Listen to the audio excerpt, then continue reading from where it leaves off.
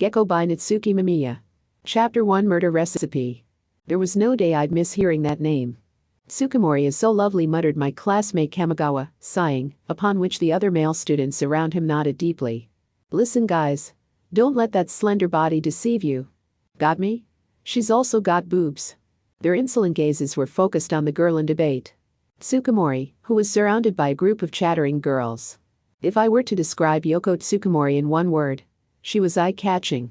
Don't you agree, Nanamiya? If you say so. Wow, now that's a cold reply. Are you really a man? If there's a mountain, climb it. If there's a beautiful chick, fall for her.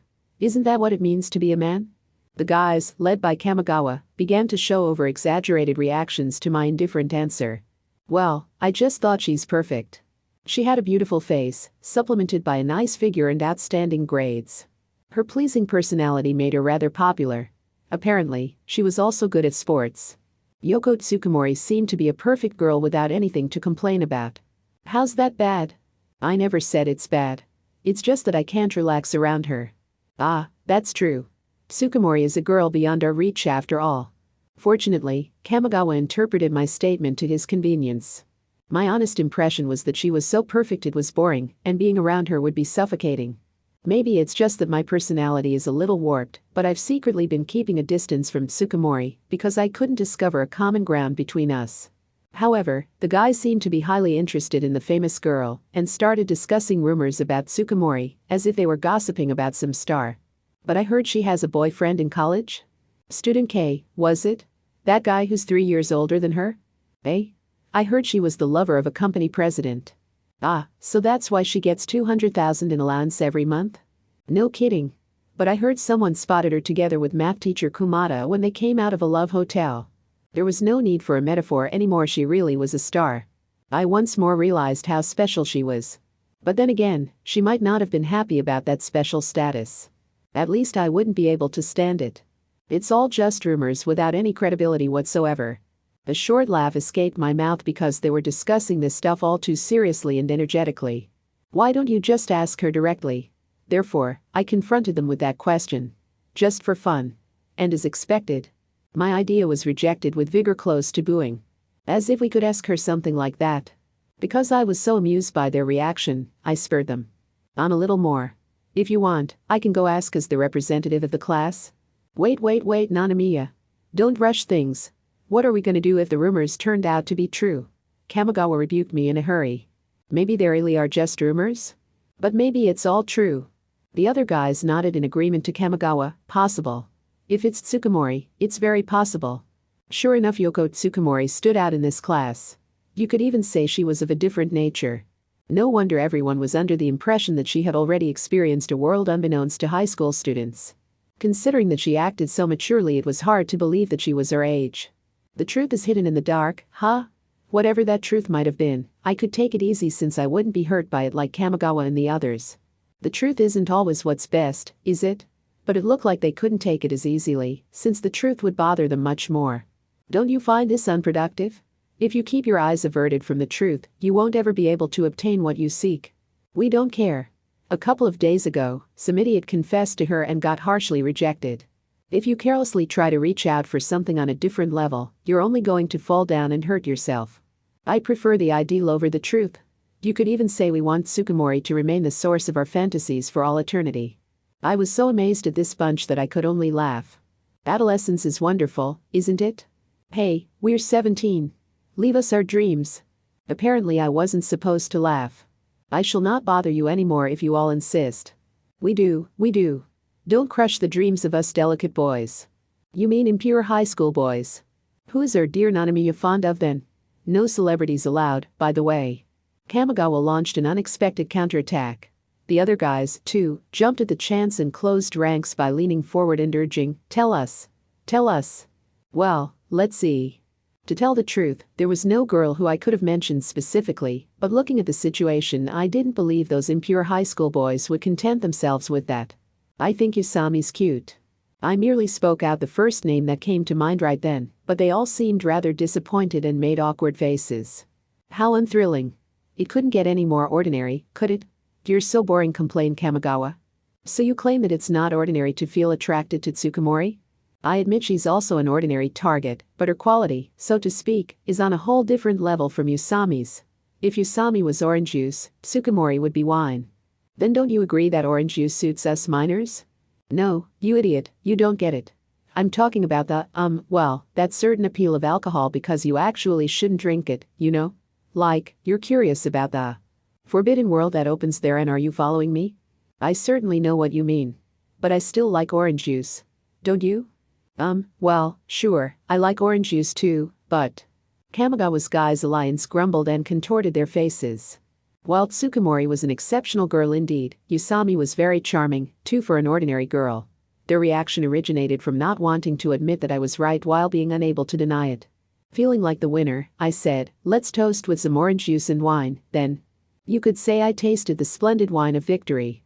You're a pretty damn devious guy, you know that? Thank you. I ain't praising you. Kamigawa was still a little sour, but I had succeeded in getting the air out of him. Hey, boys. Get back to your seats. Afternoon classes are starting. Driven by the sudden voice, the guys turned their eyes towards the clock at once.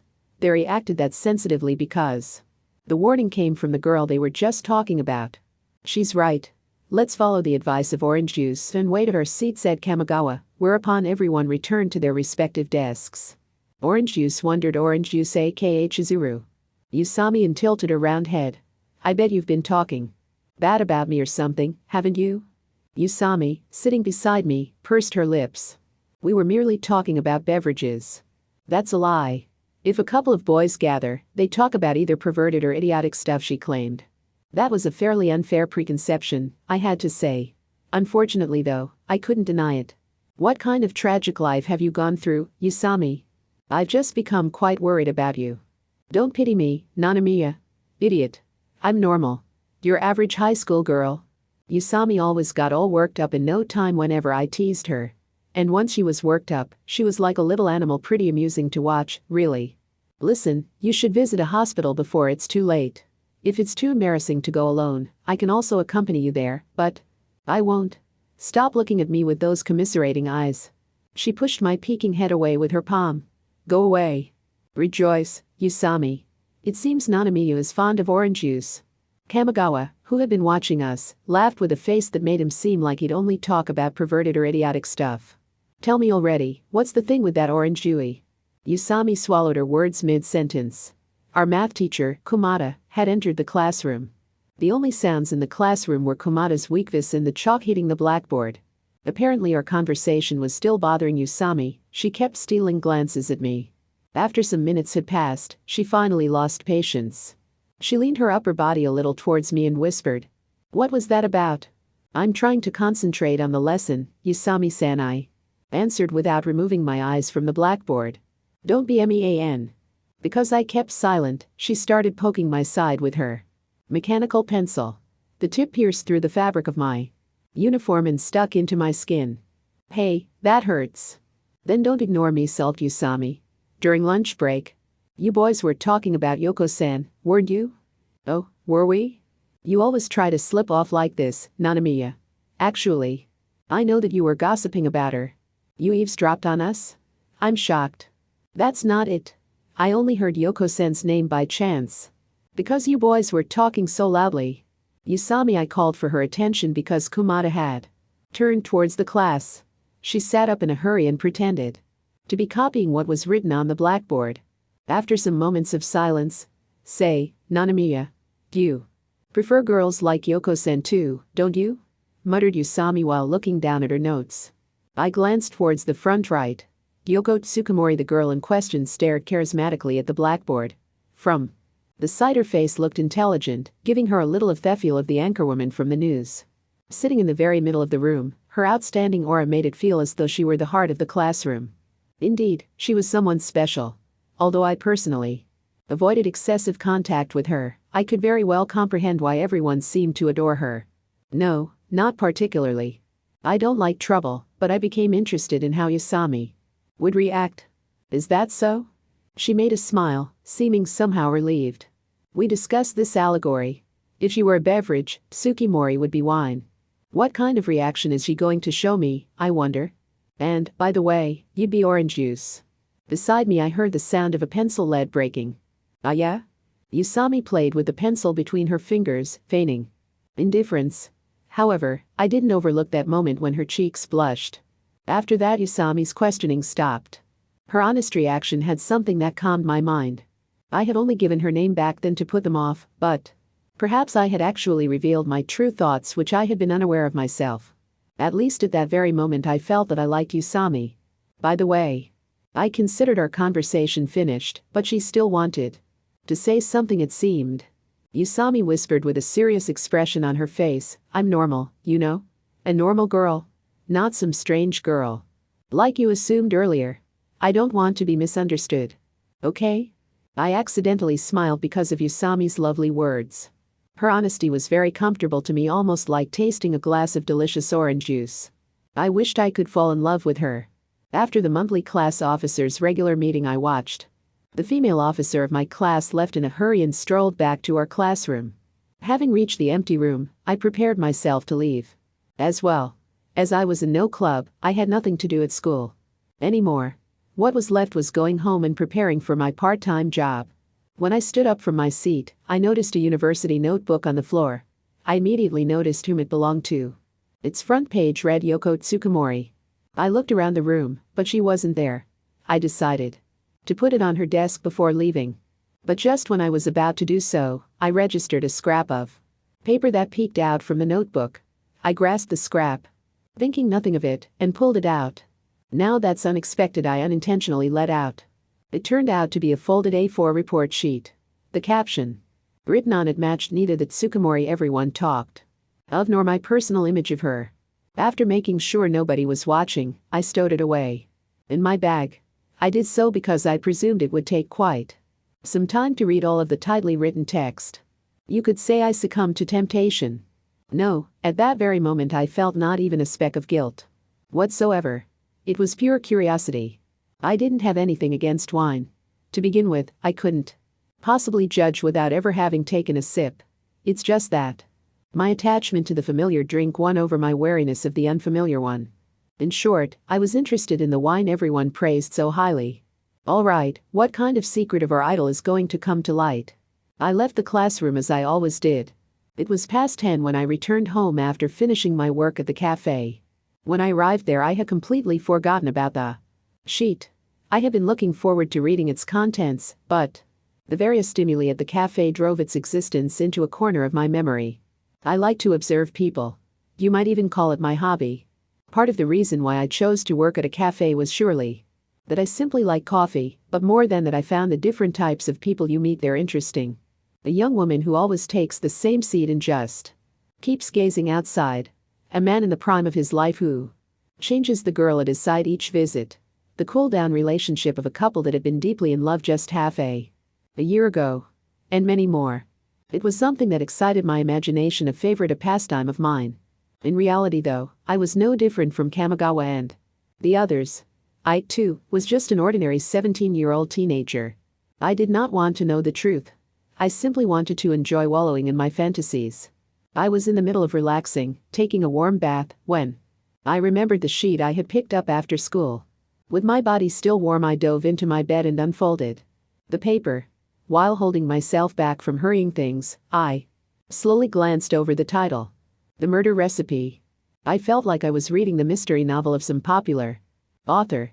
Maybe this was due to the title actually sounding like a novel's. A scrap of paper that appeared from the notebook of the person who was on everyone's lips, Yoko Tsukumori. There seemed to be no end to the rumors dealing with her vivid love life, but her image still remained mostly irreproachable. She was by no means a girl the word murder would have suited. Perhaps it was this fact that piqued my curiosity. Contrasts like this have a sort of magic to them that sucks you in, be it for the good or the bad. My gaze skimmed over the text, completely absorbed by it. Faithful to its title, The Murder Recipe, it introduced different ways of killing someone. I noticed that parts of the text had been erased and corrected, indicating that the recipe had been revised several times. I could virtually sense the breath of the person who wrote down these rather messy characters. It had something vivid to it, so to speak. While reading on, I discovered something that all of the approaches had in common. The most important objective appeared to be eliminating the target without getting one's own hands dirty. It was not a Text written by a human who is fond of killing, who sets the act of killing as his highest objective. Is she really aiming to become a mystery author? These seemed exactly like tricks made for a mystery story. However, they were written rather clumsily and were far from perfect.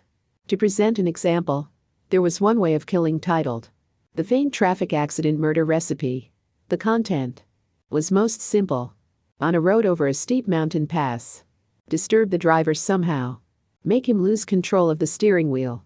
It was written in bullet points like this. Additional remarks like phone the driver in order to make him lose concentration, or put some hindrance on the road, were very sparsely added. As can be seen, the grade of completion was very low. Maybe she was still in the stage of collecting together various ideas, trying to perfect it. The risk was reduced to a minimum, but I didn't think the plan was likely to succeed either. I could see she tried, but this was one weak plan if she was to really kill someone. I dropped the murder recipe onto my desk. Having had high expectations, the letdown was great. The all too childish contents of the recipe had killed my interest. This just spoiled my after-bath bliss. After complaining aloud, I reached out for my bookshelf to remove the bad taste by reading a real mystery novel. No, hold on a sec. However, I stopped my hand and started thinking. A new thought lifted my spirits to new heights again. Who was the owner of this murder recipe? It was Yoko Tsukumori. What if, purely hypothetically, she had written this because she seriously wanted to kill someone? That thought made the clumsy text feel rather realistic at once. Leaving aside the reason for now, there was a person whom Tsukumori wanted to die, and she had desperately written a murder plan to make it happen. Tsukumori had that perfect, stylish, beautiful, intelligent Tsukumori who was adored by everyone. And she had edited such an immature murder plan over and over. Now, aren't we cute? If this guess turned out to be true, I'd almost become a big fan of hers. My imagination was put in motion. I started puzzling over all kinds of questions, like the person she wanted to kill, her potential motive and her hidden personality. I kept playing this game until the sky started to dawn in the east. The next morning I went to school later than I usually did. By the time I entered the classroom, most of my classmates were already present. Of course, Tsukumori was among them as well. While walking to my seat, I secretly glanced at her. She was putting the things on her desk in order. At least to others. It looked like such a perfectly normal action. Not to me. "Good morning, Tsukumori." I greeted her as always. She stopped peeking into her desk, tilted her head and looked at me while using her little finger to brush her elegant long hair out of her face. "Good morning, Nanamiya-kun." She showed me her mature smile as always. Usually, our conversation would have ended right there. We knew each other only well enough to exchange greetings. "Are you looking for something?" However, that morning I didn't want to let it end there. My curiosity was vexing me, for I suspected that she might be searching for the murder recipe. I intensively stared at her, not wanting to miss the slightest stir. "No, I am just sorting my desk." Sadly, her smile was left unchanged. I told her, I see, and headed to my own seat, while thinking to myself that reality was so boring compared to my imagination. But she suddenly called me from behind. "Why did you think I was searching for something?" I was desperate not to break into a broad smile. It was a feeling as though prey had hopped readily into my trap. Whatever her sentiments were, I started getting in high spirits just from the expectation of some amusing developments. "No, I'm afraid there's no particular reason." I turned around towards her, playing dumb. "But let me return that question. Why do you ask?" I decided to probe lightly. "I had no particular reason, either." "I see." Before me was only her unchanged mature smile. I felt the desire to make that smile freeze, but I didn't intend to get to the core just yet. I thought it was best to keep my trump card for the very end. "But if I began, if you are troubled, feel free to ask me for help." "What's the matter, Nanamiya-kun? I don't remember you being this gentle." "I'm gentler than you believe, that's for sure." "I beg your pardon." "I'll be sure to remember that then." Of course the primary motivation would be getting a girl of outstanding popularity like you indebted to me, though. Tsukumori giggled. "Thank you. I will directly consult you then, Nanamiya-kun, should I ever be troubled." Tsukumori smiled with her almond eyes half closed. It didn't look like she wasn't scheming something. I won't deny the influence of my wishful thinking on this assessment though. Our conversation ended because our class teacher, Yukai, had appeared in the classroom. My mood was quite good that day. Kamigawa and his comrades were annoying when they came to question me about my conversation with Tsukumori in the following break, but I considered it a good harvest because I had discovered how thrilling and amusing it was to talk to her. Well, it was just me savoring the thrill produced by my own fantasies, though. Still, it was much better than a boring reality. Without any progress or new information, my peaceful daily routine went on, and, before I knew it, 2 weeks had passed since finding the murder recipe. As there wasn't anything to stir up my imagination, my excitement subsided, and I was about to forget the very existence of the recipe. Because I had kept holding back my trump card, the game had stopped slowly and quietly. It was a truly pathetic situation. However, a change occurred all of a sudden.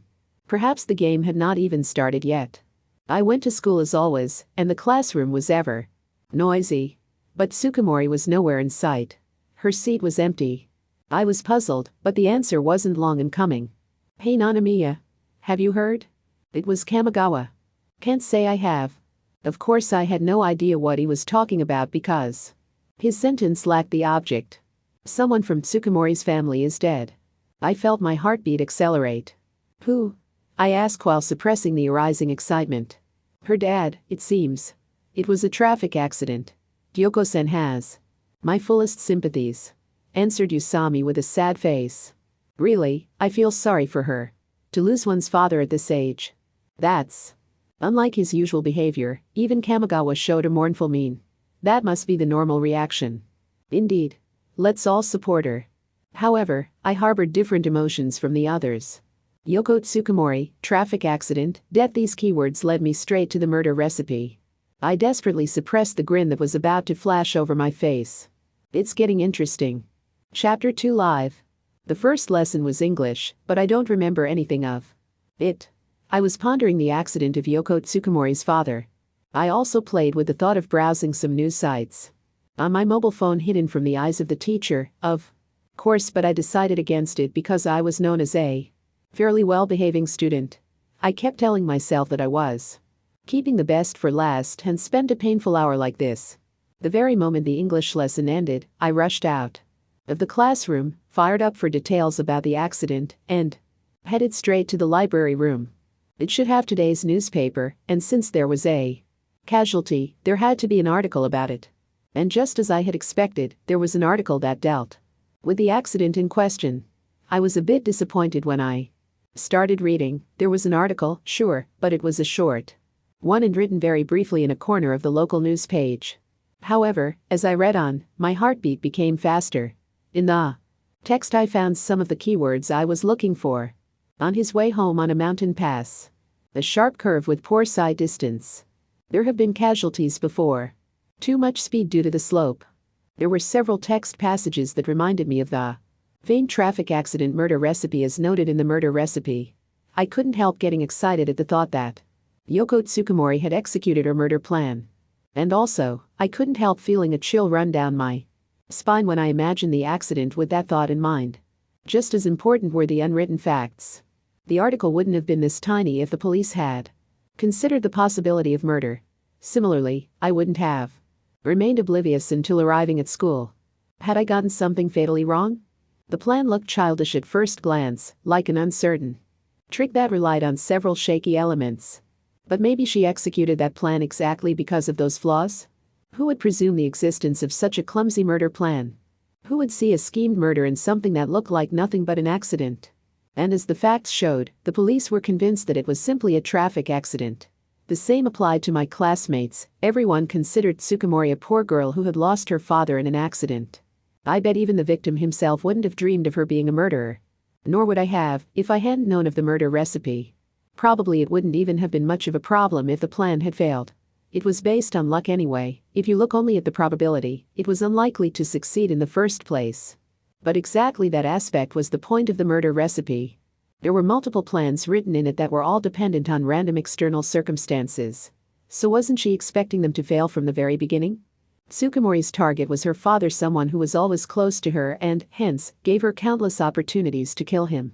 It may be a coarse expression, but you could say that even a bad shot hits the mark given enough tries. Tsukumori certainly did not intend to just pull it off as fast as possible. She merely wanted him to die sooner or later. I guess that's how she felt about it.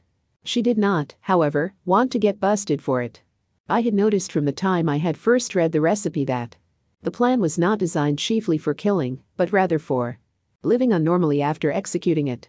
In that case, the results made it evident. Tsukumori had done it. The perfect murder. I couldn't help thinking so. Of course, this was all just a product of my mind and far too baseless to be considered certain. I knew her no better than my classmates. When it came to her, Kamigawa was actually much more knowledgeable than I. These thoughts were merely an extension to my usual imagine and enjoy pastime, and not something upright like solving a case. However, for some reason I just couldn't call my guess a cheap delusion and call it quits. The homeroom after that day's classes was about Tsukumori's father's death. I think everyone knows of the passing of Tsukumori's father. A funeral is being held tomorrow afternoon, which I am going to attend. This, the fifth lesson, biology, is going to be self-study. When the word self-study left our class teacher Yukai's mouth, a wave of joy went through the ranks of my classmates. Hey, that's called tactless, you know? Empathize a little with Tsukumori, who has just lost one of her parents. Yukai rebuked us not with an especially strong tone, but the classroom became silent. It was a heavy silence. Apparently content with the unexpected contemplation of his students, he closed this matter. Moreover, the class officers are required to come along too. The funeral is the representatives of the class. I'm counting on you. Okay, homeroom's closed. Right when Yukai was about to finish. Sensei. Yusami raised her hand. The female class officer is Yoko herself. Ah, you're right. Well then, Yusami, may I ask you? Ah, yes. The other one was you, Nanamiya, right? I expect you to be there. Yes. I nodded calmly and secretly grinned to myself. It was exactly what I had wished for. I had not even dreamed that I would have the chance to attend the funeral officially like this. Actually, after reading the article in the library, I had pondered about how I might be able to go to the funeral, because I had wanted to obtain more information on Tsukumori. While I had reckoned that the ceremonies would be beyond reach, I had thought that I could at least attend the wake of the deceased. Only the two of you, that's not fair. After making sure that Yukai had left, Kamigawa scowled alternately at Yusami and me. Who was the irresponsible guy that nominated me for class officer at the beginning of the term again? Just this once I was grateful for that irresponsible personality of his, though. Dunno? I'm a man who doesn't look back at times gone past. Your irresponsibility deserves admiration. In a bad sense. It's an honor. I could only smile wryly at Kamigawa's haughty answer. Kamigawa, you brute. Didn't you listen to Yukai-sensei? You're being tactless. Pouted a serious Yusami on noticing his easygoing attitude. This is a misunderstanding, Yusami. I am merely worried about a fellow classmate who has lost a dear one, you know? Kamigawa assured us with a meek expression. That's a lie. It's clear that you only want to meet Yoko-san because of your ulterior motives, claimed Yusami. No, idiot. I would never have ulterior motives. I simply wish to soothe Tsukumori in these hard times, he objected.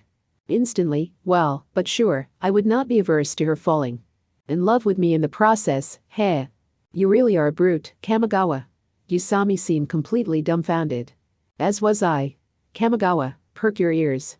That's what we call an ulterior motive. Aha, I see. Do you never stop learning, do you? Kamigawa evaded my remark with feigned ignorance. There's no cure for a Kamigawa. I hope you don't have an ulterior motive too, Nanamiya? She realized that Kamigawa was beyond hope and set me as her new target. Of course not. I am going to the funeral ceremony because I'm a class officer, not because I wish for it myself. I put on a powerless smile. Also, I don't like the gloomy air at funerals. To be honest, I would rather not go. Right? I knew you weren't like Kamigawa. Yusami flashed a brilliant smile as if she herself had been praised. Your attitudes towards me and Nanamiya are way too different. I sense discrimination. If I were from America, I would take you to court right now. But you're Japanese from head to toe. And it's the difference between your daily behaviors that distinguishes you from Nanamiya. Blame yourself? While of a completely different nature, I had an ulterior motive too. To tell the truth, I loved funerals. Especially because you could sneak a peek at all kinds of humans. I was looking forward to the next day's funeral with the same sentiments as going to a concert of my favorite artist. After ending the third lesson, Usami and I were brought to the funeral home in Yukai's car. There was not one cloud in the broad blue sky outside the window. During the ride I was able to gather some details about Tsukumori's family environment from Yukai. Her family consisted of her two parents and herself, their only child. This was actually quite surprising to me because her mature behavior had led me to believe that she'd have someone to look after, such as a younger sibling. Apparently her father had been the head of a construction design company. Since my own father worked at a bank near that company, I planned on asking him about it afterward. As soon as we had arrived at the funeral home and had gone through the formalities at the entrance, we proceeded to the hall that was marked with a sign reading Tsukumori. A lot of flower offerings were being made, so that the line led out of the hall. It was as though I was watching the scene of an arcade that had installed a new game machine. The dim, wide room was packed with people in mourning clothes. The altar seemed much more magnificent to me than the ones in any past funerals I had attended. We sat down in the seats that had been prepared for common attendance and waited patiently for the beginning of the ceremony. My eyes searched for Tsukumori and found her sitting near the altar where the relatives had gathered. She was comforting the woman beside her who hung her head, supporting her and stroking her back. From the looks of it, I suspected it could be her mother. She was a beautiful lady who resembled Tsukumori. I was, however, surprised at how compassed Tsukumori apparently was. It was then that I recalled that I had once asked Usami why all the girls called Tsukumori with a san added to her name. Her answer had been, "Ryoko-san may be the same age as us, but doesn't she kind of look and behave very maturely?" So, basically, someone started calling her Yoko-san, which then led to the current state. Indeed, I was almost unsure of who the mother and who the daughter was. "I'm so sorry for Yoko-san." I looked to my side and found Usami with watery eyes. She not only gave the feeling of born to be a little sister, but actually had an elder brother. "Come on, don't cry," I said as I produced a handkerchief. "Just look at how she's keeping calm though she's bound to be sad in reality. If it was me, I wouldn't be able to." Usami seized the handkerchief from my hands and rubbed her eyes with it. Certainly, Usami would probably cry her lungs out. But I was reluctant to agree with her that Tsukumori was saddened about her father's death. If I was right on Tsukumori wishing for his death, then she was pleased rather than sorrowful, because in that case, this funeral was actually an event to celebrate the success of her murder plan. As time went by, the seats of the hall gradually filled and before I knew it, the whole hall was painted black. From every direction I could hear whispers that had been lowered in respect of the solemn mood that accompanied funeral homes. I decided to listen attentively to that chattering. As a combined means of killing time and gathering information, I focused on the conversation of two women that were meekly talking in the row right before me. I would have loved to jot it down. Their chatter was interrupted midways. I would have preferred to listen a little longer, but there was no helping it since the ceremony had begun. The sutra conducted by the priest resounded clearly throughout the hall. The solemn mood set my mind at rest and thus produced the perfect environment for indulging myself and my thoughts. I chose to replay the conversation I had just heard in my mind and put the data in order. Her father's reputation was extremely good. First they had talked about his looks, which wasn't too surprising, considering he was Tsukumori's father. A glance at the picture on the altar showed that he had looked like some performer and made me comprehend why he was popular with them. Then, they continued with his company's and his family's economic situation. While it was an SME, the business went smoothly and their private living standard was quite high as well. Apparently, their home had been newly built 2 years ago, with a complex design as one would expect from the director of a construction design business. Lastly, they had talked about his family itself. Both father and mother had been fairly sociable and on good terms with their neighbors. The women had also raised the subject of Tsukumori. She was valued as a beautiful daughter with good manners. I let out a sigh. Admittedly, I was happy that I could get my hands on new information, but there had been nothing that could ignite my fantasies. The newspaper had gotten me too excited and caused me to have too high expectations of the funeral. I breathed in the silent air of the hall. Pulling myself together, I decided to give myself over to the tranquil mood of the room again. It was a promising funeral. After all, it would be a waste not to take advantage of the occasion and spy on some human relationships. No need to rush things. The longer this game of ours lasted, the better. When I turned my gaze towards the area near the altar, I Noticed that Tsukumori's mother had broken down in tears. Her wailing was apparently also the reason why the women in my surroundings provided me with a background of sobbing voices. By the way, Yusami was still crying as well. However, there were no tears in Tsukumori's eyes. Her gaze was captivatingly fixed on the altar. Because her black mourning dress emphasized the brightness of her skin, it almost seemed as though Tsukumori herself was gleaming.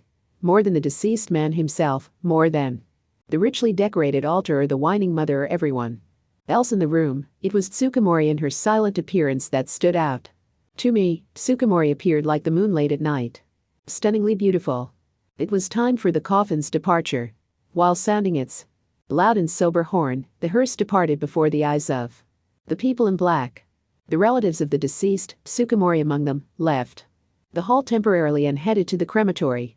The three of us decided that we would wait for her return so that we could at least exchange a few words with her. You two must be hungry, right? Let me treat you to lunch today. But keep it a secret from the others, okay? Yay. Do you hear this, Nanamiya? Yusami rejoiced without any restraint. This must be one of those infamous mood swings. Well, being fond of the word secret, I also gladly accepted his offer. Moments later, we were slurping ramen in a shop near the funeral home. You two may not be quite aware of it yet, but death is an inescapable part of life, Yukai said suddenly, his glasses fogged by the steam of his soup. Saying this may be tactless towards Tsukumori, but still I would like you to treasure the impressions of this very uncommon and sad happening. The passing of a comrade's father. Yusami nodded earnestly, her mouth stuffed with noodles like a squirrel. Indeed. I was reminded that there is a limit to our lives. And also that this makes life all the more valuable. Being in my class teacher's company, I chose my words carefully when relaying my impressions. You're amazing, Nanamiya. Yusami praised me with wide eyes after gulping down her noodles. Of course. Unlike you, I wasn't crying all the way through the ceremony. I had lots of thoughts crossing my mind, too. For instance? That I'm sorry for her. What else? That I'm sorry for her? I heard that already. And no, don't get me wrong. In truth, I have been thinking about much more than this, it's just that I can't put it into words as well as you. Yukai laughed from listening to our conversation. Well, let's settle down with the conclusion that both of you had your respective thoughts, okay? Nanamiya was more analytical and Yusami more emotional. Yukai went between and solved it like a teacher. Life's interesting because there's a limit to it. The thrill of not knowing when it ends is what gives you the awareness of being alive. At first glance it might seem contradictory that death, the antithesis of life, highlights the value of life, but it actually makes sense. I even conceived the idea that most things in the world might work in a similar way. At that very moment, enthralled by the risky murder recipe, I was most definitely living. We greeted Tsukumori when she came back to the hall. Yukai first expressed his deepest sympathy before assuring her, "Don't be concerned about school. Take your time and return when you're comfortable. Thank you very much for your thoughtfulness. However, I have it in mind to attend school normally from the day after tomorrow because I think it will help me to distract myself." She smiled weakly. I am a little anxious about leaving my mother alone at home, as she has been hit especially hard, but her siblings and my father's siblings both assured me that they will be supporting her for a while. Tsukumori seemed exhausted. From the looks of it, she hadn't been sleeping properly. But while knowing it was pretty tactless, I couldn't help being under the impression that her white face, now accentuated by her morning dress, looked even more sensual than at school. I see. At any rate, be sure not to overstrain yourself and feel free to consult me anytime. Yukai patted her on the shoulder. Thank you for coming as well, Chizuru, Nanamiya-kun. Everyone in the class is worried about you. I feel blessed. Yoko-san. Yusami was on the verge of tears again, apparently moved by Tsukumori's brave behavior. I poked her head and said, "Shouldn't you calm down a bit? Do you wanted to express your condolences properly, right?" Yeah, Yusami nodded teary-eyed. Yoko-san. It will be hard on you, but it will wet hard on you. But Yusami began weeping mid-sentence because she couldn't bear it anymore. Tsukumori didn't hesitate to embrace Yusami's round head and comforted her. "Thank you, Chizuru. I'm very happy that you are so worried about me. while stroking her head like a loving sister, she murmured, I think you can consider yourself happy if you have someone that worries about you. After that, she whispered her thanks to Yasami again and again. The gentle and fragile girl at that moment did not look in the least like someone who would plan a murder to me. Chapter 3 Confession. 2 days later, when Yoko Tsukumori came to school again, even students from other classes came in crowds to our classroom to catch a glimpse of her. One after another they expressed their condolences, showing nothing but expressions of pity. Kamigawa's voice could be heard from the human ring that had formed around the center of the room. School without you is like a night without the moon. Please Tsukumori, cheer up and light my footsteps in the dark as tenderly as you used to do. Oh, how I would love to see him stumble in the dark and get stuck in a gutter. A group of guys, Kamigawa among them, were trying to appear appealing, talking wildly to her. Taking advantage of a girl's weakness might be a usual and practical strategy. But I just couldn't endure watching their pathetic and honorless behavior. You're quite the poet, aren't you, Kamigawa-kun? Thank you for worrying about me. However, Tsukumori dealt with each of them with utmost politeness, not showing the slightest frown, no, even smiling. Once again I came to understand why she was so popular. Most people wouldn't be able to behave as she did. At least I wouldn't have been able to. After all, I was already annoyed and I was just watching her. As soon as the wave of visitors broke off, Tsukumori stood up and, for some reason, headed towards me with a smile on her face. It's quite unusual for you to approach me spontaneously. But you came to my father's funeral, didn't you? I wanted to say thanks. She sat down on Yusami's empty chair and smiled cheerfully at me. So, thanks for coming, Nanamiya-kun. No, it's nothing that would deserve your appreciation. I merely attended as a representative for the class. But it is. I was somehow relieved at seeing you being as laid back as usual. Oh, I'm sorry for being such a cold-hearted guy. I was worried about you in my own way, though, you know. Too bad you didn't notice, I said and shrugged uncomfortably. Whereupon Tsukumori laughed cheerfully. I don't think of you like that. Have things settled down at home? There are still a lot of things that need to be taken care of, but for the time being, yes. I see. You must have experienced some troublesome days. I guess. Well, school must have its troublesome aspects too. For someone as popular as you. Tsukumori shook her head, making her soft hair sway. I am very grateful that everyone is so worried about me. It's nice when others feel concerned about you, indeed. But there are limits that have to be respected, right? Aren't those fanatic fans of yours a bother? Especially Kamigawa. Or Kamigawa. I'm actually quite fond of that cute side of boys. I tried to find out her true thoughts by agitating her, but Tsukumori's smile remained unchanged like an iron wall. Your mature behavior is remarkable. I am happy that you view me like that, Nanamiya-kun. She accepted even my rather baffled words with a happy tone. Nanamiya-kun, Tsukumori said my name all of a sudden. Do you remember your promise? Promise? I don't remember ever making a promise to her. If I'm troubled. Ah, I see. In the midst of her reminding me, I recalled a certain conversation I had with her one morning. Right, that promise. Well, I promised indeed. Ask for whatever you like, as long as I can help you with it. It was a seed I had sowed myself, but deep in my heart I hoped that she would not have a bothersome request. It is something I would rather not talk about in the classroom, explained Tsukumori with a subdued voice so faint that no one else other than me could hear her. The next instant, I was tense from tip to toe. I'll be waiting for you in the library after school. She whispered and left the classroom elegantly with her hair streaming out behind her. The palm of my hand was drenched in sweat. Apparently, I was more tense than I had thought.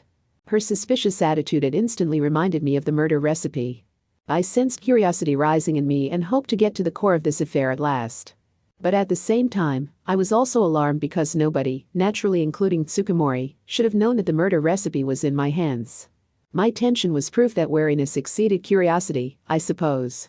What if Tsukumori knows that I have her murder recipe? I thought to myself, picturing an unhappy scenario. Her father's funeral had been conducted without incident. She had become a character akin to the heroine of some dramatic play and was on everybody's lips. Could one of her plans possibly fail in the first place? Looking at how she had everything, that was the impression I got. The only two things that were in her way were the murder recipe that had gone lost and I, since I knew what was written in it. As soon as she got rid of these two unsafe elements, she would have conducted the perfect crime and obtained her own ideal world.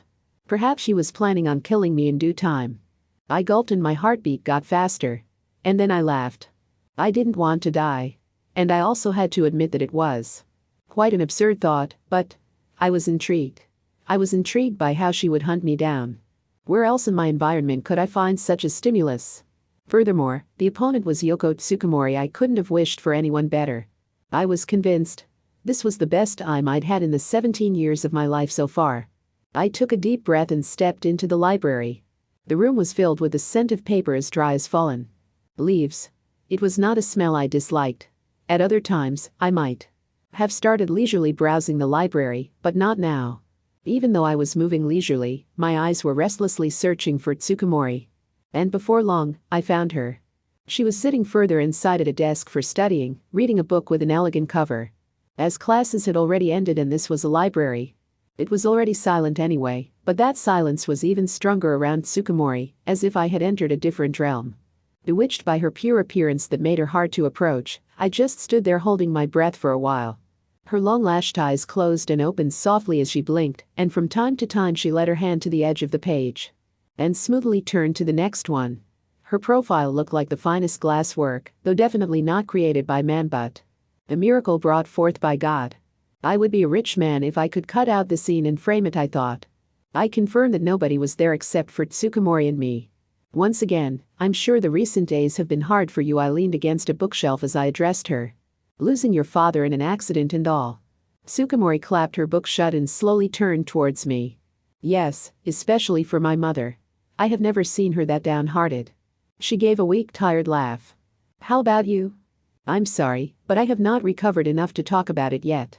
Tsukumori shook her head with a troubled mien. It was a rather noncommittal answer. No, it was a rude question on my part. I beg your pardon. I bowed my head. By the way, what is your request? I brought up the main topic after a breath.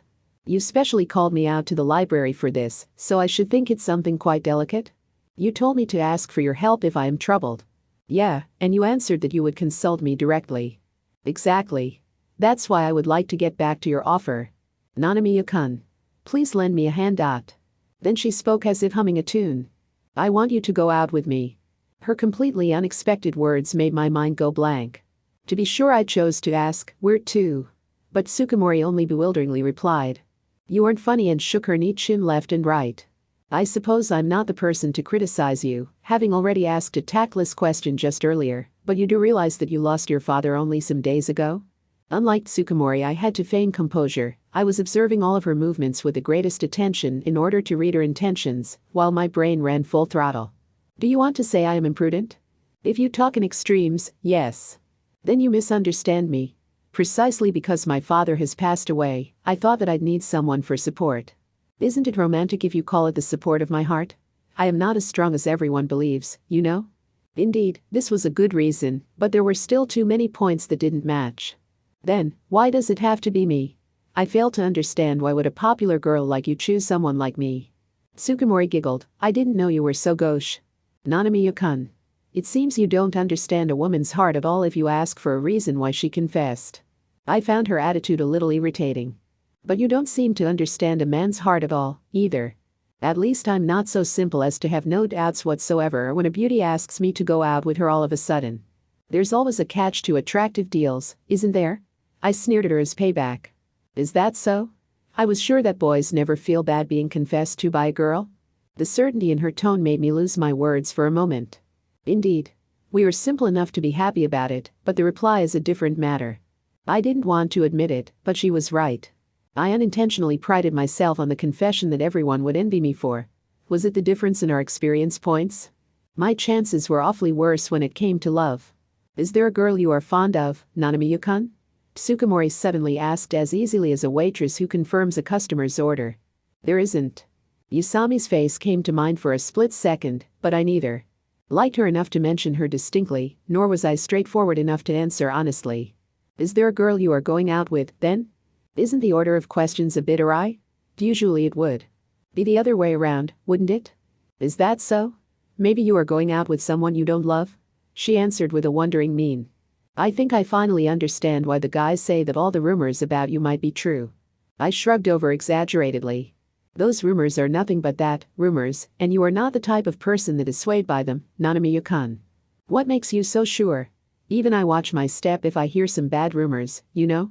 If you want, I can tell you which of them are true and which are not. In return, I hope you don't want to make dating the condition. Our chemistry is right." Tsukumori showed no sign of timidity, instead she even smiled brightly. As if I'd ever accept such an unfair condition. This time it was me who was taken aback. "I didn't know you were this kind of girl." She made me dance to her tune from start to finish. All the possible replies I had simulated in advance for this conversation were going to waste one after another. "This is my way of paying respect to you, Nanamiya-kun. You are the person I wish to go out with. I think there is no point in showing you only a superficial side. I'm sorry about your respect, but haven't you thought about the possibility that I might refuse? I am ready to accept some amount of damage in order to obtain what I want. If you are afraid of getting hurt, you won't obtain what you really desire. Well, revealing a few of my cards does not even count as damage anyway. Exceptional self-confidence, indeed. No wonder all the girls of our grade add a cent to your name. I didn't know you were such an uptight person either. I was rather sure you were the type to let things take their course. I'm much more sensible than you may think. And a little contrary, too. And I'm definitely not daring enough to get myself involved in affairs that make no sense to me, or that I can't agree to. Aren't you just averse to doing things you are not interested in? I won't deny that. At any rate, if I go out with you, I won't have my peace anymore. I'm simply not leading my life actively enough to attract attention, that's all. It's a shame that you are so stubborn, Nanamiya-kun." She said and fell silent. We shared a painful silence. Even the shouts of the sports clubs from the ground seemed loud inside the soundless library, and I heard the rustling of her skirt all too clearly when Tsukumori crossed her slender legs the other way around. Tsukumori's gaze was listlessly wandering about in the air, hesitating about something. Even such trivial gestures looked like a scene of a movie, sweetening the time until her next words, and keeping me from getting bored. Then I saw her lips move calmly. "If I tell you the reason why I chose you, will you be more open towards my request?" I gulped down. In my imagination she got straight to the point and proclaimed that the reason was that I had the murder recipe. Such an answer would naturally be quite absurd, but as Tsukumori seemed to be an unpredictable person, I couldn't deem it impossible anymore. Tsukumori's hidden character was bold, determined, and outstandingly clever on top of it. That was the kind of girl approaching me. I couldn't help but suspect some kind of catch in her request to go out with me. "More than now," I replied, choosing my words carefully. I had hardly finished speaking when she squinted one of her almond eyes and smiled mischievously. "Because I like your looks. It would be even better if you weren't a quibbler." Her reply caught me so flat-footed that I would have liked to fall on the floor, but I contained myself and launched a counterattack. "What a coincidence. I also think you're not half bad, save for your personality. We would make a well-matched couple then, wouldn't we? In the sense of awful, sure." Her constantly playing around with me had completely cooled me down. Suspecting Yoko Tsukumori to be a father murderer suddenly felt terribly idiotic and embarrassing. Indeed, Tsukumori was a determined and bold girl. But I also knew that she was definitely not foolish. Even if she hypothetically had considered her father an eyesore, she would have found many other ways of getting rid of him without choosing the means of murder. In the first place, could someone who had committed murder remain that compassed? She was a peculiar girl, but I couldn't sense even a shred of shadiness or malicious emotion in her. Suddenly something touched my bangs. I reflexively jumped backward. "I'm sorry." After taking a look, I noticed that Tsukumori had stood up from her chair and had stretched her smooth white fingers towards me. "Your hair looks so beautiful that I wanted to touch it very badly." Tsukumori gave me a bewitching smile, beautiful like the light of the moon. A shiver ran down my spine. To me, that girl didn't seem to be from the same world. "Please think about it seriously," Tsukumori said and moved toward the exit. While she passed me, her hair stroked my cheek and left behind a strong scent of roses. Even though I had planned to learn more about her, I now understood Yoko Tsukumori even less than before. Then I recalled how Kamigawa had compared her to wine. Indeed, I was intoxicated by Yoko Tsukumori's fragrance. Chapter 4 In the cafe. All of a sudden Tsukumori came to my desk and said, with a smile as warm as sunbeams shining through the leaves of a tree, and a voice as soft as a gentle summer breeze. "Shall we go then, Nanamiya-kun?" Time stopped in the noisy classroom. At least, my train of thought did. Everyone suspended what he or she was doing and looked over to us. Usami was the first to regain time. "Eh? Ryoko-sen? Are you tagging along with Nanamiya?" "Why?" Her bewilderment made her look like one of those automatons that jump out of striking clocks every hour. I wanted to pay the cafe Nanamiya-kun works at a visit, since I heard it's very comfortable there. And as you know, I have been quite busy lately, so I was a little tired and thought about relaxing there while enjoying a cup of tea. Well, that's why I asked Nanamiya-kun. Tsukumori was obviously taking into consideration that we were being watched by our classmates. Is that true, Nanamiya? I had already expected that I would be the next target to be questioned. It is. Thus, I somehow managed not to reveal my discontent. Maybe I should join you. I almost blacked out upon hearing her murmur. Tsukumori. Alone was already enough trouble, I couldn't manage both of them at the same time. Aren't your club activities waiting for you? Yusami was in the volleyball club. She was gifted with strength in her arms that didn't suit her small body. Her spikes made the guys look old. I remembered all too well how relieved I was to be on the same team after witnessing her spike during PE. I'll skip. Don't. Didn't you say only recently that you were on the brink of becoming a regular player? It would be foolish to skip your club activities during such an important period. Yusami pressed her lips into a line and grumbled with a frown. Let's go together some other time, Chizuru. I will memorize where the cafe is for you today. Okay? Tsukumori admonished her gently like a caring sister, whereupon Yusami obediently nodded, okay. One problem solved. I then went on getting rid of the remaining issues. It's really just you who's coming, right? If the whole bunch were to come along, I'd have to refuse because that would only cause the cafe trouble. That was a prompt. I indicated to Tsukumori that I would only give my consent if she cleared that condition. Don't worry, our classmates are so kind, they would never cause anyone trouble, she ensured with a ladylike smile. See you tomorrow, everyone. She elegantly waved her hand at her classmates. They would have jumped at that chance for sure. The guys, among them Kamigawa, and the girls who admired Tsukumori, put their disappointment clearly on display. But not one of them would even think of betraying angelic Yoko Tsukumori's trust.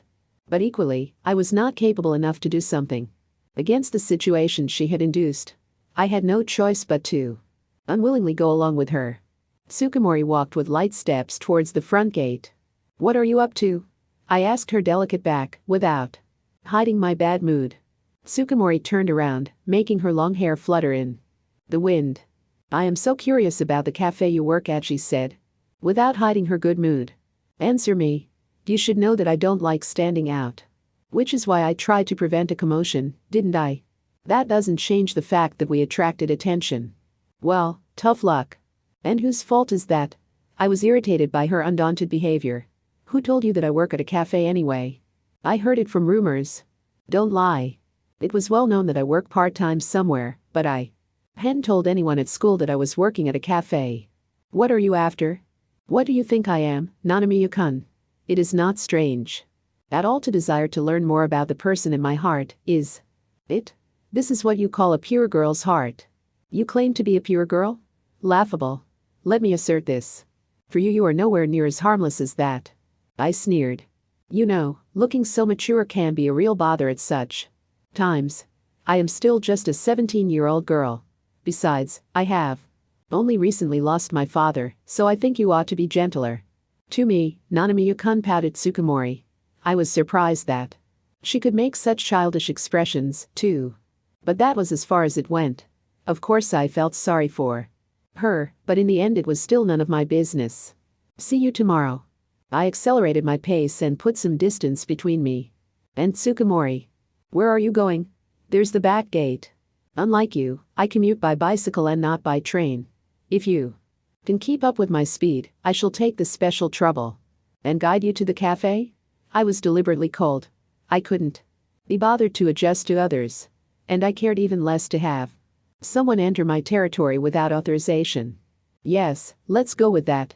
I just hope my back will not hurt from it, but well, I have always wanted to do that once. However, Tsukumori was even less harmless than I had expected. Before I knew it, she was walking next to me. What are you thinking? I have always wanted to do that at least once. Riding a bicycle. Hey do. When did I say I'd let you? Don't worry. I should not be too heavy. That wasn't the question. I was annoyed. As she showed no restraint, I decided on saying my piece without restraint as well. I admit that I should be gentler to you as you've just lost your father. However, I don't feel like dancing to your tune. Like the others, not in the least. Not everyone is considerate towards you, keep that in mind. At least now that I know your true nature, I might still feel sympathy, but I am certainly not favorable towards you, I rebuked her.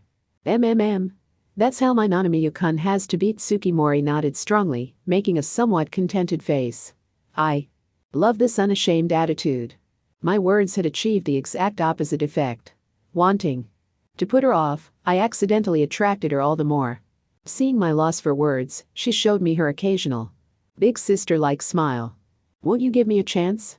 I have realized by now that my confession yesterday was over hasty. Just like you don't know how I really am. I don't know you well yet, either. I think it is necessary for both of us to deepen our mutual understanding. It's not too late to make a decision after coming to know each other better, right? Her opinion was fair enough. But when I looked back at what had happened so far, I didn't feel like believing her words blindly. I peeked into Tsukimori's eyes. What was she thinking? She did not avoid my glance in the slightest. In her big, almond-shaped eyes I could clearly see my own reflection. It was I who gave in at last. I released her from my gaze and mounted my bicycle. Get on. Thank you. I heard her cheerful voice. After she had gotten on the carrier, I took off. She was light, just as she had said herself.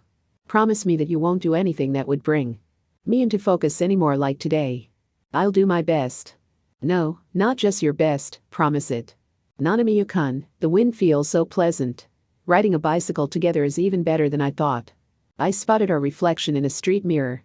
Tsukimori was holding her skirt down with her right hand, wrapping her left arm around me, and smiling dazzlingly while watching the town scenery passing us by.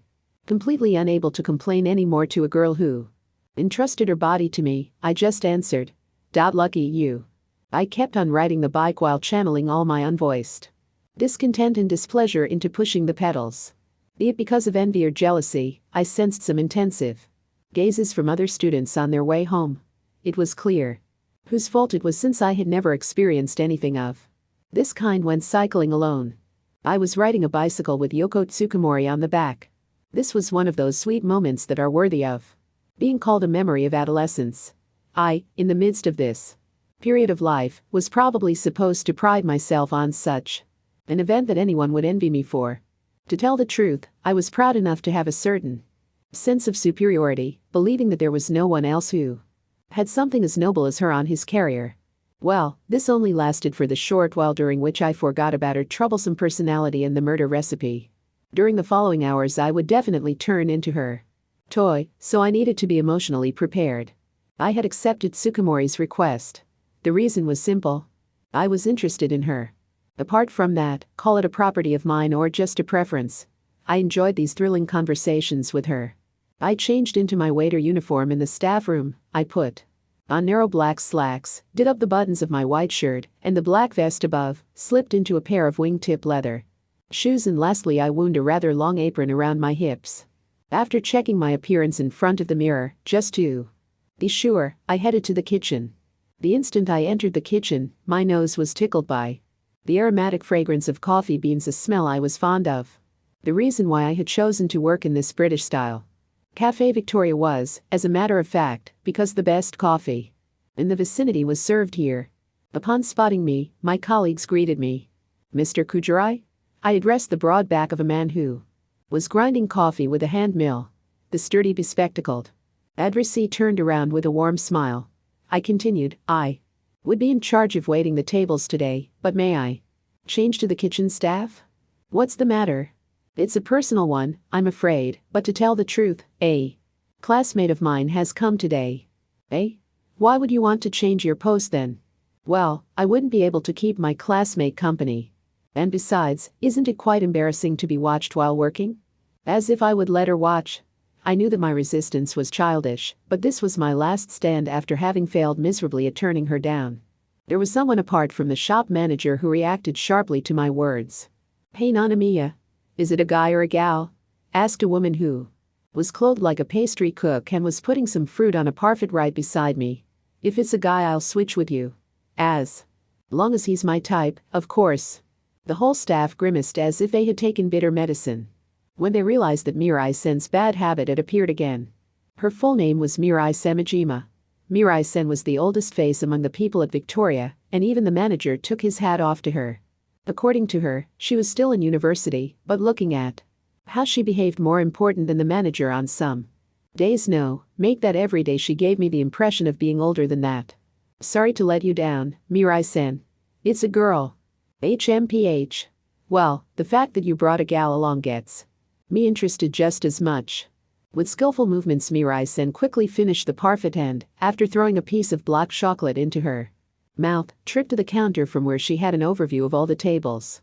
Who is it? Come on, spill it. She scowled over the counter into the shop while rolling the piece of chocolate in her mouth. The other staff members, too, didn't miss the chance and scanned the cafe from behind her. I was hoping someone would remonstrate with them about their snoopy behavior, but even the one who was in the position to do so, the shop manager, was peeking with a face gleaming with curiosity. Giving up, I admitted. It's her, and pointed at Tsukumori, who had taken a seat at the window and was sitting there like an unworldly, well-educated lady. A cheer arose among the staff. The positive reaction of the guys was so blatant that I would have felt like an idiot if I had claimed that I had expected it. Damn. What a beauty. Way too good for you, Nanamiya. That's for sure. Mirai-sen was apparently irritated with something and ran her iron fist into the pit of my stomach. Does anybody know why I deserve to be punched? My trembling question was only met with pitiful glances. You always act as if you didn't care two figs about love. But you do your thing in the background, huh, you sneaking lech. Apparently, Mirai-sen mistook Tsukumori and me for lovers. Mirai-chan and her new boyfriend haven't been getting along lately, the manager whispered into my ear. So it's only a matter of time until they split up, I suppose? Probably, he nodded after backing off again. Mirai-sen could be categorized as pretty if she kept quiet. As a matter of fact, she was often approached by the other sex. However unfortunate, her looks were spoiled by her unyielding personality, which was also the reason why her relationships never lasted long. I knew of none, at least. MHH Surwatari gotten all love-struck or what? I haven't. I'm not love-struck or anything. Then you better stay that way. Today's sacrifice was Surwatari-san.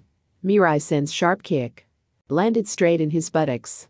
At times when she didn't get along with her boyfriend or when she broke up with one, her mood would take a free fall. And we at Victoria just called that ill-humored Mirai-san the Beast. Unfortunately though, there was no hero in disguise at our cafe. As soon as the Beast went berserk, there was no solution but to weather the storm. Mr. Kujirai, I'm off waiting the tables. Oh, okay, good luck. Discretion is the better part of valor after all. The kitchen resounded with the cries of the poor man who had become the prey of the Beast. Our cafe was not too big. There were 8 tables and 6 counter seats. The staff consisted of a total of 5 people, 2 of which attended the customers while the others worked in the kitchen. But I very much liked that relaxed and comfortable atmosphere. The mood of this British-style cafe was supported by appropriate antique tables and chairs. The various well-chosen decorations were apparently selected by the manager's British wife. Apropos, the name of the cafe was taken from his wife's first name. With Victoria being located on the first floor of a multi-tenant building near the station, and having an interior that should please the fairer sex, there were comparatively many young women like office ladies or college students. When I came to take her order, Tsukumori scrutinized me from head to toe. Your Gar Sadilla-kan outfit looks handsome. Waiter would have been the proper way to address the staff here, considering that it was designed in a British style. But Gar Sadilla-kan is apparently more common here in Japan. Since I judged it to be too much a trifle to correct, I only thanked her casually with a smile, thanks, and added, and the case goes well with you. Tsukumori smiled back at me and replied thank you. I was quite honest. A beautiful girl in a cafe always makes for a good picture. The staff are quite lively, aren't they? She moved her gaze towards the kitchen. You could hear the commotion from here? That sure is a problem for a shop in the service industry. I placed a glass of water and a wet towel on the table. But it looks fun. I wonder about that, some even start crying once in a while. At any rate, I have confidence in our coffee. And none of our dishes are half bad. I see. I would like a cup of that good coffee then. And please add your recommended confectionery to the order. Then how about our recommended blend plus the owner's handmade apple pie? Since Tsukumori nodded, I bowed respectfully and said, "Certainly." I forwarded the order to the kitchen staff. "You sure are an unfriendly guy." Mirai-sen was there making a frown instead of food. "You think so?" "Actually, I am trying to be more amiable. When I attend guests, though." "When does that happen?" "To me, there's no difference." "Seriously, what does she like about a guy like you?" Her eyebrow raised, she skeptically mustered Tsukumori. "I forgot to mention, but she is not my girlfriend." "She isn't?" "No. Just a classmate." "Then tell me what a beauty and mere classmate wants from you." "It's not me, it's the cafe." Apparently she is a fan of cafes. Since there was no merit at all in telling her the truth, I just made something up. "That's all?" "Boring. As always, you are so self-centered it's almost refreshing." "I'm dead sure you would have been irritated even if she was my lover." "It's refreshing because I'm honest. To begin with, I think there must be something wrong with those that are delighted about other people's happiness. Every one of them is either a hypocrite or just scheming something." A lovely opinion loaded with prejudice, I have to say. I wasn't as dismissive as I may have appeared, though. In fact, in my mind I even had to agree with her. Is it because of that warped personality of mine? I felt inclined to ask her, who was honest by her own judgment and erratic by everyone else's, for her opinion regarding a certain question. "Mirai-san, may I ask you something?" "MH?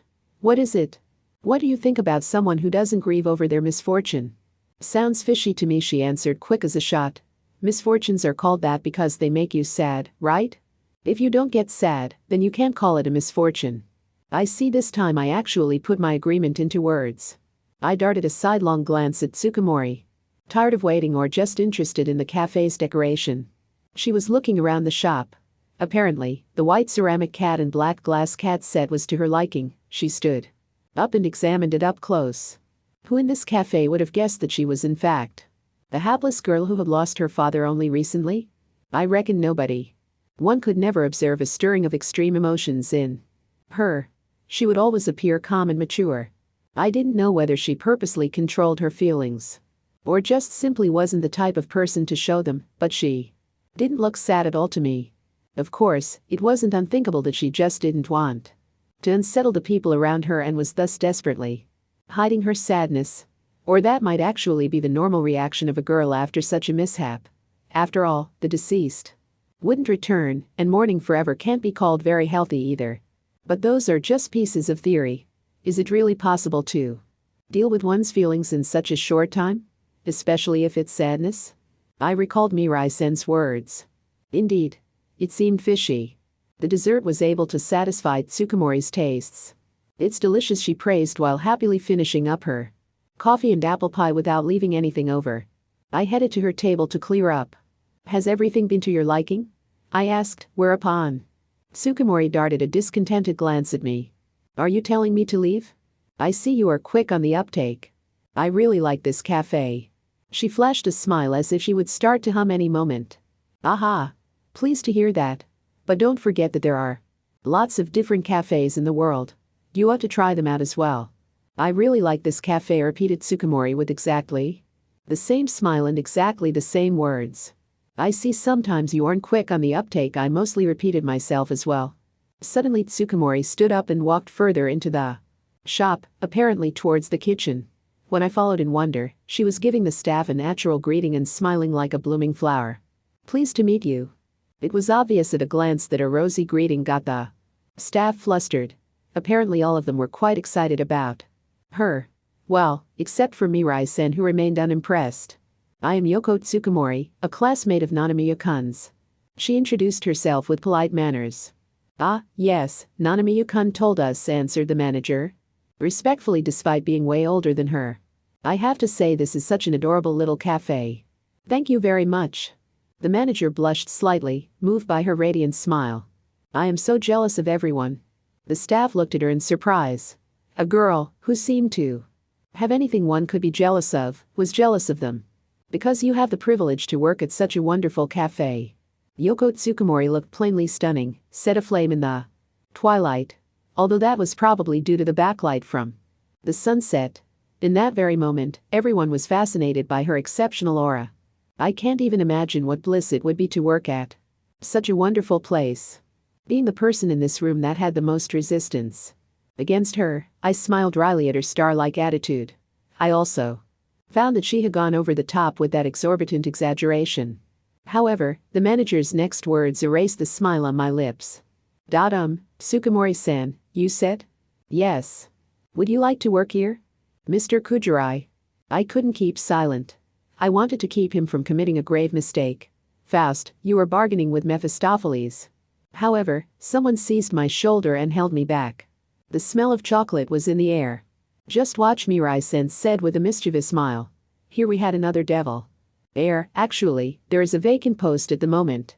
And since you are Nanamiya-kun's classmate, we don't have to worry about your background. So, if you'd like, we would gladly welcome you, Tsukumori-san. The other staff members nodded their heads in agreement, too. It was just like group hypnosis.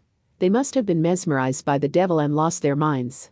I am really happy about your offer, but can you really make do with me? To tell you the truth, I have never worked anywhere before, answered Tsukumori hesitatingly after wavering for a short while. No, don't worry. Everyone has to begin somewhere. Besides, I'm positive that you, as someone with outstanding manners, are suited for this kind of business. Sure, her acceptance among the customers would be outstanding. They can only see her superficial side after all. I'll gladly accept your offer then if you have so much confidence in me, replied Tsukumori with a bright smile. Everyone welcomed her warmly with a smile as well. I was the only one who made a sour face, while feeling awfully removed from that ring of blessings. Because I knew better. I knew that a bold and determined character lurked beneath her surface, which showed only a beautiful girl of excellent character who was thus loved by everyone. To make things worse, bright Tsukumori was well aware of her own attractiveness. And just now I had learned that she also knew how to use it correctly. Why are men just so weak against pretty girls? Whispered Mirai-sen into my ear after she had pulled me by the shoulder. The counter between us. A good question. After all, the guys in this cafe are all weak against you as well, I answered casually. It feels just wrong when you're giving compliments. But it's not a bad feeling. Let me pet your head as a reward. Mirai-sen's palm approached my head, but I refused gloomily. I'm not in the mood. Please don't confuse me any further. No need to be reserved. If you want, I may even give you one piece of my chocolate. Are you okay with it? Aren't you against the employment of Tsukumori? You want me to object, don't you? Well, only your objection would be able to put an end to this welcoming mood. Can't be bothered. There's no reason to object. Why? I was surprised that Mirai-sen would allow such a farce.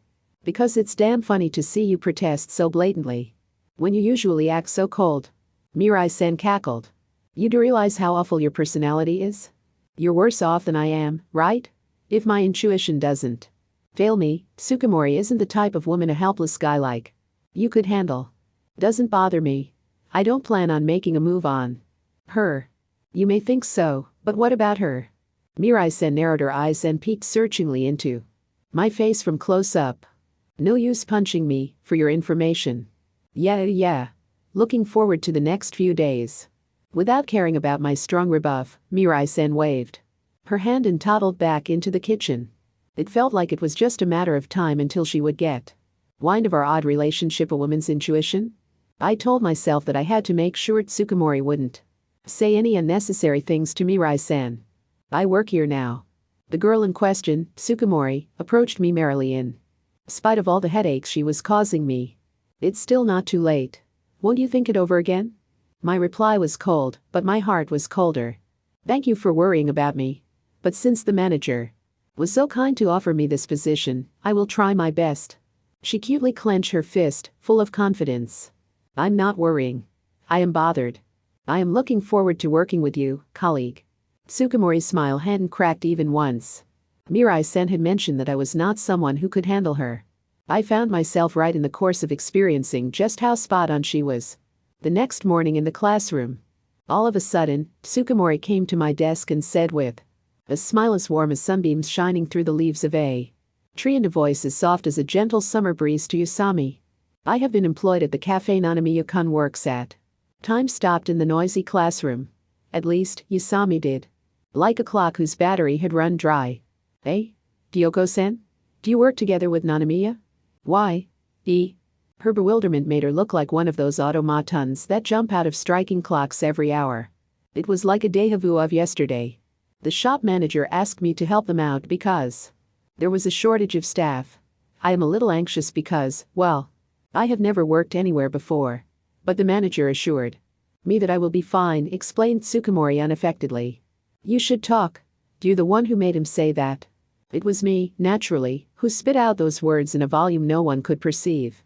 Maybe I should join you. Don't skip your club. You have to do your best and become a regular player. I was able to predict the direction this conversation would take, so I put a stop to it in advance. Why don't you stop by this weekend, Chizuru? I may not be able to keep you company since there's still a lot I have to learn, but there's still Nanamiya-kun. Right, Nanamiya-kun? I glared at her smiling face for the brink of a second. She tilted her head slightly, asking and retaining her unbreakable smile. Yeah, you're always welcome in our cafe, Usami. I swore to myself to complain to Tsukumori afterward. Okay.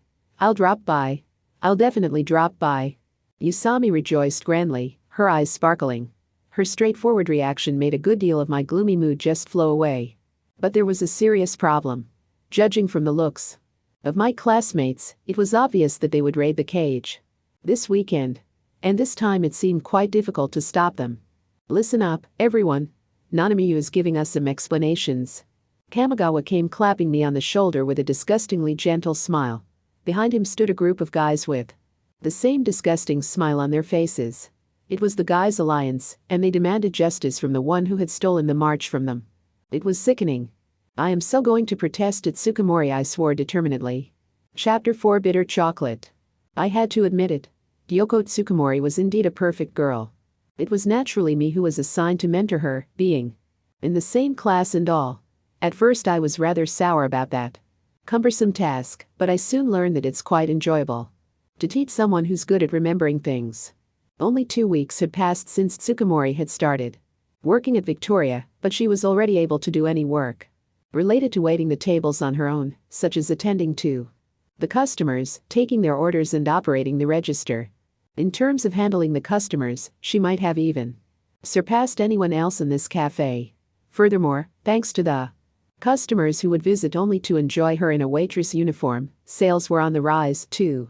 The manager and the other employees were quite impressed with her abilities, while it was no surprise to me since I knew her from school. What was a surprise, however, was that Tsukumori and Mirai-sen were on very good terms. I would have been able to understand it if they had been like cat and dog, but in truth, you could even say that they turned out to be a good match. I was convinced you wouldn't like her type of person, I addressed Mirai-sen. It's the opposite. Women like Yoko can't stand me. Mirai-sen flashed the kind of smile you would expect of the leader of some wicked organization that schemes to conquer the world. Why is that? Conjurers don't like an audience that sees through their tricks. And you see, the tricks of those women don't work on me. Indeed, Mirai-sen's intuition was queerly sharp. There's this gal in university who's quite popular with the guys because of such tricks. Well, once I was kinda pissed off by her attitude. Okay. My mood had hit the rocks during that period in general. But anyway, I cut her down to size in front of all the others. And when I was finished with her, she wept and wept such a pain. My condolences. Right? She always runs away right when she spots me ever since. As if I was the bad one.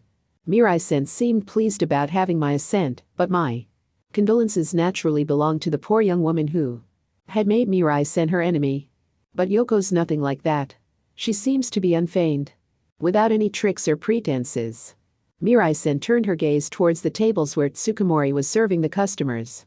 I was keen to blow her cover, but no matter how fiercely I observe her, she shows no openings. At first I was excited about the arrival of a powerful opponent and was like, don't think you can deceive me forever. But Mirai-sen made a short pause to sneer. Lately, I've come to think that this is how Yoko really is. I followed her gaze to Tsukumori. Indeed, she was always dignified, so I couldn't even imagine her whining. Even with this cross-grained personality of mine, I considered that gleam of hers pure and not some trick. She had even managed to tame the beast. No wonder that the humans around her would be captivated by her.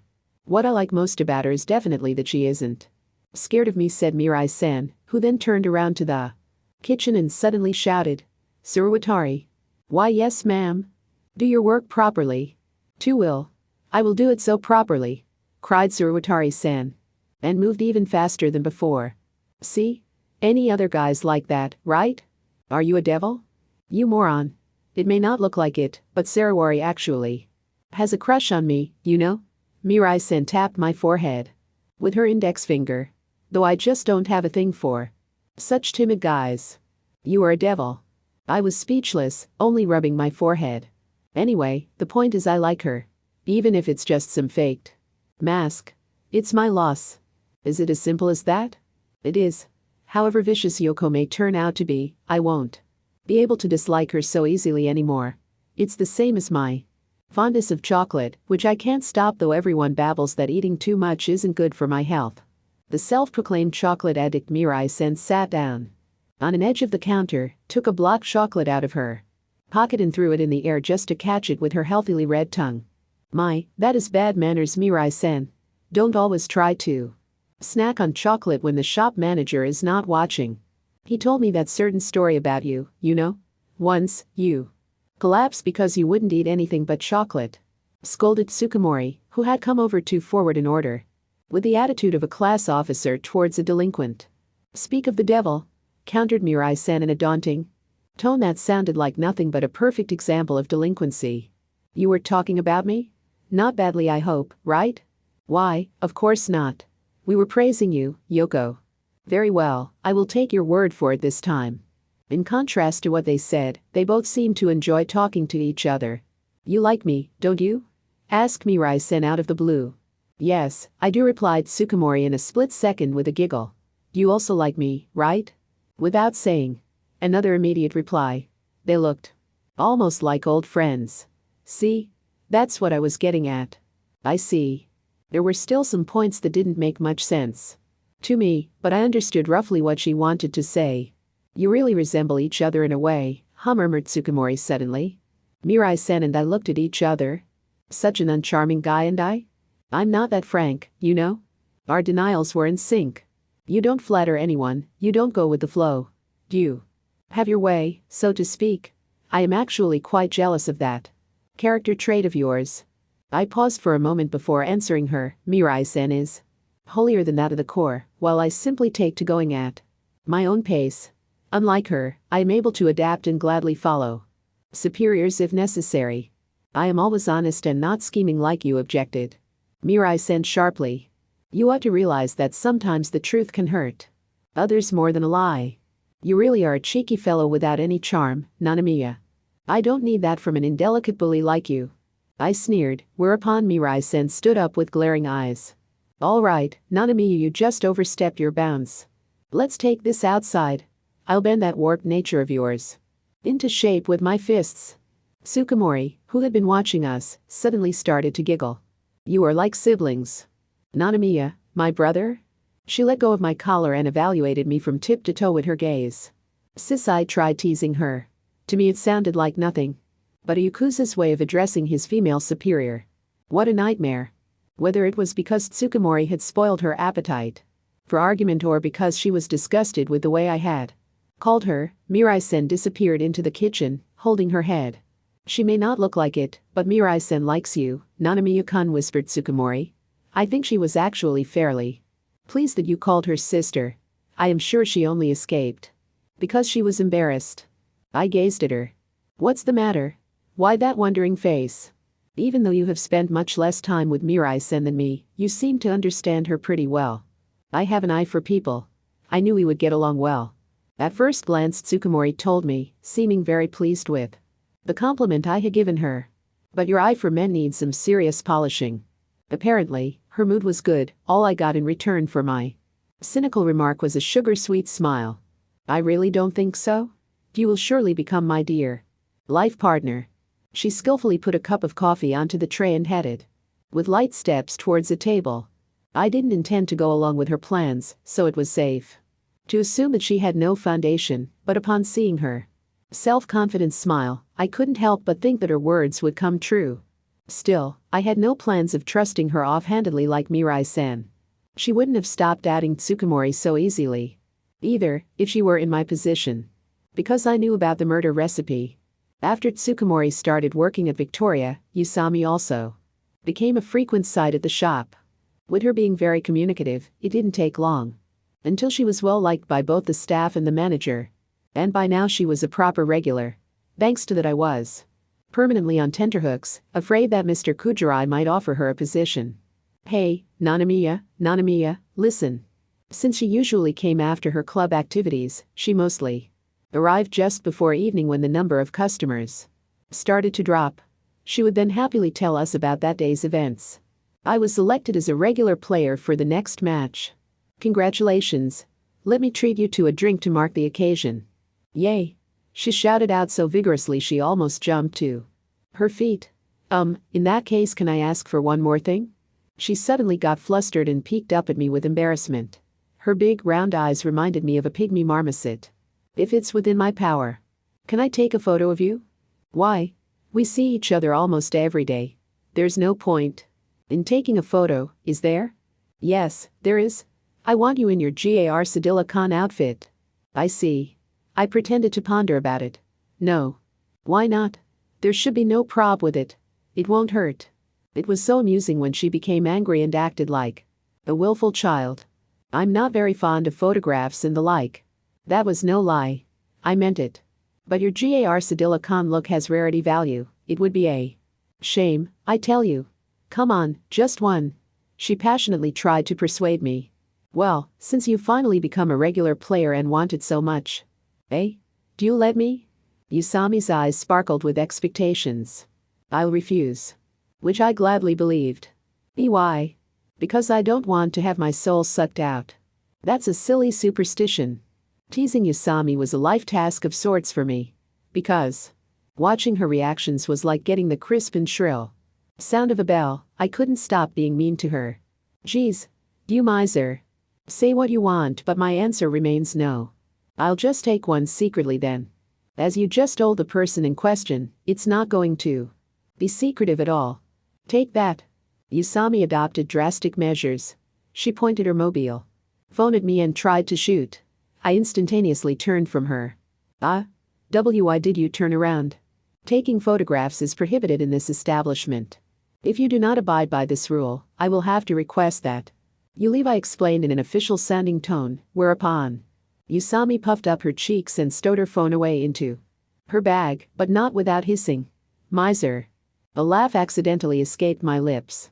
Cheer up, Yusami. I can't consent to the photograph, but I'll treat you to dessert instead. Her sour look moved me and made me want to spoil her. That's another form of carrot and stick, I guess. An iced chocolate and a mango tart. Certainly, I answered her with the best smile I could produce and headed towards the kitchen to forward the order. I couldn't keep my expression from loosening, which was only reasonable. Yusami's straightforward reactions had a sort of stress-alleviating effect on me, probably because I had to deal with peculiar, to say the least, persons during my usual day. You're like a child that's playing with its favorite toy. With her chin propped up on her hand, Mirai-san grinned lopsidedly. Why, I would never think of her as a toy, I answered, while arranging the bills after I had communicated the order to Tsuruwatari-san. Naturally, Mirai-san, with her sharp wits, had already noticed that I was fond of Yusami. I didn't mean to hide it anyway. But I would love to have a pet like her at home. In my mind, I pictured a pygmy marmoset trying its best to munch on a mango that was as large as itself. No big difference. At any rate, it's true that I'm quite fond of her. How rare for you to admit something that easily. Mirai-san stared at me, surprised. It all depends on who it is about. Her straightforwardness causes me to be honest as well. Hey, great. Make her your girlfriend and have her fix that twisted personality of yours. Mirai-san laughed out loud, bending forward. That twisted personality you mention all the time would surely be twisted even more if you were my girlfriend, I thought. Without actually saying it. That sounds quite realistic to me. Before I knew it, Tsukumori was standing next to me. As far as I see, Chizuru is interested in you, too, Nanamiya-kun, said Tsukumori with that mature smile she was so good at. Oh? So she's not averse, either? I didn't know Nanamiya was such a lady killer. Mirai-sen gazed curiously at Tsukumori. In my gaze, however, was nothing but suspicion. What was she scheming? Unlike Mirai-sen, who didn't know that Tsukumori had asked me to go out with her, I completely failed to understand why she would encourage a relationship with Usami. Why don't you just go for her? Mirai-sen didn't miss out on that delicious chance. It's not my place to decide on that. Or am I just ignorant? And love involves only one person? Hey, didn't Yoko just say that your chances are good? My snappish words made Mirai-sen frown. You're no better, either, Tsukumori. I don't appreciate that you're trying to spur us on without reason. Careless remarks like these are rude towards both Usami and me. I realized that I was irritated. Not angered, but irritated. Not like fire, but like smoldering embers. You are right, Nanamiya-kun. I wasn't supposed to say that. I am sorry. Tsukumori readily admitted her mistake and bowed in apology. Yeah, sorry. I didn't expect you to be that serious. About it, Mirai-sen awkwardly scratched her head, following Tsukumori's example. No, it's up to me to apologize. It's just that I'm not used to such talk. I showed them some kind of self-deprecation, which was the best I could do to varnish over my irritation. Unable to keep the conversation going, we shared a few seconds of silence. Then Mirai-sen lost interest and disappeared into the kitchen, seeking an outlet for her vexation. Suruwatari. Tsukumori, however, had turned away from me and was standing still, an indecisive attitude that didn't match the image I had of her. On my part, I was still uncomfortable, sensing a bitter aftertaste on my tongue even now that the conversation was over. It wasn't irritation that originated from the earnestness towards Usami that Mirai-sen had mentioned. Sure enough, a part of me disliked it when people rashly meddled in others' love affairs. However, such situations were common and nowhere near rare, and I would have been able to dodge or adapt respectively, hiding my feelings as I used to do so unhesitatingly until now. Just now, however, I had disgraced myself by exposing my feelings, which was not like me at all. It was probably the first time I had ever had such an experience. Why was I so irritated? It was a nasty feeling. While I knew that it was there, I didn't know what the cause was. At that moment, I heard a murmur. I am sorry, whispered Tsukumori with a tiny, sore voice. That was easily drowned out by the ado in the shop. I could not see her face as her back was still facing me, but I somehow sensed that her words weren't an apology, but rather remorse. I never would have thought that Tsukumori regretted her words that much. Concurrently to surprise, I also experienced a strong feeling of pacification. I had found the cause for my irritation. I still did not clearly know why, but it seemed like the cause was Tsukumori. Why was I irritated by her? Another question arose. I chose to do a reset of my feelings and bring Usami her order because I thought I would only waste time if I got lost in a labyrinth of thoughts. However, there was one discovery I had made. A new kind of emotion towards Tsukumori was about to be born. I didn't know the name of that emotion yet, though. Chapter 5 Sweet Nightmare. At the staff room after closing time. I would like you to see me home, requested Tsukumori, after changing into her school uniform. See you home? I repeated warily like a parrot.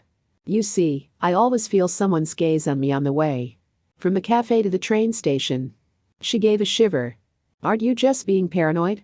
I wanted to say at first, but I reconsidered because it was quite possible in her case.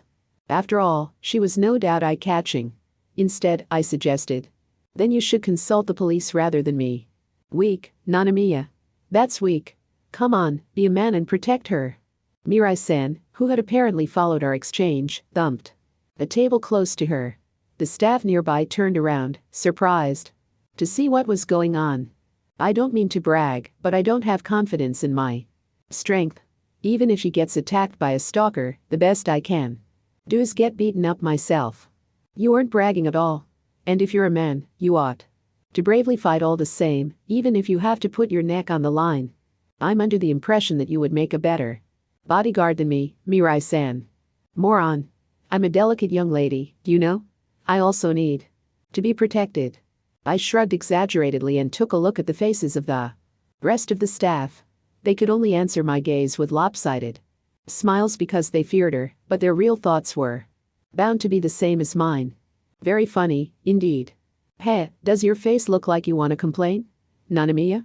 Mirai-san drew closer with glaring eyes. Mirai-san, let it be.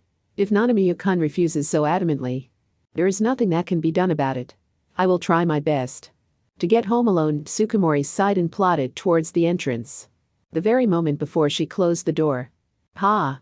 She let out a deep sigh that resounded through the whole staff room. All gazes focused on me at once, each of which was reproachful. A close friend can become a close enemy, indeed. See her off, Nanamiya-kun, said the manager at last, siding with Tsukumori like the others. Powered by this, the whole staff started criticizing me. I was attacked from all sides. Outnumbered. I was completely made out to be the bad guy. Fine, I've got it already. I'll go see her home, okay? I groaned and jumped out of the uncomfortable staff room to run after Tsukumori. To my surprise, I caught up with her immediately after leaving the cafe. Tsukumori was leaning against a telephone pole in front of the shop, waiting below a street light like the queen of the night. I knew you would come.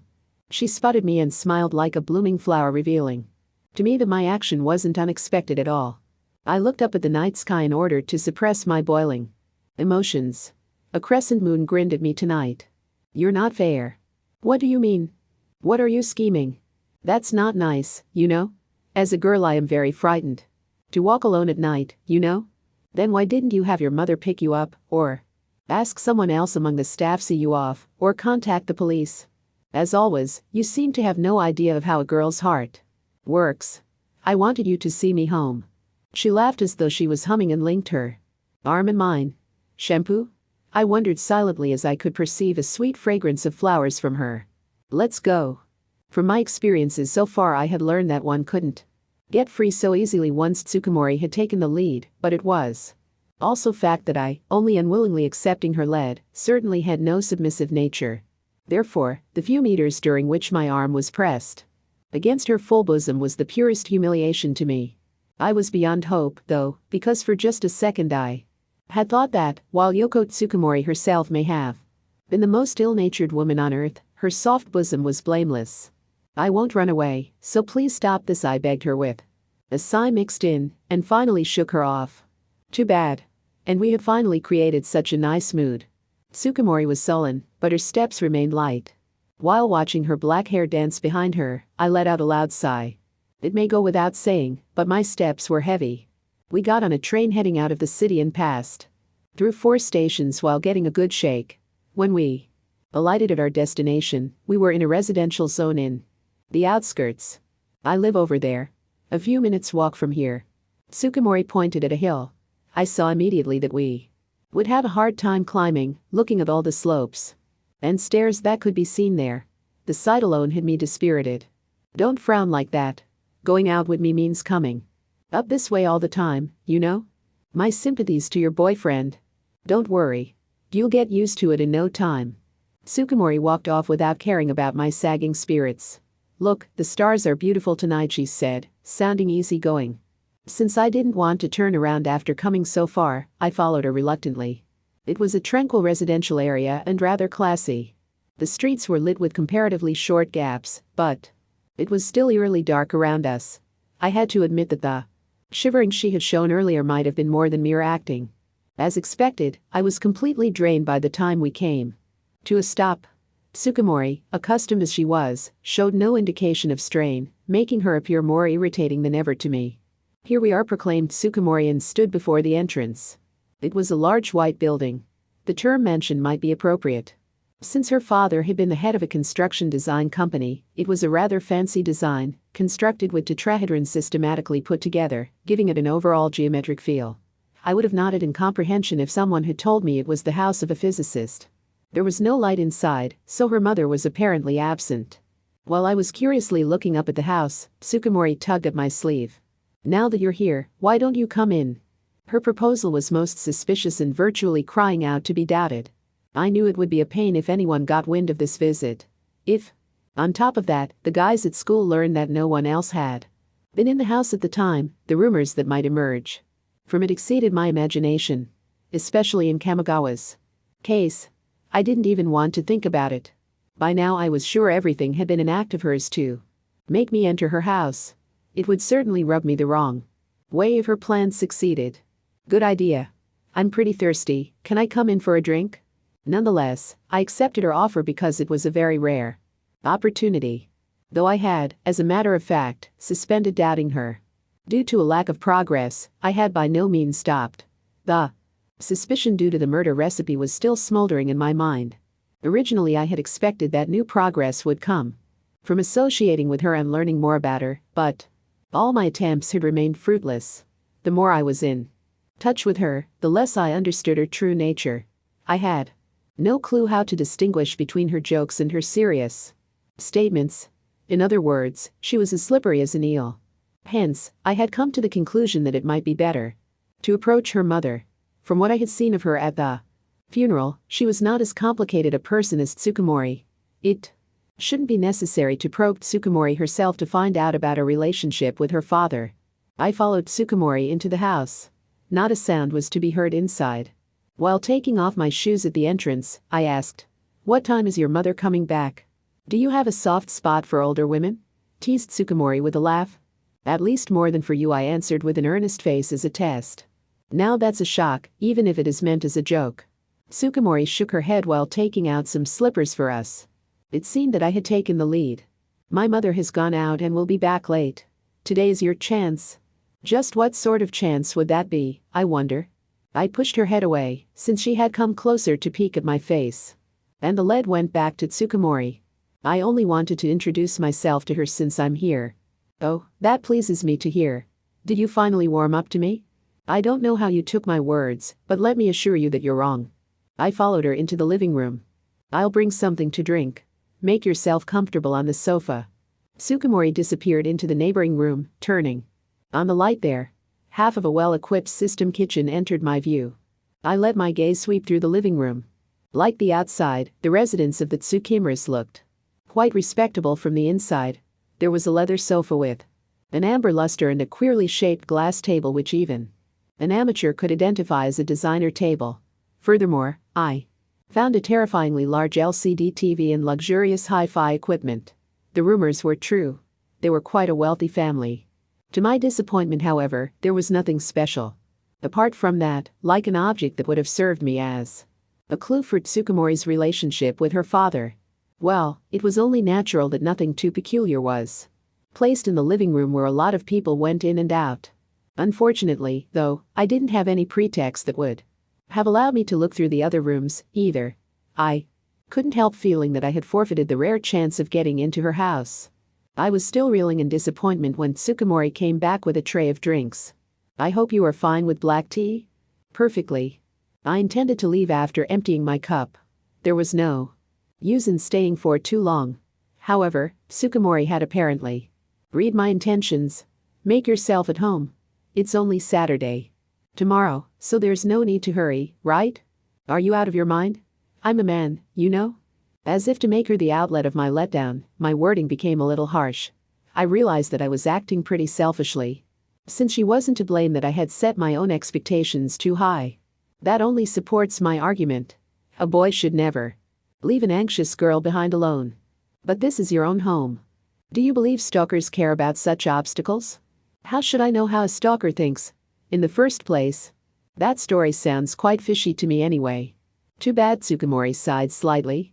"You sure don't let me have my way, Nanamiya-kun. That's my line. Do you lead me by the nose all the time?" I objected promptly. I was naturally unable to just accept it. That my opponent forestalled me in saying what had constantly been on my mind. A moment later, she whispered in a voice that was too loud to be a monologue. "I wonder if I should consult Mirai-san about Nanamiya-kun." I almost spit out my black tea. "Is that a threat?" I stared with hostile eyes at Tsukumori. "It's unavoidable. I simply wish to receive a piece of good advice from an older woman like Mirai-san. There's nothing strange about it, is there?" Tsukumori covered half of her face under a cushion as if to block my gaze. "Consulting Mirai-san about love problems is like asking the devil the way to heaven." That was a good one. Tsukumori buried her nose in the cushion and giggled. "It's no laughing matter. It's a most serious matter of life and death." I almost got a headache just by imagining a merry Mirai-san teasing me.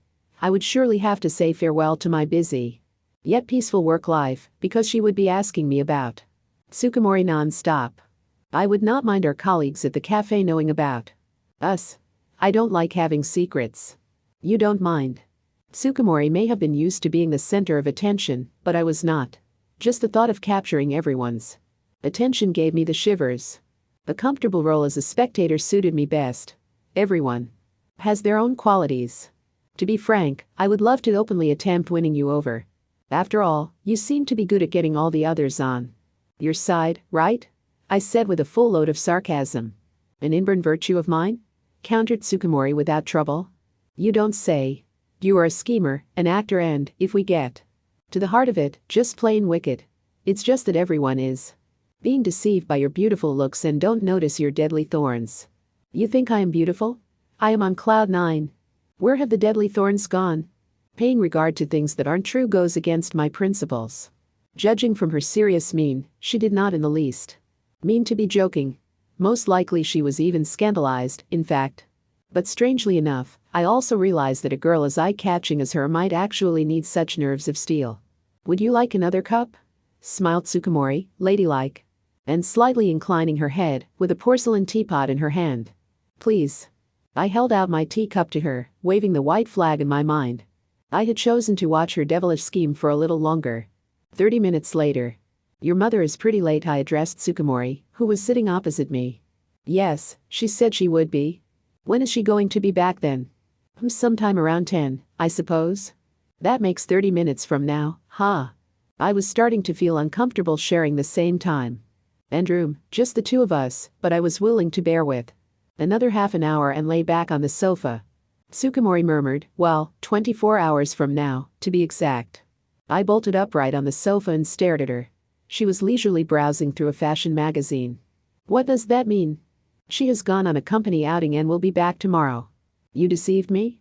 I was surprised by how deep my tone was. I honestly told you she would be late.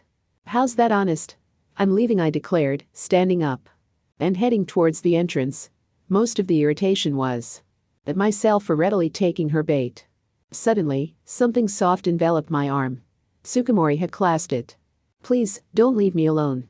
I'm frightened. Her begging attitude and the soft touch against my arm made me falter.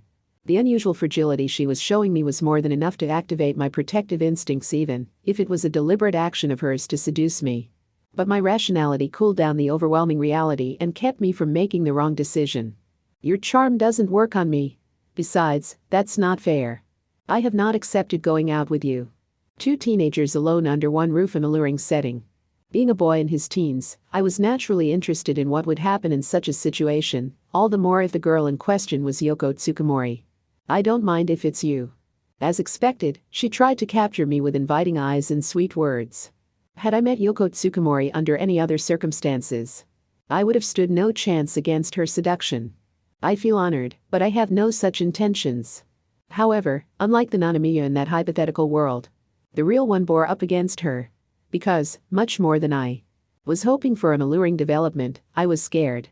It was wariness that sustained my rationality. What was Yoko Tsukumori scheming?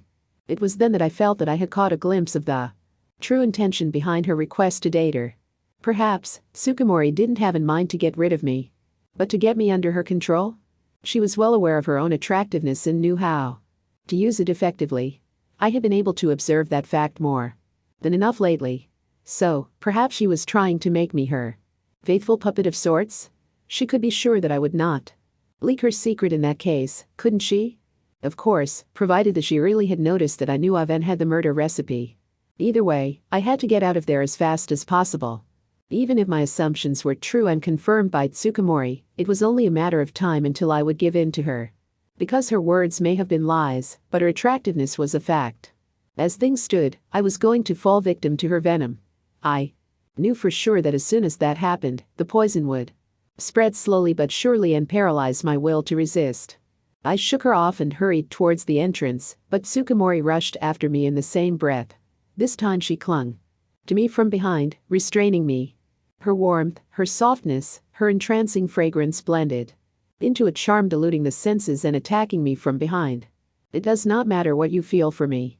Her soft breath touched the nape of my neck. I knew that I had to escape, but I couldn't move a muscle. Touch me, do whatever you want with me. Her delightful words entered my head through my eardrums and turned into paralyzing electrical signals flashing through my entire body.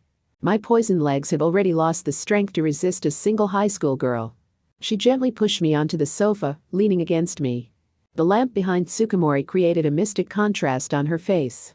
She placed her head on my shoulder and put her hands lightly on my chest as if to feel my heartbeat. Her white slender neck was exposed to me right by my chin. While I was still bereft of speech, she whispered into my ear. Please. I want you to. It sounded to me like a saint's enigmatic absolution. A moment later, she nibbled the defenseless nape of my neck. The soft sensation of her tender red lips caused my shoulders to jump. I had never experienced such an impulse before.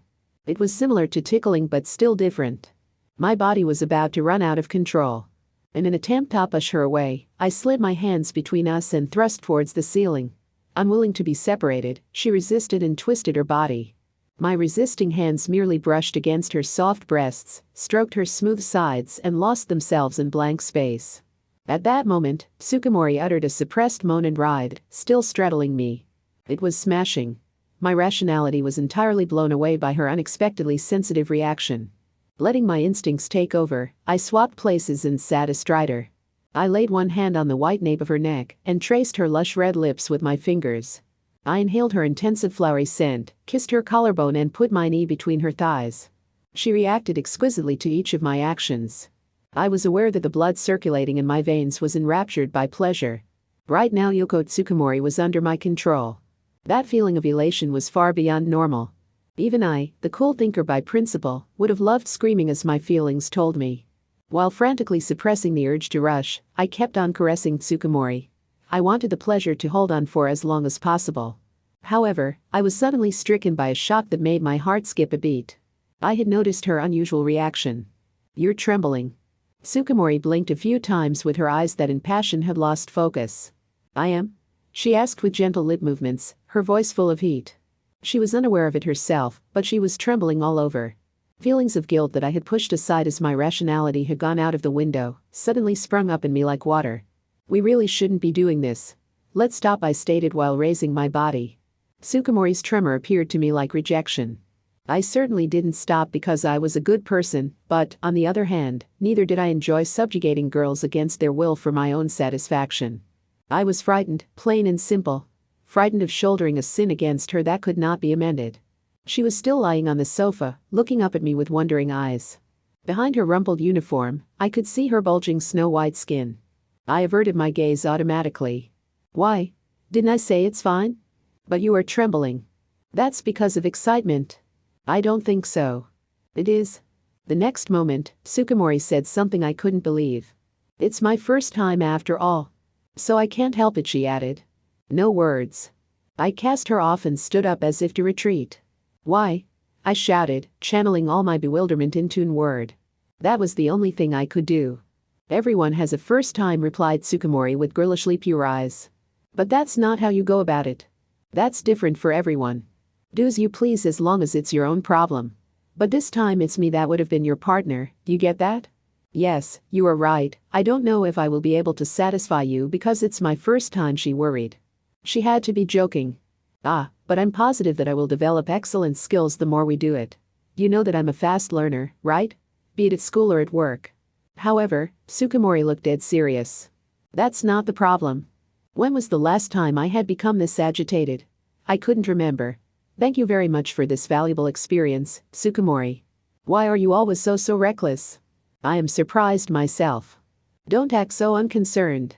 Someone once said that girls in love are invincible. There might be more truth to it than I thought. After all, I do feel capable of anything right now, she nodded approvingly. Please, don't only think about yourself. I let out a grand sigh. In the first place, what happened to the rumors? About you? Haven't you gone out with numerous boys so far? It's not like I believed her offhandedly. A girl like Tsukumori should have had countless opportunities to lose it in her life. Wasn't she just playing with me? I don't want to tell you, she averted her gaze to the side. You can't say that after dragging me in like that, can you? I have the right to know. I don't care. Don't be such a child. I bet you see me as some kind of slut. Tsukumori pursed her lips. She was now sounding queerly like a precocious little girl. Where did the bewitching girl that seduced me go? Fine. I won't ask any more if you don't want to tell me. I thought there was no use questioning her in that thick-headed state. Do you really want me to tell you? Which is it now? Good heavens. As always, she was hard to read. Tsukumori took a deep breath and made up her mind. I'll be honest. I have gone out with several boys before. As I thought. Hey, that's not nice, you know. Let me assure you. I may have gone out with various boys, but not once have I given myself to anyone. I didn't even let them touch me like you have. Honestly. You want me to buy that? They were all good and kind people and really loved me. Good for you. But every time something felt off. In some way I knew that none of them were my destined partner, she told me. With slightly downcast eyes, wallowing in reminiscences. Then why me? Because you seem different from the others. In the beginning it was just a baseless intuition, of course. At first I wanted to go out with you without thinking too deeply, as I used to do with the other boys. Because getting someone to date me is simple. That sure doesn't sound like something someone my age would say. Come on, how old are you really? Tsukumori found my apathetic attitude funny, it seemed. She giggled with great amusement. But I had not dreamed that you would reject me. So sorry for not living up to your expectations. No, by no means. Thanks to that, I gained a sudden burst of enthusiasm. So the result is absolutely fine. That's how life goes, I guess. Never the way you wanted to. Tsukumori's triumphant joy had the opposite effect on my mood. She made me remember that whatever I did to her always ended up backfiring on me. Indeed, I wonder why things never work out the way you want them in life. This time it was me who couldn't help laughing, seeing her say that with a solemn mien. If you of all people don't get your way, us commoners are stumped. The worries of someone who had everything seemed incredibly ridiculous to me. You are all just overestimating me, really. But you deserve to be overestimated, from a neutral point of view. Why is it that I cannot make you mine, then? She squinted at my eyes as if to peek into my heart. Who knows? It's a riddle even to me, I answered. Vaguely, looking away. For obvious reasons I could have never told her that it's because the murder recipe was on my mind. Meanie. Call me whatever you like. But I like you anyway, Nanamiya-kun, even if you are cruel and mean to me, laughed Tsukumori while brushing her hair. It was a gorgeous demeanor. How can I explain it? It is just so enjoyable to talk with you. She carefully chose her words, which made me realize that she was trying her utmost to convey her feelings precisely. You could say that we are trying to outdo each other? Our conversations feel so exciting and enjoyable to me because they're unpredictable. I just can't talk enough with you. Her words silenced me and caused me to stare at her. I was struck by surprise that she was of the same mind as me. Strong sympathy can change ridiculously easily into a sense of closeness. Indeed, at that very instant, Yoko Tsukumori became a special girl to me.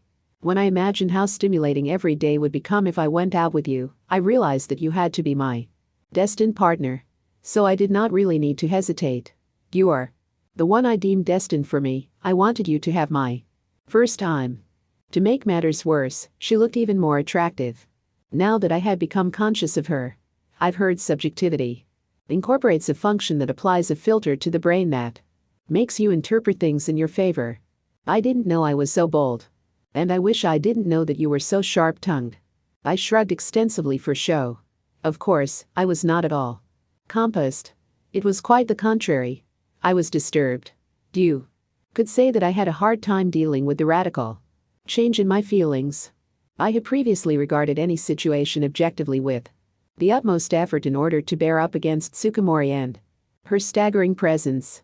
Otherwise I would have fallen victim to her charm like everyone else. However, now that subjectivity had mixed into my view, I couldn't remain calm anymore.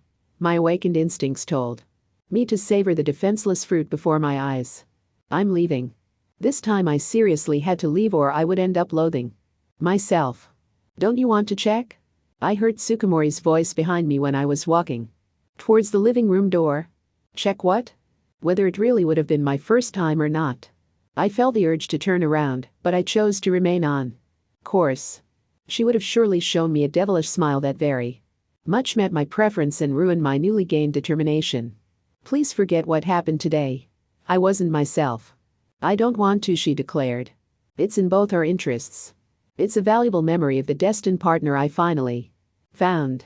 I'm stunned that you can use that phrase so carelessly. Say that again in 10 years. I am not using the word carelessly. Didn't you know that?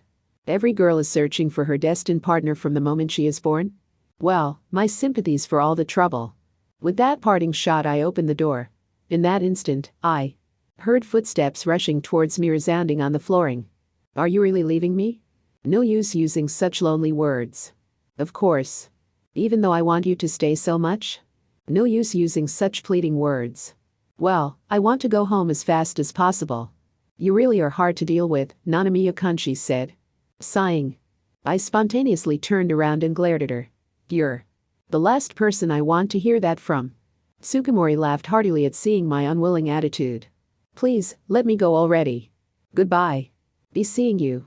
Even though I intentionally stomped on the floor to express my bad temper, I happened to see her sad and weak wave.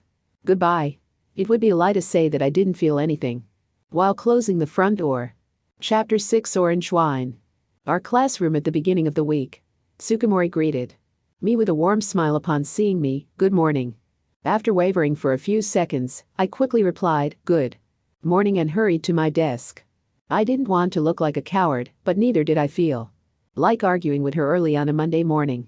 If possible, I wanted to put some distance between us and not see her face for a while, because looking at her face would remind me of that Friday night that had become a dark memory I wanted to bury as fast as possible. However, Sugimori is a girl who is unaware of your feelings at such times.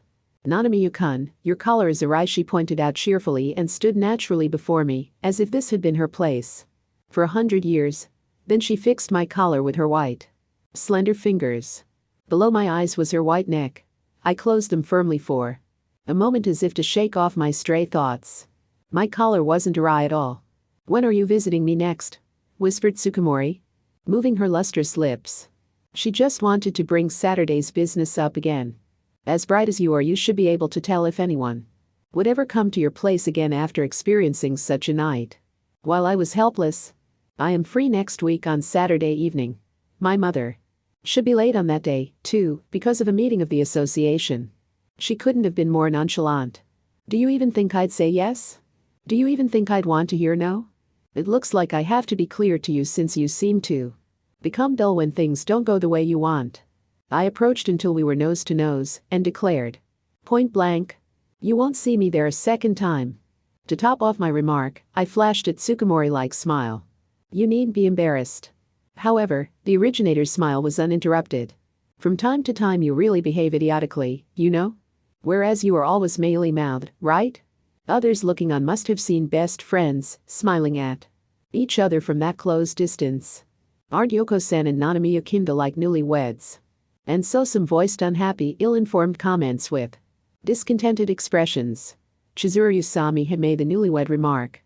I didn't know what a baby blowfish looked like, but I figured it must be somewhat like Usami just then, scowling at me with her chin on her desk and blowing up her cheeks like a balloon. Usami really was a peculiar girl. I reckon there weren't many people that were that adorable when in an ill temper.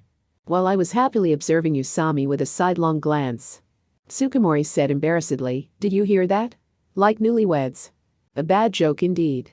If by any chance Sugimori had blushed with at least one cheek, so to speak, I might have reconsidered, and I might have admitted her cute sides. Unfortunately though, Yoko Sugimori couldn't be understood that easily. The next moment, her eyes changed to moon crescents. The devil hath ascended to earth. In my eyes I could see a black pointed tail growing from her. Welcome home, darling. Would you like to take a bath? Or would you rather like me? Then she giggled amusedly. To the others that didn't know her real nature, she must have looked like the purest girl who had successfully played a little prank. A bad joke indeed. But to me it was a nightmare in many senses. One of them being that there was that one guy that couldn't keep quiet when the topic revolved around Yoko Sugimori. Hey, Nanamiya. There he stood, Kamigawa, with a grimace resembling the doorkeeper of hell. Of course it's the bath, right? Do you naturally go for the bath, right? Much to my chagrin, he was followed by a regiment of guys who were eager to support him. Say it. If you do not choose the bath, you know what happens. Then, right? The group exchanged glances and then simultaneously cracked a friendly smile. They were disgusting. Well, as a man it's clear what I take. It was up to me to choose, so what? Kamigawa and the others had no say about it. As a man one must take the meal, right? But I didn't like trouble. A wise choice, Nanamiya-kun. I'm so happy you understand what I mean, Kamigawa-kun. Then let's go over there and hear what you have to tell us, shall we? There are no words to express my current feelings appropriately. This marked the start of a lot of wasted time, during which I was going to be questioned whether I dated Tsukumori and during which I would have to assure them over and over that was not the case. Good grief, they hadn't a clue. They could only act that frivolously because they didn't know about the murder recipe. And without an inkling of my troubles, Tsukumori waved her hand cheerfully. Goodbye, darling. Therefore I gave her an appropriate answer. I'll be late tonight, honey. Annoyance drove me to it. I am sure that a blanket of grief must have enveloped me, as I was led away like a low-grade employee who must obey his boss. At the time, I had already noticed that an unusually noisy classmate of mine, Usami, had been silent the whole time. But I had no time to worry about her because I had my hands full dealing with Yoko Tsukumori, Kamigawa and the rest. Well, it's hard to say if dealing with her then would have changed what happened after school. Classes had ended and I was getting ready to leave when I was suddenly stopped by a timid Usami. Nanamiya? What's the matter? I noticed that you and Yoko-sen have been getting on quite well lately. Not more than what's normal. Annoyed at hearing that question again, a firm tone entered into my voice. Usami registered that my mood wasn't favorable and thus got even more faint-hearted. But you're always together. As I was fed up of talking about Tsukumori, I quickly declared, we simply see each other often at work and as class officers. That's all. Then I fetched my bag and hurried out of the classroom.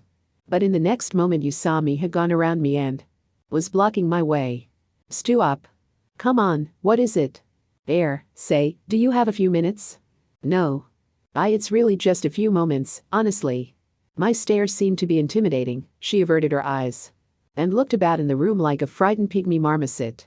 I took a deep breath inconspicuously enough to remain unnoticed. Depends on what you want. When I contemplated that I had acted a little too immature and implied that I was willing to compromise, she was visibly relieved. Usami wasn't at fault. I had just gotten tired of Tsukumori leading me around by the nose and of being picked at by Kamigawa and his followers. In short, I had taken it out on her. Though she wasn't to blame. After peeking around at our surroundings, Usami whispered to me, I'm uncomfortable here, can we go someplace else?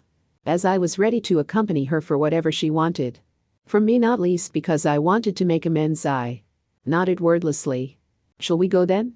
Her tense face and awkward gait had me a little worried about what was to come.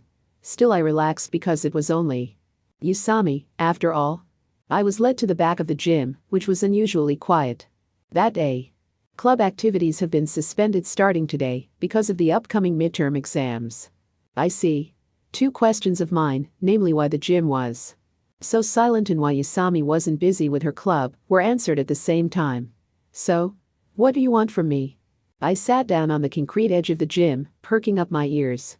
The standard line when calling someone out to such a place would surely be, you piss me off, followed by a quarrel, and I would have found it amusing if that actually was her issue, but as I was likely to lose to her in a serious fight, with her being very athletic, I prayed that it was something else. Something peaceful.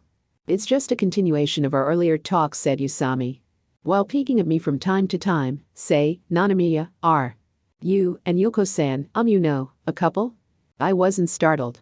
Kamigawa and the others had asked me the same a few moments before, though they had added, if you are, consider yourself as dead as a doornail, with rather serious bloodshot eyes.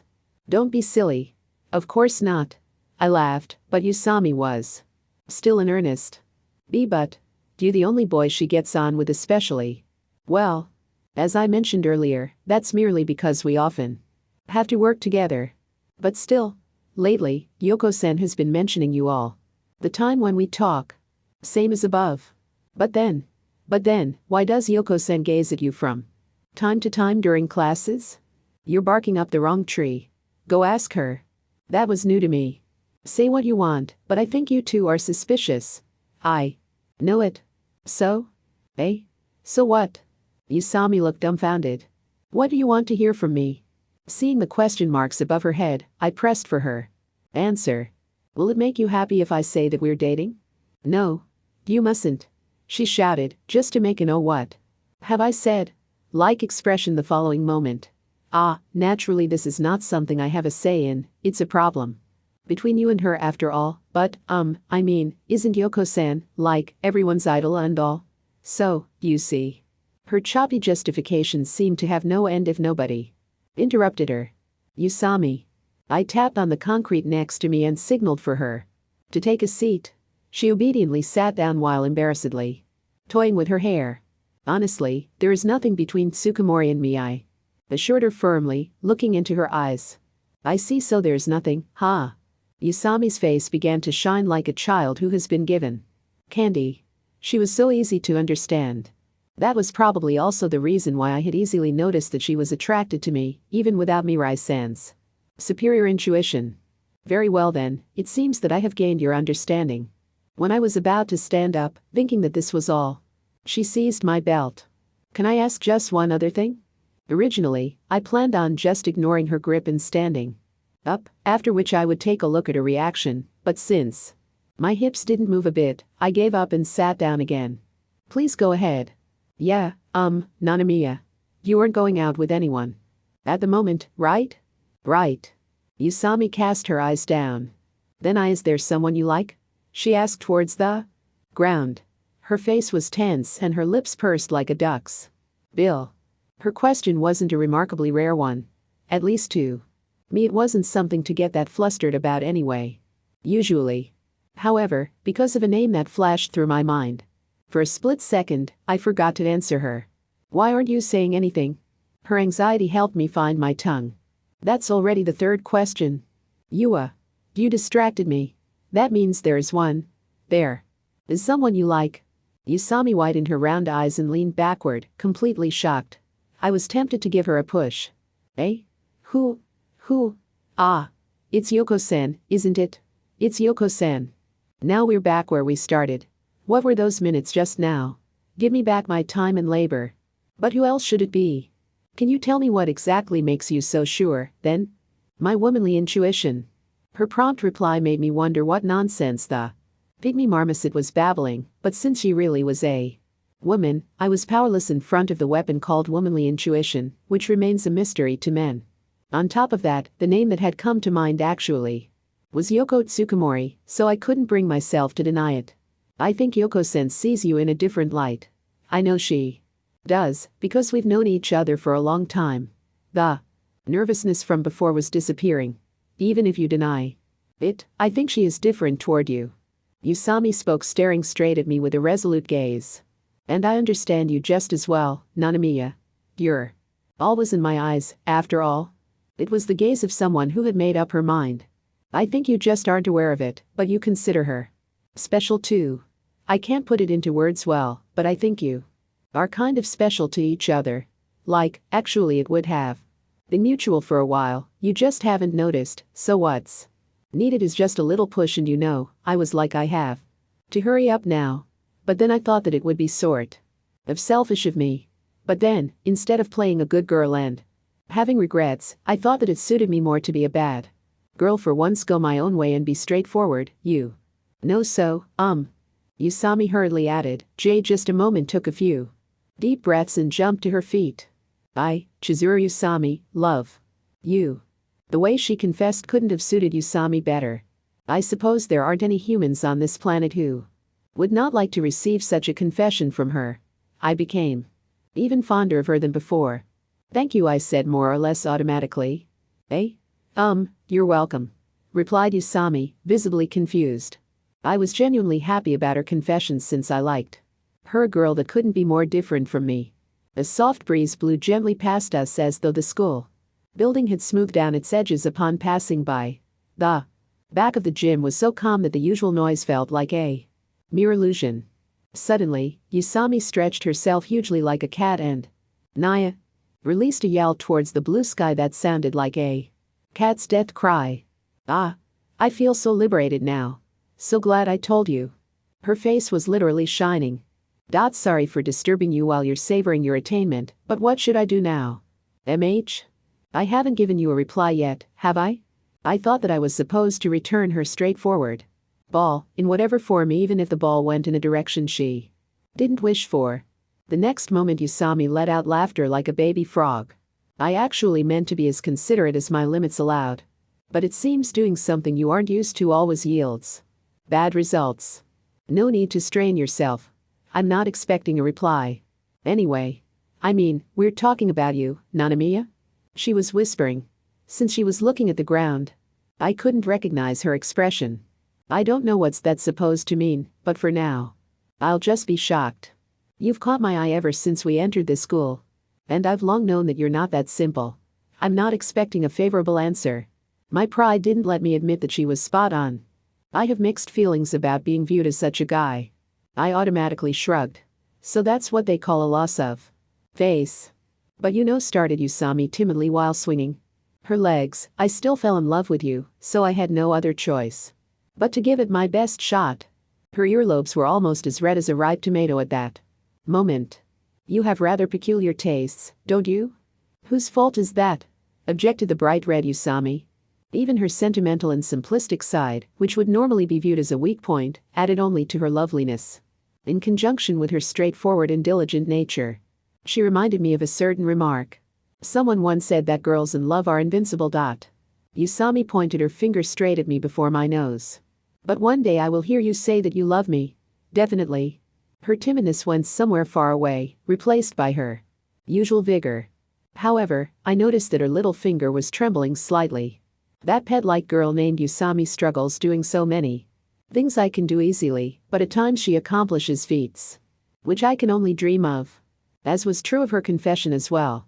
It might be a little exaggerated, but I admired Yusami most likely because she had traits I could not even wish for. And so she looked most impressive to me at this very moment, making me want to just take her in my arms. However, I deliberately went another way. Interesting. Please give your best, I said, making an unimpressed face on purpose. But let me warn you. Don't think I'd fall that easily for a girl like you. What did you just say? Keep those words in mind. Yeah. Damn it. I'll show you what a good woman is. I couldn't help it. After all, I am a not-so-simple weirdo who thinks an angry Yusami is the cutest of all of them. And once again I arrived at the same conclusion. I would have been so delighted if she were the one I loved the most. It was also that moment when I became fully aware that there was one person on my mind whom I could not ignore. The next day, it had been raining continuously since morning. My feelings towards her were swaying in an unsure state. Too impure to be called love, yet too strong to be called interest. It was the first time in my life that I was overcome by emotions. But if this was the price I had to pay for my autonomous mode of life, I was ready to accept and deal with that discomfort. Of course, it was no doubt the murder recipe that put a brake on my feelings. I am most definitely not averse to mysterious girls, but even I feel a tiny bit uneasy when it comes to endorsing a secret that exceeds the bounds of good sense. Murder being one example thereof. It is not easy to accept a person who may have killed someone. Not only because of ethical reasons, but also because one rebels instinctually, fearing that one might become the next target. In any event, in fact, there was a breakout solution. It was simple actually. I just had to go ask her directly whether or not she had killed anyone. If she answered no, I could dismiss my exaggerated ideas. With a sneer, send the crumpled murder recipe flying to the burnable trash and obtain an everyday life that was just a bit better than the status quo. A thrilling one including Yoko Tsukumori. Wasn't that sufficient to justify the venture? Asking for more would be greedy. There's always a straw that breaks the camel's back. However, what if the answer were yes, I have killed someone? I gave thought to the fact that the content of the murder recipe was in line with the cause of her father's death. Anyone, even without a tendency to fantasize like me, should, provided these two facts, come to the conclusion that the murder recipe was written with the objective of killing her father. Moreover, it is completely natural to consider the author of the recipe as the murderer as a consequence. I dropped my gaze to my shoulder before my eyes and Nose, there was a lock of black hair painting an elegant curve. As if riding a roller coaster, a water drop slid along that smooth hair just to eventually arrive at its end and jump into the dark gray air. I lost a little heart when I associated my own fate with the last moments of that water drop. Probably noticing my gaze, MH? She inclined her head slightly while wearing that caring sister-like smile of hers. I'm drawing a little nearer. Otherwise I'll get wet. She happily snuggled up to me as though we were a couple. As a natural consequence, her handful-sized breasts were gently nudging the region around my elbow. Devil that she was, she must have been enjoying seducing me. But there was nothing I could do about it. It was raining. And mine was the only umbrella, narrowing my options to one. Thus the distance between us was shorter than usual. I suspected, however, that she was hiding a collapsible one in her bag. I couldn't believe that a forward thinker like her would forget her umbrella. Of course there was but one girl in my circle of acquaintances that conformed to the above description. Yoko Tsukumori. We had ended that day's work and were walking toward the nearby station. Seeing her to the station after work had been a regular task of mine since the day she told us of her potential stalker. After that night, Tsukumori had told me, I felt really safe when I was seen home by you. If it's not a bother, would you mind accompanying me all the time? Naturally, I had immediately refused, no, because it is. But sadly we had been in the staff room just then, which had instead gained me the bother of turning the whole staff, led by Mirai-san, against me. Come on, do it. I had not escaped without begging off with, please, let's compromise with seeing her to the station. It was truly incomprehensible. However, life sometimes takes an unexpected turn. To my great joy, the way to the station was ideal for talking privately with her. I waited for the moment the traffic light turned red. When I watched the news yesterday, I started wondering. I began. Why do people kill? Actually, I hadn't watched the news the day before. But, well, there was bound to have been at least one murder, considering the current state of society. Oh, you're quite the philosopher today, aren't you? I like your contemplative face, she said in a voice that was strangely wet, as if not only her hair but also her voice had been hit by the rain. Is it because of the rain? One always gets into a somewhat sentimental mood when it is raining, don't you agree? It gets you in the mood to read books you usually wouldn't. Indeed, if I am acting unusual today, then it might really be because of the rain. Her words gave me the hunch that I hadn't chosen the day by chance, but because of the bad weather. Anyway, would you mind sharing your thoughts? Our background music was composed of the raindrops lapping against my umbrella, the watery sound of tires on the asphalt and the blood circulating through my veins. Well, Tsukumori brushed away the black hair that had stuck to her cheek, releasing a scent of roses. Because they feel like it, perhaps. Her voice was indifferent. Because they feel like it? That's all? Do you claim that that's reason enough to kill someone? I was offended by her obviously negligent answer. That's not it. What do you mean? Unless you elaborate some, a mere mortal like me can't comprehend your genius, I'm afraid. Oh, don't be angry. I'm not joking, really. I do think so. She shrugged her shoulders slightly upon noticing my sidelong glare at her. You see, I think that in most cases the problem could actually be solved without resorting to murder, for example if it's a grudge or a fatal tangle of jealousy. Of course there are exceptions like life insurance murder. The traffic light changed to green. A swarm of umbrellas was set in motion, leaving behind only the red umbrella under which we stood. Don't you think that there are numerous ways of taking revenge or venting a grudge which are more effective than killing? I had trouble thinking of one, but I had no trouble assuming that Tsukumori knew of some. Every murderer has to atone appropriately for his misdeeds, be it through the law or social sanctions. There is the saying, live by the sword, die by the sword. I think that applies to murder as well. Thus it is a foolish and careless method. And nothing more in my opinion. There are probably many ways to call it, fury or impulse for instance, but it sums up to a matter of mood, a matter of feeling like it for me, she said, then added, I consider all irrational actions as a matter of mood. As you say, murder might indeed be a nonsensical conduct. I concurred with her opinion. I was even moved. But that was probably also the reason that queerly comfortable moment seemed a bit off-kilter to me. At first glance, her well-reasoned speech made her seem like An upright model student. However, upon further thought, she was only really talking about the means of reaching a goal. Put in a nutshell, she had only argued about the effectiveness of murder as a method. Didn't that mean that she was not absolutely disapproving of murder? But as you admitted yourself, there are exceptions, right? From my diagonal angle, I could not see all of her face. Only her mouth was barely in view. For example? And that mouth of hers was smiling. There we stood together under a round, small umbrella, surrounded by a massive wall of rain and night. Even though the town was filled with all kinds of sounds, painted in various colors and packed with people, I felt somewhat separated from everything, as if we were alone in an elevator at midnight. For example, if you were able to kill completely unnoticed, the cause of that phenomenon was simply me. I had locked out the world. At that moment, Yoko Tsukumori was the totality of my world. Could you be a little more specific? Your twisted thoughts are too complicated for an honest person like me to understand, I'm afraid. She affected a shrug, teasing me. I am talking of the perfect crime, as a third party in the no would call it if a premeditated murder was deemed an accident by all the world, rather than the crime it is. When I was done with my explanation, Tsukumori answered, giving her full concentration. Indeed, we need to draw a line between unplanned murders and a perfect crime, which you can certainly not commit just by feeling like it.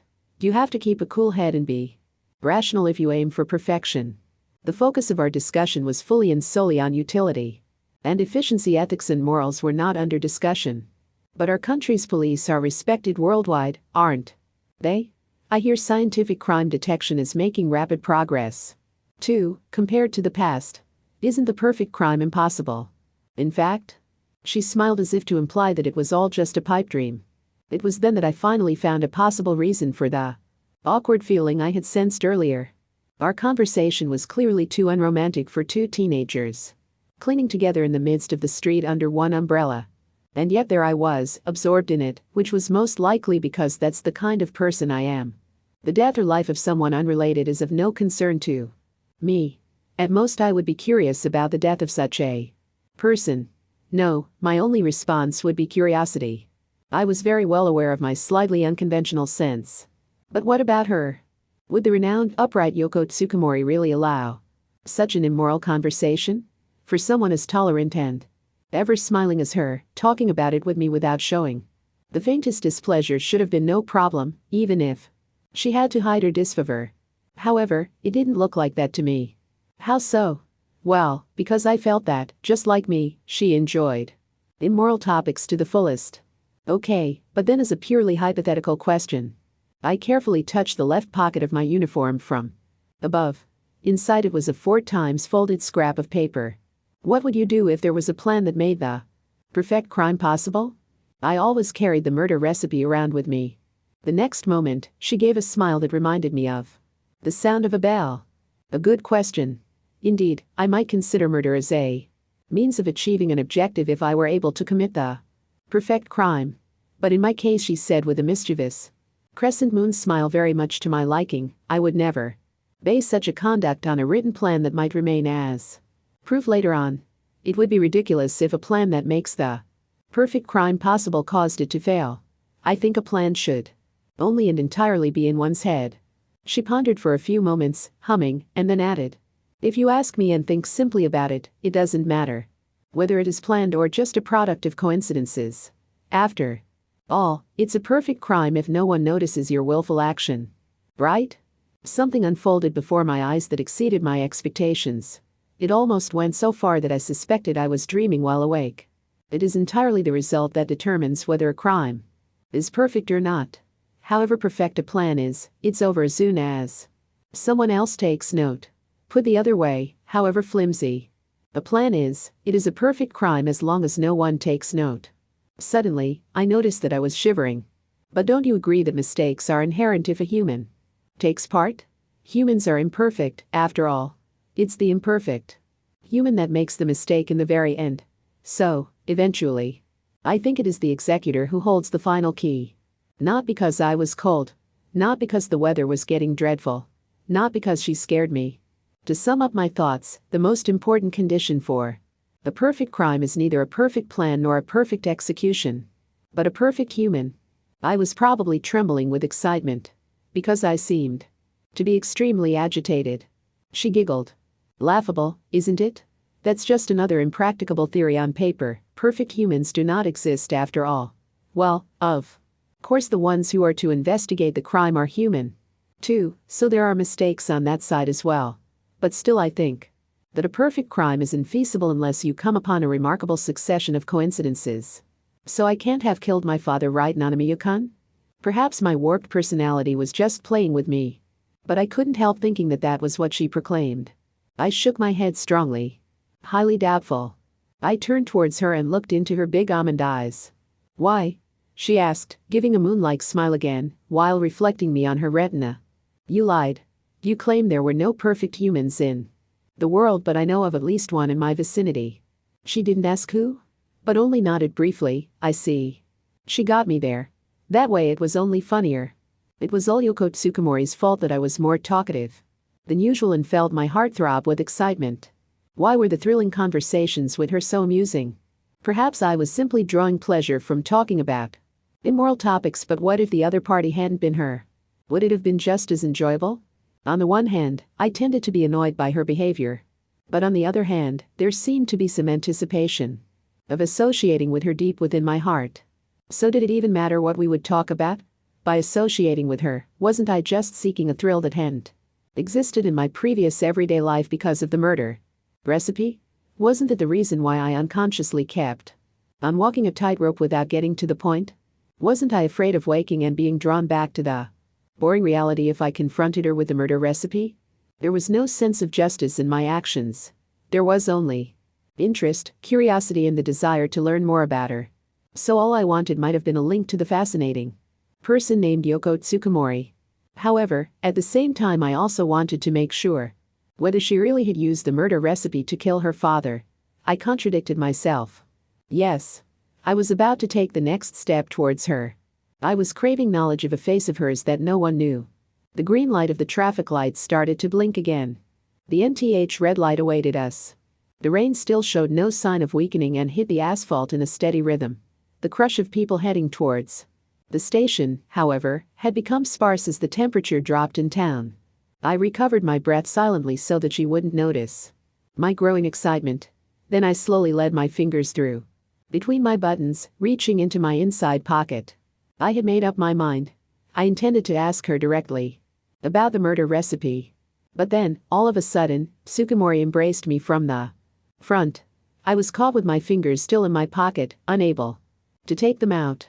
I'm cold, murmured Tsukumori along with a white sigh.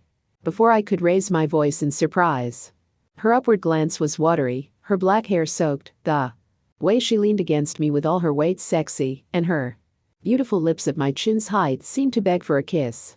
The soft touch I could feel beyond her uniform was still the same, but she had grown cold indeed. It was my mistake to have her talk that long in a wet state. But neither was I crazy nor so experienced in love matters as to hug a girl with all the eyes of the town upon us just because of that. I put my hands on her shoulders, wanting to release myself from her embrace, but she immediately shook her head, stubbornly saying, no, and hugged me even stronger.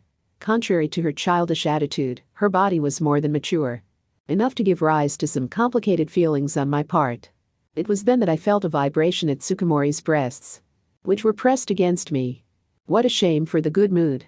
While making a regretful face, she took her mobile phone out of her chest pocket. It was quite ticklish when she operated it at zero distance. I slid my hand out of my jacket and tucked it into a pocket of my trousers. My excitement was entirely spoiled by that intrusive phone call. Yes, Yoko speaking. Her expression became earnest promptly after she had begun the conversation. My mother? No, I haven't heard of anything. She was at home when I left for school this morning. As they exchanged words, her expression got darker and darker. I couldn't perceive what the caller was saying, but it was obviously not good news. Yes. I understand. I'll return. Yes. If I find out something, I will immediately give you a call. She cut the connection and let out a tired sigh. What's the matter? I asked. She gazed at me with watery eyes for a few seconds, hesitating. My mother was absent without notice from the cooking school she works at, she replied at last. She would never do that. Thus, someone on the staff was worrying about her and gave me a call. Maybe she's sick? I voiced a cheap word of consolation. I wonder he told me that he has tried calling our home number several times. Of course, he tried her mobile as well.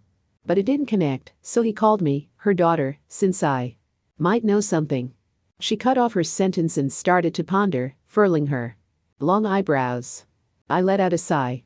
Somehow I sensed that nothing but trouble was waiting for me. Let's hurry home.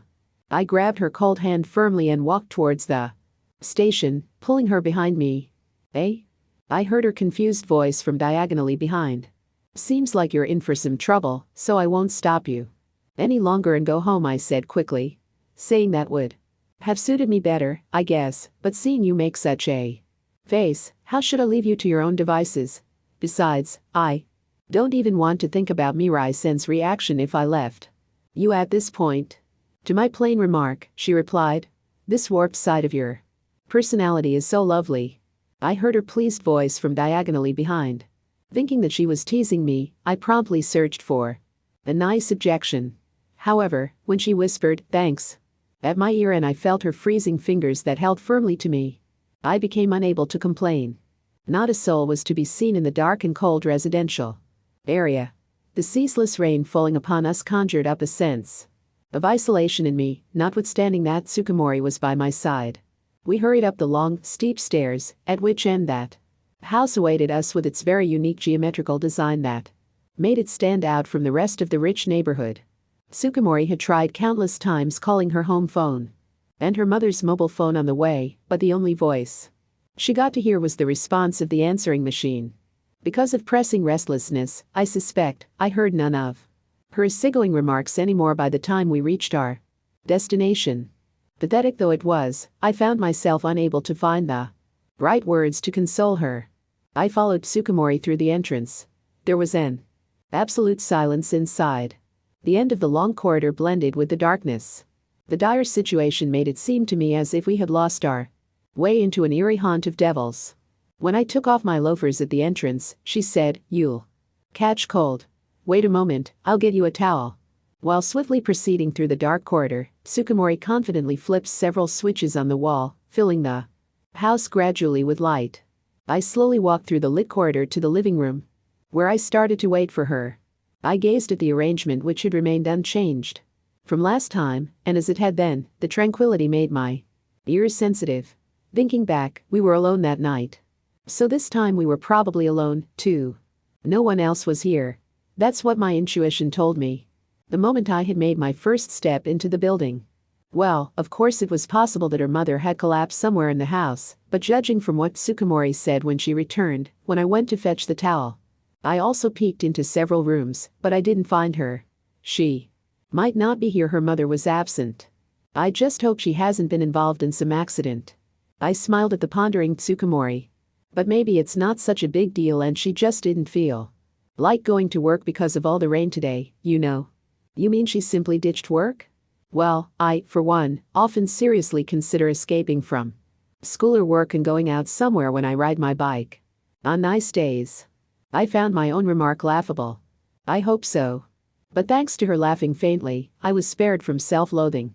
Perhaps there's a message for you somewhere? A note or something that says where she is and what she's doing. You're right. I'll take a look. Tsukumori nodded cheerfully at my suggestion. Apparently, she had regained her usual composure. I unobtrusively followed Tsukumori into the kitchen. As much as I felt bad about taking advantage of her worries about her mother's safety, I certainly did not intend to miss out on a chance to openly search her home. An elegant system kitchen with a yellow theme filled my view. As expected from a teacher at a cooking school, I commented on the large fridge, the unfamiliar cookware and the various ingredients. Made in Italy if I remember correctly. While Tsukumori was inspecting the kitchen, I looked around without anything better to do and took one of her mother's cookbooks to flick through it. I didn't actually hope to find a message. Would be nice if there was one. Personally, I hoped much more to find something related to the murder recipe. For example, a bit of new information about the recipe. I was aware that I was being indiscreet. However, in all honesty, I was fond of that kind of mood. I was enjoying a thrill comparable to detective work or exploring a cave for a treasure. It looks like there is nothing here. maybe in her room?" said Tsukumori gloomily and left the kitchen, wordlessly followed by me. She opened one of the doors alongside the corridor. The instant the door went open, I could smell the overly sweet scent of perfume. The walls were covered with white wallpaper, a curtain decorated with lace, a dressing table against the wall and a dresser that was laden with countless makeup goods. It was obviously the room of her mother. "You get on well with your mother, don't you?" "Yes, certainly not badly." On the nightstand by the bed, which had a flower pattern, there were several picture frames, each of which depicted Tsukumori and her mother. "Did your parents sleep separately?" "There was only one bed in the room, a bed for one person only." "I have always thought this way was natural, but is it more common that spouses sleep in one room, after all?" "Well, it probably is. Perhaps they did so because both of them had to work, and I guess it was more convenient this way due to those circumstances. At my place, both the parents sleep together, whether peacefully or not I couldn't say, in a king-size bed. But judging from me, I woke up in the middle of the night because you kept stealing my blanket, which I often hear my mother shout in the early morning. I guess they get on well." She flashed a warm smile while listening to me. "You have fantastic parents." Therefore, I just answered expressionlessly, "They're normally." "I don't want to stay too long in a lady's room," I said, and left the room quickly to wait in the corridor. I was merely annoyed by the overly sweet perfume. I asked Tsukumori, who was searching the area around the dressing table in the meanwhile, "Where is your father's room?" I can't say I had no ulterior motive. You can find it just on the opposite side. Neither can I deny that this was a pretext to explore her house on my own. We should probably search separately. I'll look through the room of your father. But it's also true that I wanted to do a good deed, much as it didn't suit me, and help her out at least a little after seeing her behaving with such maturity. That would be a great help. But his room might be a little dusty. It has been left untouched since his passing," said Tsukumori apologetically. "I don't mind," I replied and headed towards the door opposite. My first impression was that it looked like a library. All of the books that covered one wall of the room dealt with construction, which I noticed when I fixed my eyes on their spines. On the shiny silver desk was a large pile of books and a desktop PC. Both sides of the desk were equipped with a cordless telephone each. I figured that this room served as both his library and working area. As Tsukumori had warned me, my steps left behind footprints outlined in dust on the floor. There was also a lot of dust on the window frames. I stopped. I had registered a sound. According to Tsukumori, that room was supposed to be untouched, but still a subtle sound resembling the buzz of a mosquito reached my ears. It was the sound of a small fan. I stood before the silver desk. The PC seemed to be turned on, though in sleep mode. I pressed a random key. "Tsukumori." The instant I saw the display, I called her name. She then came from the neighboring room and, squinting one eye, asked, "This," I said, pointing at the screen. Indeed, her mother had left a note with a message. That she muttered, surprised, and kept silent, staring at the screen, as though time had frozen. The only sounds in the room was the rain hitting the window and the regular buzzing of the computer fan. At the time, I could do nothing but watch her beautiful, yet so sorrowful face from the side. Her mother's name was typed in the notepad on the screen, along with the following short comment. "I'm sorry. On that day, I didn't get home until past 3 at night in a police car." Chapter 7 Cigarette Tiger. When I went to school that morning, fighting with my drowsiness, Tsukumori was nowhere to be seen in the classroom. Of course, there was nobody in the class who hadn't noticed her absence. Yusami had been peeking at me since I walked in, probably eager to question me about Tsukumori. It wasn't like her to be so hesitant. Perhaps she was still mindful of the fact that she had confessed to me the other day.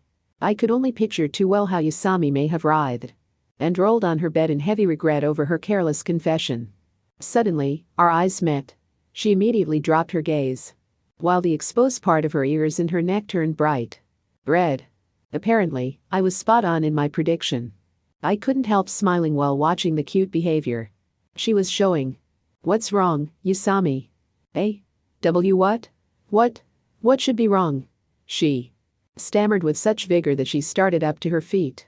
"Isn't there something you want to ask me?" "No. I don't want to ask. Not yet. I need a little more Time to prepare myself. I don't want to hear it yet. Ah, so that was it.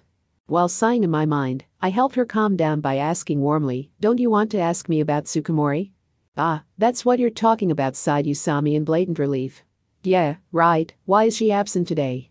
Usami, sitting at her desk right next to mine, cocked her head to and from like a pygmy marmoset. "Beats me. But maybe she caught a cold in the rain yesterday?" I replied ambiguously. Neither Tsukumori nor the police had forbidden me to talk about the disappearance of her mother, but I didn't intend to tell my classmates anything in relation to that matter. I was being considerate of Tsukumori. I was perfectly aware that it didn't suit my character to sympathize with her, but I couldn't help it because I had seen her in a horribly disheartened state, much worse than I could have ever imagined of her. Besides, if I told anyone about her mother, I was bound to be grilled by the others about how I knew. Just by picturing what would head my way if my classmates, especially Kamigawa and Usami, got wind of my visit to her home, I felt signs of a headache. This kind of self-protection was also included in the rather ambiguous answer I gave her. I was tired from the all-nighter I had pulled in from overusing my brains. The least I wanted was any more trouble. Maybe I should visit Yoko-san? No, as I said, enough of the trouble. I sighed and asked with a reproving look, "What about your club?" Usami looked up at me like a puppy assessing its master's mood. "Don't even think about skipping," I warned her. "Right, I knew you'd say that." Usami collapsed on her desk. "If so, then don't take it into your head in the first place." "But I'm worried." Usami purged her lips, still lying prostrate on her desk. "I merely said it might be a cold. We don't know for sure. You can give her a short call if she doesn't come tomorrow either." As bothersome as it was, it seemed that I had no choice but to contact Tsukumori and inform her of the cold she had caught. Geez, it's not easy to tell lies. But my exhaustion was relieved a little by the heartwarming sight of Usami docility nodding with her soft cheek placed on her desk. Okay. The time at school went by more peacefully than usual. Tsukumori's absence from the classroom was the cause, which also explained why Kamigawa and his colleagues were quieter than usual. It had been quite a while since I last had my peace. Yoko Tsukumori had taken a special position in my life since the day I had picked up that sheet. Of course, I am talking of a different kind of special than the others. Only I knew about her secret, the murder recipe. I had been watching her with caution and with the recipe at the back of my mind. I had socialized with her with the utmost care because I suspected she had killed her father. As a consequence, I had never had much peace with her around me. However, those days were drawing to a close, it seemed. I touched my left breast pocket. "I guess soon it's goodbye to you as well." I was surprised by the gloomy mutter that escaped my mouth so naturally. Apparently, the days that revolved around nothing but Tsukumori and the murder recipe had been dearer to me than I had thought. That was probably the reason for the slight loneliness I was feeling at returning to my previous peaceful everyday life. In regards to the various happenings concerning the murder recipe, I had come to a conclusion. Yoko Tsukumori has not killed anyone. I knew of no one as intelligent and stubborn as her, though measuring someone of such singularity with normal common sense might be starting from a false premise. However, in my eyes she had been just a normal girl when she behaved like a caring sister at her father's funeral, and when she stood stone still before the screen showing her mother's last words, or what I supposed them to be anyway. Hadn't she said herself that murder was a foolish and careless method? As clever as she was cleverer than anyone else I knew. In fact, she would have never under no circumstances relied on murder. At least I couldn't explain to myself why she would have done it. In the end, I could not view her as someone who would kill. On went the days without Yoko Tsukumori. The first day remained peaceful. On the second day, however, there was already a commotion in the class. Everyone feared for Tsukumori's safety. As expected, their attention was immediately directed at me because I worked at the same cafe. As planned, I played dumb. And then what happened? Assumptions brought forth assumptions, which eventually turned into rumors. Thus, Yoko Tsukumori's name was omnipresent at school on the third day. She is in hospital because her cold worsened. She has been kidnapped and is kept in confinement. She is in the middle of filming a movie in Hollywood. A prince fell in love with her at first sight and took her to his country to marry her. Such absurd rumors were all over the place. I could only laugh dryly. Whether she was here or not, she was always in the center of attention. Once more I was shown just how much the girl stood out. On the fourth day, however, some rumors came in circulation that weren't funny at all. Tsukumori is helping the police with their search by contacting friends and acquaintances of her mother and by heading to places where she expects her mother to go, exerting herself to the utmost, even limiting her sleep as much as possible. The origin of that rumor turned out to be a student who had someone in the police department in his family. The message spread epidemically, underpinned by further sources that confirmed her mother's disappearance. The rumor had become fact on the next Monday. Then, after 1 week had passed, the long-lasting rain stopped, giving way to a cloudless blue sky. In the early morning of that day, her mother was found at last. But as a decedent, she was found on the slope of a hill that was a stone's throw from the high-class residential area. On its top, there was a little park which had a view of the entire town. The park was surrounded by a cliff and therefore bounded by a fence, which was, however, old and low enough that an adult could easily climb over it. Where she had been found implied that she had fallen from that park. The reasons given for her late discovery were that she hadn't reached the foot of the slope and that she had been concealed by the wildly blooming azaleas that covered the entire side of the hill. According to the officer who went to confirm the find, he had never seen such a beautiful corpse. The appearance of her mother, decorated by purple flowers, compared to a framed Western painting, he stated. He had found himself forgetting that it was a corpse for several moments, probably bemused by the smell of the blooming azaleas. Imagining that scene made me shiver. I would have loved to witness that moment. The news of her mother's death spread out at school as a wave of surprise and settled down as great pity for the poor girl Yoko Tsukumori, who had lost yet another close relative. I had a normal amount of pity for Tsukumori. She also had my condolences about what happened to her mother. However, unlike everyone else, I wasn't surprised. I had expected the casualty. Why? Because I had come to the conclusion that her mother had used the murder recipe to kill her father. There were 2 reasons. Firstly, her family environment. At the funeral I heard that father, mother and daughter had all been amiable and kept on good terms with their neighbors. Moreover, the misery her mother was going through came across extremely well when she was crying before his photograph. I had imagined that Tsukumori as a harmonious family with a harmonious relationship between husband and wife. When I saw her mother's bedroom, however, I couldn't help but entertain doubts. The fact that Tsukumori wasn't concerned about her parents sleeping separately implied that they weren't quite the harmonious family. But in the first place, it was generally doubtful whether a married couple could be called harmonious while having separate bedrooms. Grounded on that fact, I framed the hypothesis that their relationship was exactly the opposite of what was generally understood and actually bad. The fact that her father was nowhere to be seen in any photograph in her mother's room was yet another clue that strengthened my hypothesis. Secondly, and decisively, the author of the murder recipe. I had been wondering since the very beginning, why name it recipe?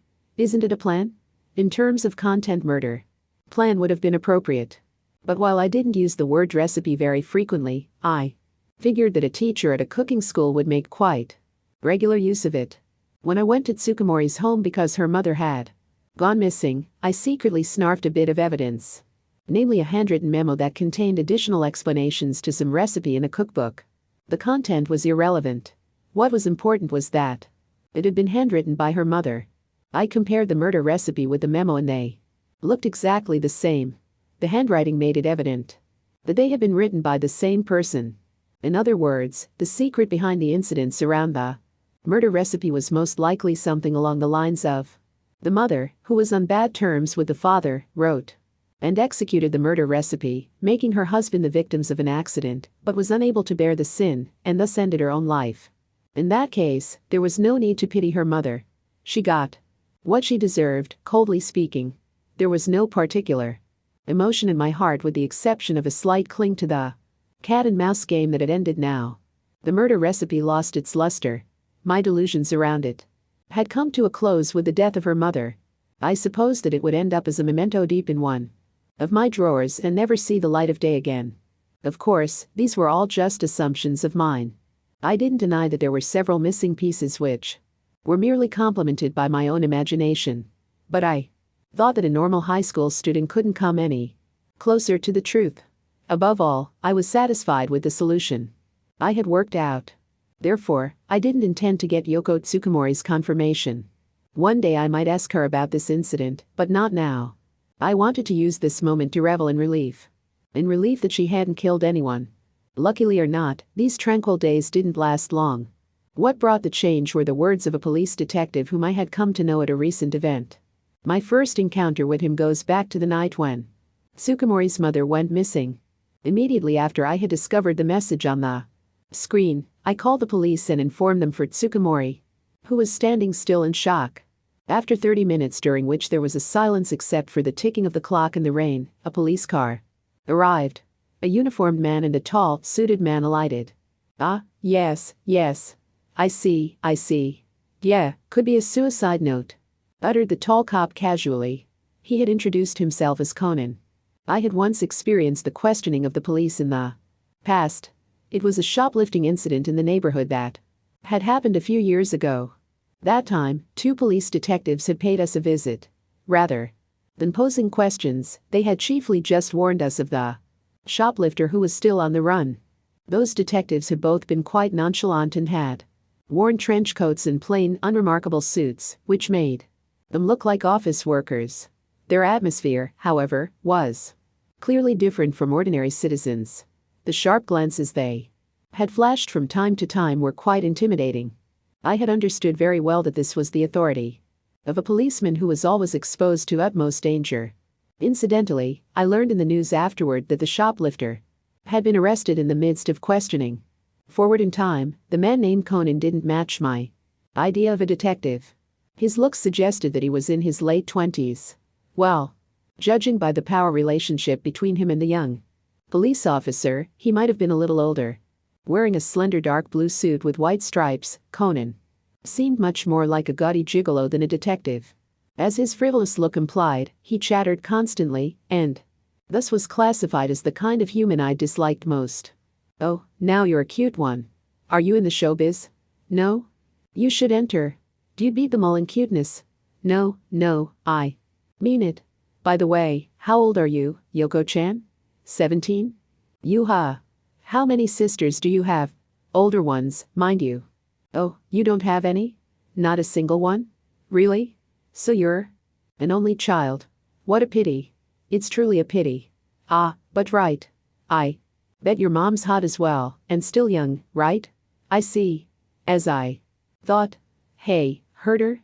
We've got to find that lady. Conan kept talking, paying no attention to the police officer on the other sofa who was visibly bashful. I hadn't liked Conan from the word go, but after just a few minutes I hated him. His lack of consideration towards Tsukumori was not even the main problem. I mean, didn't he belong to the police? Was that the appropriate attitude towards a downhearted girl whose mother had just gone missing? Conan was an incomprehensible and downright disagreeable man. The young police officer asked us 2-3 questions about the incident in place of his superior, such as, did your mother seem bothered by something? And do you know where she might have gone? Tsukumori cast down her long eyelashes with a sigh and shook her black hair left and right. I have no idea. In a thoughtfully calm voice, the young officer told her, I'm afraid to say that it is possible that your mother has gone missing due to suicide. We will do everything in our power to find her, but please be prepared for the worst case. Instead of a reply, Tsukumori only nodded weakly. Her sparse movements and taciturnity gave her a cold yet beautiful touch, almost like a well-crafted doll. As endlessly tactless as it was, I daydreamed of toying freely with her dollish, fragile, slender nape and her crimson lips that contrasted so beautifully with her white skin. I had already noticed at the funeral of her father that Tsukumori would give off a special tranquil mood akin to the moon at midnight when sorrowful, the look of which could never grow stale for me. Unable to answer any of the questions and forced to listen to the lengthy speeches of that frivolous man, I was bored and pained, but thanks to a cup of coffee in one hand and the opportunity to fully enjoy the moon, I managed to have a somewhat worthwhile time. After a while had passed like that, Conan suddenly asked me, by the way, you are? I told him my name, concealing my wariness. Okay, Nanamiya-kun, we'll give you a ride home. It's already past 1 in the morning, there's no line you could take anymore, right? Offered Conan. Tsukumori, right next to me, gave me an emphatic and requesting glance. I wavered at first, but then I came to a decision and bowed before Conan. Please. When I left, she whispered reproachfully into my ear, I didn't want to be alone tonight, and grabbed my uniform weakly. I feigned ignorance and carefully shook off her fingers. Of course I didn't feel comfortable leaving her all alone. Of course, my presence wouldn't have changed anything about the situation, but at least I would have been able to be by her side as someone to talk to. It would have definitely been worth it if that had let her forget her grief a little, even if it was just some cheap pity from me. However, I couldn't bring myself to fire the curiosity of Conan, who was grinning at Tsukumori and me. To my surprise, Conan followed suit when I sat down on one of the back seats. Noticing my astonished look, he laughed. Just wanted to have a quick chat with you. Somehow, I sensed the authority of a detective in his laugh. During the ride from Tsukumori's home to mine, Conan and I kept on talking. 80% was his words, though. You're Yoko-chan's boyfriend, aren't you? You're not? But didn't you go visit her? Listen up, a guy doesn't normally enter the house of a girl at such a late hour unless she's not his girlfriend. Workmates, and classmates too.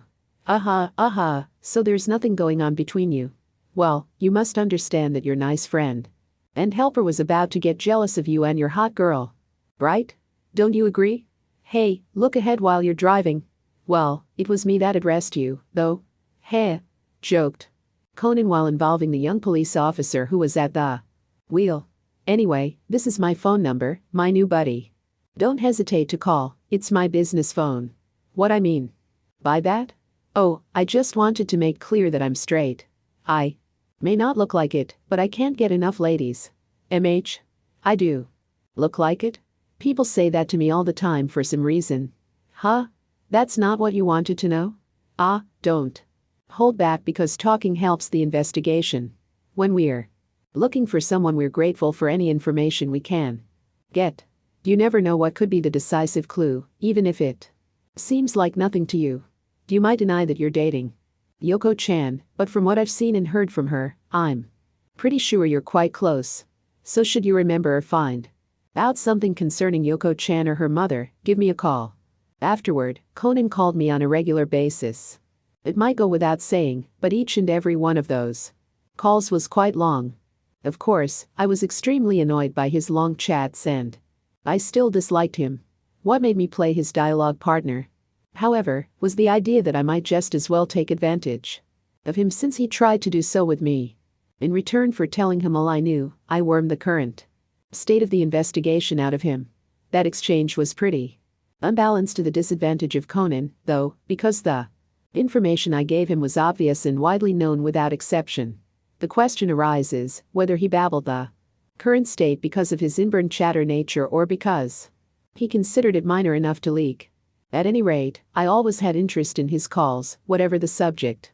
In spite of my personal opinion of Conan, I was intrigued with the peculiar job of a detective, and his story suited my hobby of imagining stuff rather well. At last the matter settled down, and Yoko Tsukumori was about to return to school and to work. On the day before, however, a certain male customer appeared at Victoria right before closing time. Now I see why you haven't shown interest in girls, Nanamiya said Mirai-sen with her fingers on her chin, staring at a slender, suited man who had taken a seat at a table. Completing the image, that gigolo-like man was cheerfully waving towards the kitchen to me. I'll deliberately refrain from asking what exactly you were imagining, but allow me to assure you that you are wrong. What is he then? A friend? That would be quite the old friend for you. No, he is a detective. That guy? No matter how you look at it, that's a gigolo. If you ask me, she said, and became even more doubtful. So, what misdeed have you committed? Sure, I've always thought you'd wander from the path someday, but… Mirai-san. What is it, criminal? I think I need to have a good talk with you one of these days. Am I wrong? You are. I had dealings with him. He's called Conan by the way, during the investigation of Tsukumori's mother. I see, she said while furrowing her brow and put a piece of almond chocolate into her mouth. Probably she was sympathizing with Tsukumori. Now that I think about it, she had been rather quiet during the time Tsukumori wasn't there. Well, the same applies to the manager. And Tsuruwatari-san. Apparently, Yoko Tsukumori had become an indispensable part of the Victoria staff by now. So? Why would that Detective Conan come to meet you? I have no idea. I want to know that myself. Then, suddenly, Mirai-san rounded her eyes. Hey. Nanamiya. That cop just winked at me. He's a player, just as he looks. I want to pound his face in so badly. Please don't. He's a policeman all the same. You should seriously give some more thought to who you hang out with. Indeed. I definitely didn't want to get a sermon from her, but to my chagrin she was absolutely right. When I brought the ordered coffee to Conan, who naturally had no clue of my uneasiness, a torrent of words sprang up. Now that's what I call a sharp glance. I felt like some alien bug in her eyes. Gives me a thrill. You may not believe it, but I'm not averse to and that stuff. I'm a sucker for those, dominant women, you know. What's her name? How old is she? Is he already taken? Please, Nanamiya-kun. Introduce me to her. He jabbered while staring at Mirai-san in the kitchen as if he didn't know the word reserve. Have you nothing better to do than lurk here? As if I don't even get round to going on dates. But I won't tell you whether there's a girl I can date, youngster. I couldn't care less. You never change, huh? He sneered and took a sip of his coffee. Wow. He smiled happily to himself. I wish there was a peaceful day once in a while. But even in a small town like this there's always something happening. Thanks to that, business is unfortunately thriving 24/7. Conan pulled a funny face and held both his hands before him. Then shouldn't you stop loafing around here all the more? I asked, upon which he put on a bitter mien. Do you even have a heart? We policemen are human too. You know? Don't be so rough with us. He darted me a reproachful look. 1 or 2 cups shouldn't be too much to ask for. He let his cup of coffee to his mouth. My question was not meant sarcastically. I had asked because I really wondered. Now that the case of Tsukumori's mother was solved, he should have no reason to see me. As a matter of fact, we hadn't spoken since her mother had been found. I had told him that Victoria's coffee was delicious, but it was more than unlikely that he came here today of all days just for the coffee. Then, as if directly answering my doubts, Conan added, You're free in a few moments, right? Do you have some time for me afterwards? Want to go to a restaurant at the station for a chat? I'll even treat you to something. But let me warn you, it's not a date. Don't get that wrong. Now I understood. It was no coincidence that he came shortly before closing time. He wanted something from me. I nodded, sure. I had not the slightest idea what he wanted from me, but as I didn't love the conversations with this unconventional detective, I had no reason to refuse either. After work I went to the specified restaurant at the station, where Conan promptly discovered me and waved at me. Since it was a weekend, the shop was crowded with all sorts of people, young and old. The moment I sat down opposite him, Conan held out the menu card to me. Choose whatever you like. Okay, what's the most expensive item? Pleased with my answer, he laughed heartedly. I like that heedless side of yours. By the way, so what do you want from me? I asked while flipping through the menu with my fingertips. I was wondering if you could answer me some questions about Yoko-chan. Before I knew it, I found myself staring at him. Don't scowl at me like that. It's not like I want to steal her from you. It's a riddle to me what you mean by that. I'll have a smoke, he said while putting a cigarette into his mouth. He adeptly lighted it with a lighter that had the name of some bar printed on it. Why? Doubts towards him started to arise in me. Do you mind it if I can't give you any detailed reasons? If it's a personal request, I might bring myself to answer you. Was there anyone in this restaurant that recognized that he was a police detective? Well, Yoko-chan's pretty, so I can't say that no personal interest is included, but basically it's work-related. Duty of confidentiality? Pretty much, yeah. You know, I have to be careful in my position. So don't be offended if I'm a little unclear. Conan grinned at me.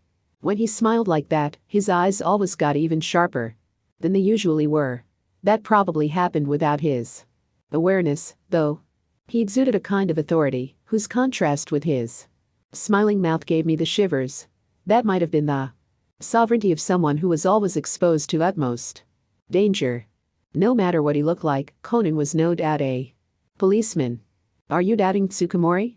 The instant I asked, he wrinkled his brows strongly and took a deep drag. You ask me that straight out? Being sharp is one thing. But it's a hell of a combination if you've also got some guts. Nanamiya-kun, interested in joining the police someday? You would make a good detective. I'm horrible at sports, so I'll decline with thanks. Well, at least don't become a criminal then. If a guy like you sides with them, we policemen are going to have a hard time, he joked and stopped a waitress by raising his hand. Have something, he urged, so I ordered the most expensive-looking item on the menu, a chiliapin steak. After confirming the order, the waitress disappeared into the kitchen. To get right to the point, I think that in this incident, there is a possibility of murder, stated Conan without any concern. Wasn't that supposed to be secret? For appearance's sake, you know. I did fulfill my duty as a policeman, but now it's at my own discretion, he pressed the cigarette against the ashtray. I never planned on being quiet about it. I haven't known you very long, but I know that you're a clever boy. You would have found out anyway. You have a fairly high opinion of me, don't you? Conan, grinning slightly, seemed pleased with my suspicious look. But it's not idle talk, I'm honest about it. Of course it's also true that I do have an ulterior motive of sorts, specifically that I would like to have you on my side. On hearing the word ulterior motive, I immediately recalled our first encounter several days ago. Just wanted to have a quick chat, he had said at the time.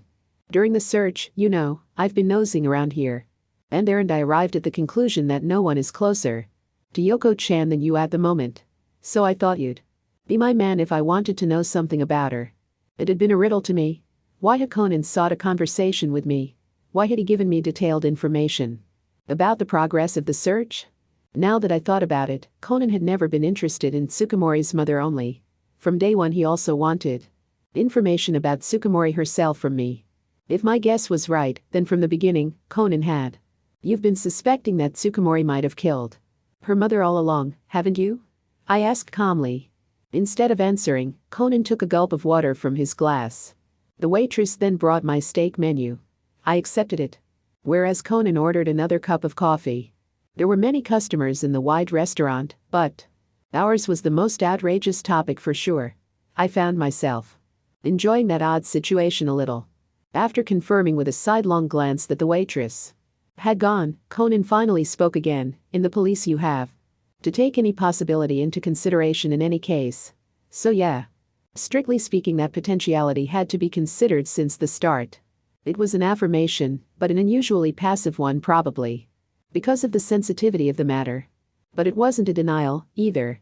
Just then, the slumbering murder recipe awoke in my mind. Did the police perhaps know about it and therefore doubt Tsukumori? I noticed I had a dry mouth. I seemed to be tense. It's not fair to compare them, but the coffee at your place was on a completely different level, said Conan with a sour expression after taking a sip of his coffee. The window at the corner of my vision showed a bored high school student. Fortunately, I was good at making a poker face. What would be her motive? Her motive was the most unclear point if one was to doubt Yoko Tsukumori. She'd had no reason to kill her mother. At least, I couldn't think of one.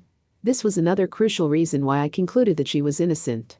My question was based on curiosity about what the police had in their hands, but Conan only said bluntly, no clue. It's quite a mystery, isn't it? I mean, she wasn't on bad terms with her parents or something. It's the reason why I asked for your help, so yeah, pretty much beats me. From the looks of it, he really had no idea. What made him doubt Tsukumori, then? Did that mean that they did know about the recipe, after all? Or had they obtained some kind of proof I didn't know of? Conan smiled broadly at me when I suddenly kept silent. Now, don't brood too much about it. It's really just a possibility. Dotting the I's and crossing the T's is my job, you know. So, no offense. None taken, I pulled myself together with a smile. I was just wondering why you doubt Tsukumori, even though she has no motive. Maintaining a smile, I moistened my throat with some water. The question was how well Conan knew Tsukumori. Conan maintained his smile, too, and said in a confident voice, it's not normal to lose two family members in such a Short time, now is it? I couldn't keep myself from agreeing. I see. I clearly smell a rat there. Therefore, I have no choice but to take some sort of action, because I'm a member of the police. You know, if it turns out to be just an unhappy coincidence, our work ends right there. So, to sum up, I'm confirming that at the moment. I nodded once again. I see. I was surprised. No, bewildered would be more accurate. My doubts about Yoko Tsukumori were supposed to be cleared. However, Conan's argument made perfect sense to me. Have you confronted Tsukumori with that matter? Of course, replied Conan like a shot, but that seriously falls under the duty of confidentiality, so I can't give you any details. You can easily find out by asking Yoko-chan directly. Though, at any rate, it's really no big deal. After all, there's nothing to doubt her for, apart from it being unusual to lose both parents in such a short time. I wasn't taking him at his word, but I was quite sure that the police appeared to have no definite evidence. I'm baffled. I hear our police are respected worldwide, but was that a misperception on my part? Neither the eyes of the public nor the mass media will forgive treating an innocent high school girl as a suspect, no matter how humbly you apologize. It made sense to me now, sure, but I was far from reversing my own conclusion. The reason given was much too weak to treat Tsukumori as a criminal. Now, don't pick on me like that. It's true that the police are civil servants, so the pressure on us has been really harsh recently, as you say. We can't make a big deal out of it without irrefutable proof. He raised his shoulders in an exaggerated shrug, like an American. Now, why don't you tell me what you really want from me? Oh? Have you noticed? Not bad, Nanamiya-kun. He whistled skillfully without using his fingers. I, too, hadn't known him very long, but I was well aware of his slyness. I was convinced that he hadn't told me everything yet. Suddenly, Conan leaned forward. That's where you come into play. I want you to cooperate with me. I sneered daringly. By thinking over our conversation in my head, I finally started to grasp his intention. If someone unrelated to the police observed Tsukumori, it would cause no trouble. Plus, the more intimate that observer is with her, the better. That's why you chose me, right? Seems we speak the same language, said Conan contentedly and tilted his coffee cup. Besides, you like this kind of work, don't you? I want to be spared from trouble, I said and added, and please don't arbitrarily decide what I like. But, truth be told, I actually was interested. No use shamming, he laughed confidently. He had quickly recognized what kind of person I was. Because I had shown interest in the situation of the investigation? Because I had shown interest in him as a detective? Either way. While I hadn't hidden it deliberately, I still had to respect his perspicacity. That's pretty much the reason why I singled you out. What, specifically, would you have me do? I maintained a passive stance. I wanted to wait and see what move he would make next. No need to be so wary, really. Basically, I just want you to answer my questions about Yoko-chan. I won't exploit you by sending you around or by making you do demanding stuff. Please eat before the steak gets cold. Feel free to order a dessert afterwards. Conan grinned. He clearly intended to exploit me.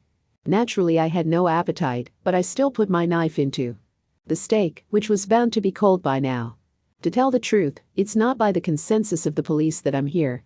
You could even call it a personal request from me. To be frank, I'm the only one at the station who bears Yoko-chan in mind. He suddenly started talking after watching me eat for a while. Well, it's not surprising, because that suicide kind of lacks peculiarity. If you just assume her motive was grief over losing her husband, it makes sense. We even have several statements that confirm that she was depressed since his death. Conan put on a self-ironic smile.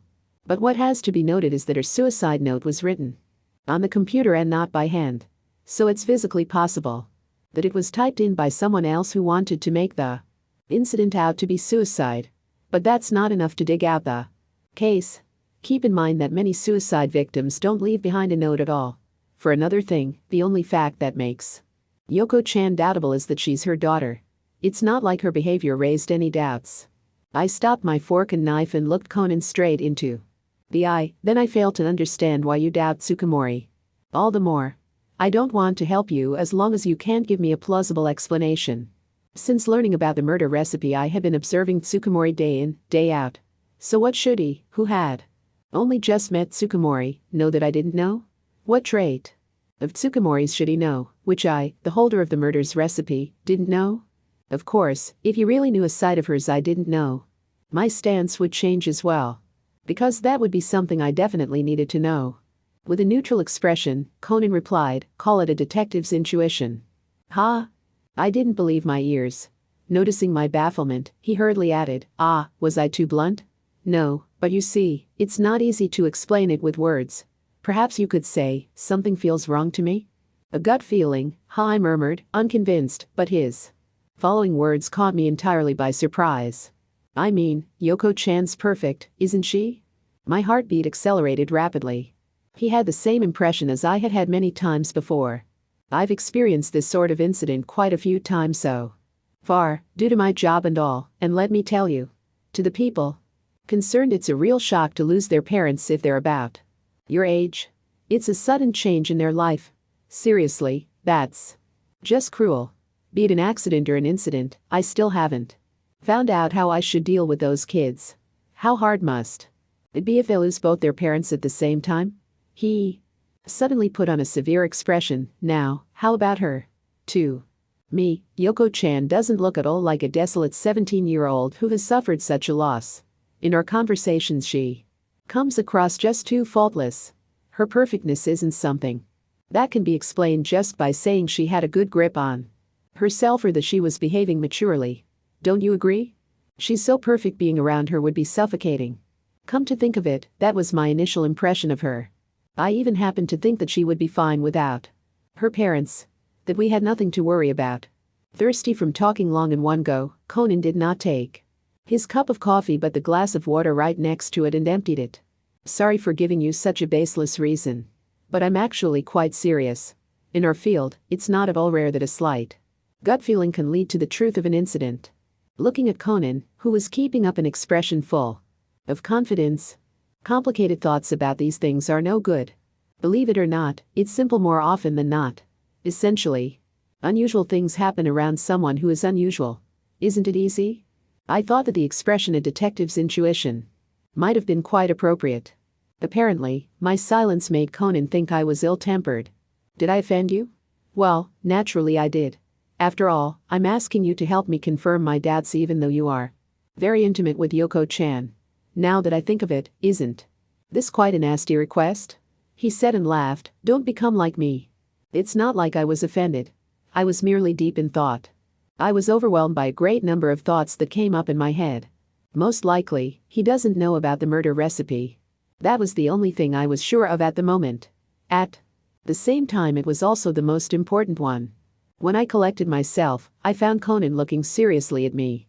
Why don't you think of it the other way around? Just think. You're helping me to prove that she's innocent.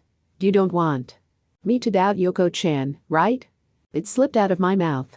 I sure don't want that. Those words came from the bottom of my heart. It had been me who had doubted Yoko Tsukumori up until now.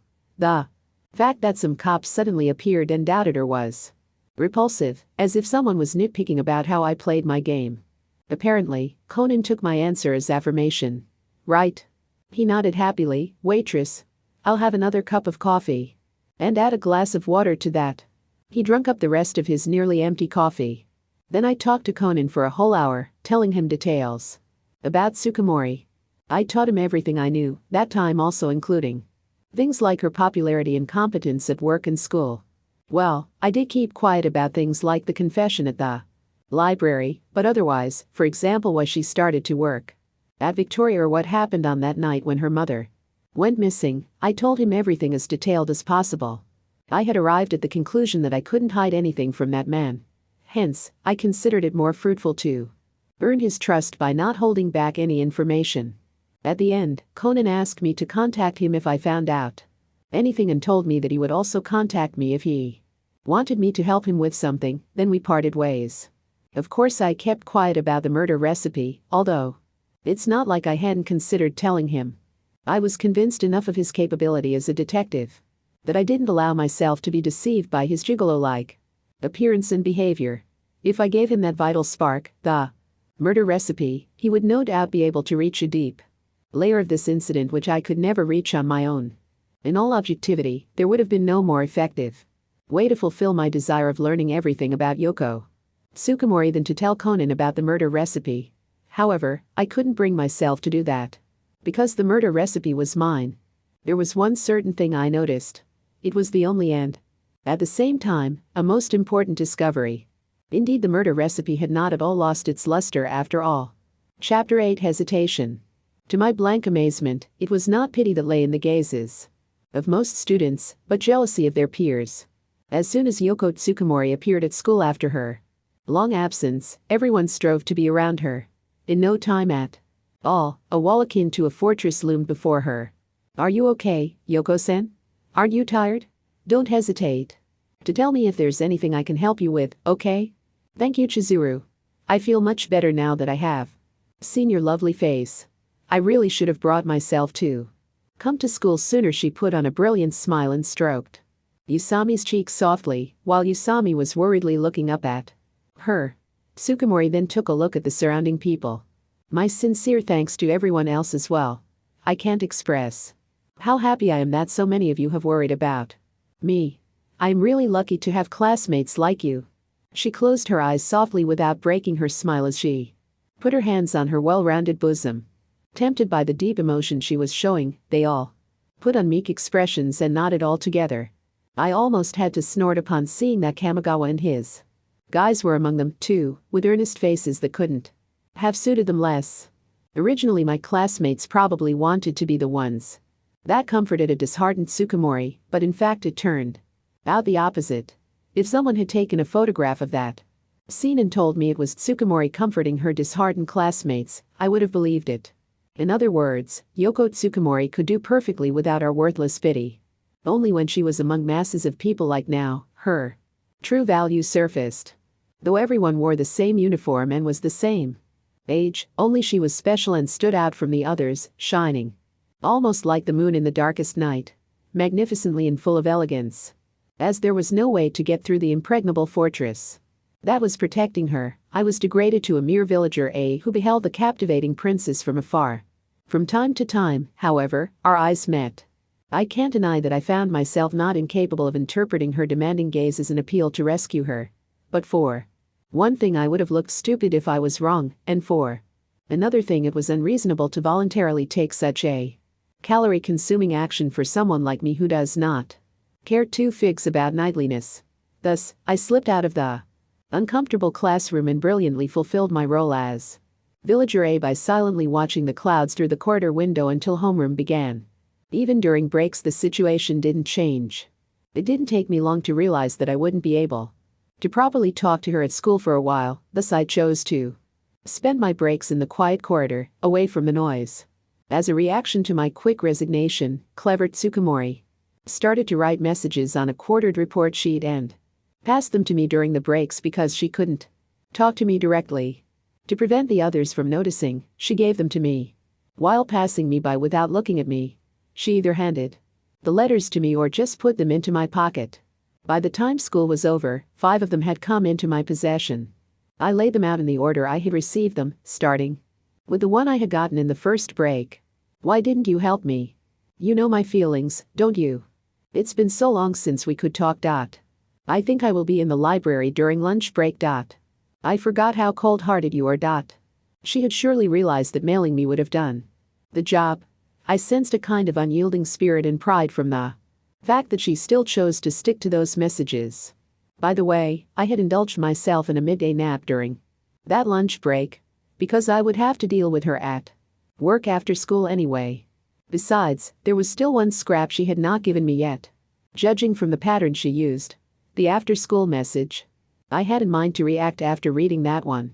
As expected, she let a scrap of paper fall on my desk as she passed me by while cheerfully saying goodbye to her classmates.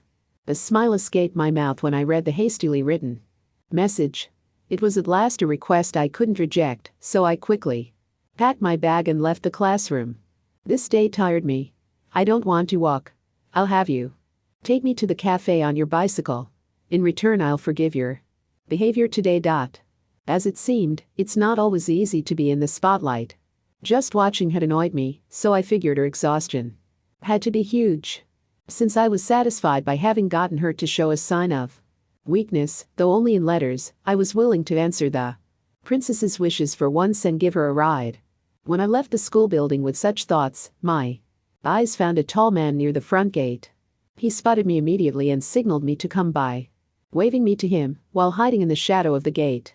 I would have preferred to just feign ignorance, but he wasn't someone that would allow me to ignore him.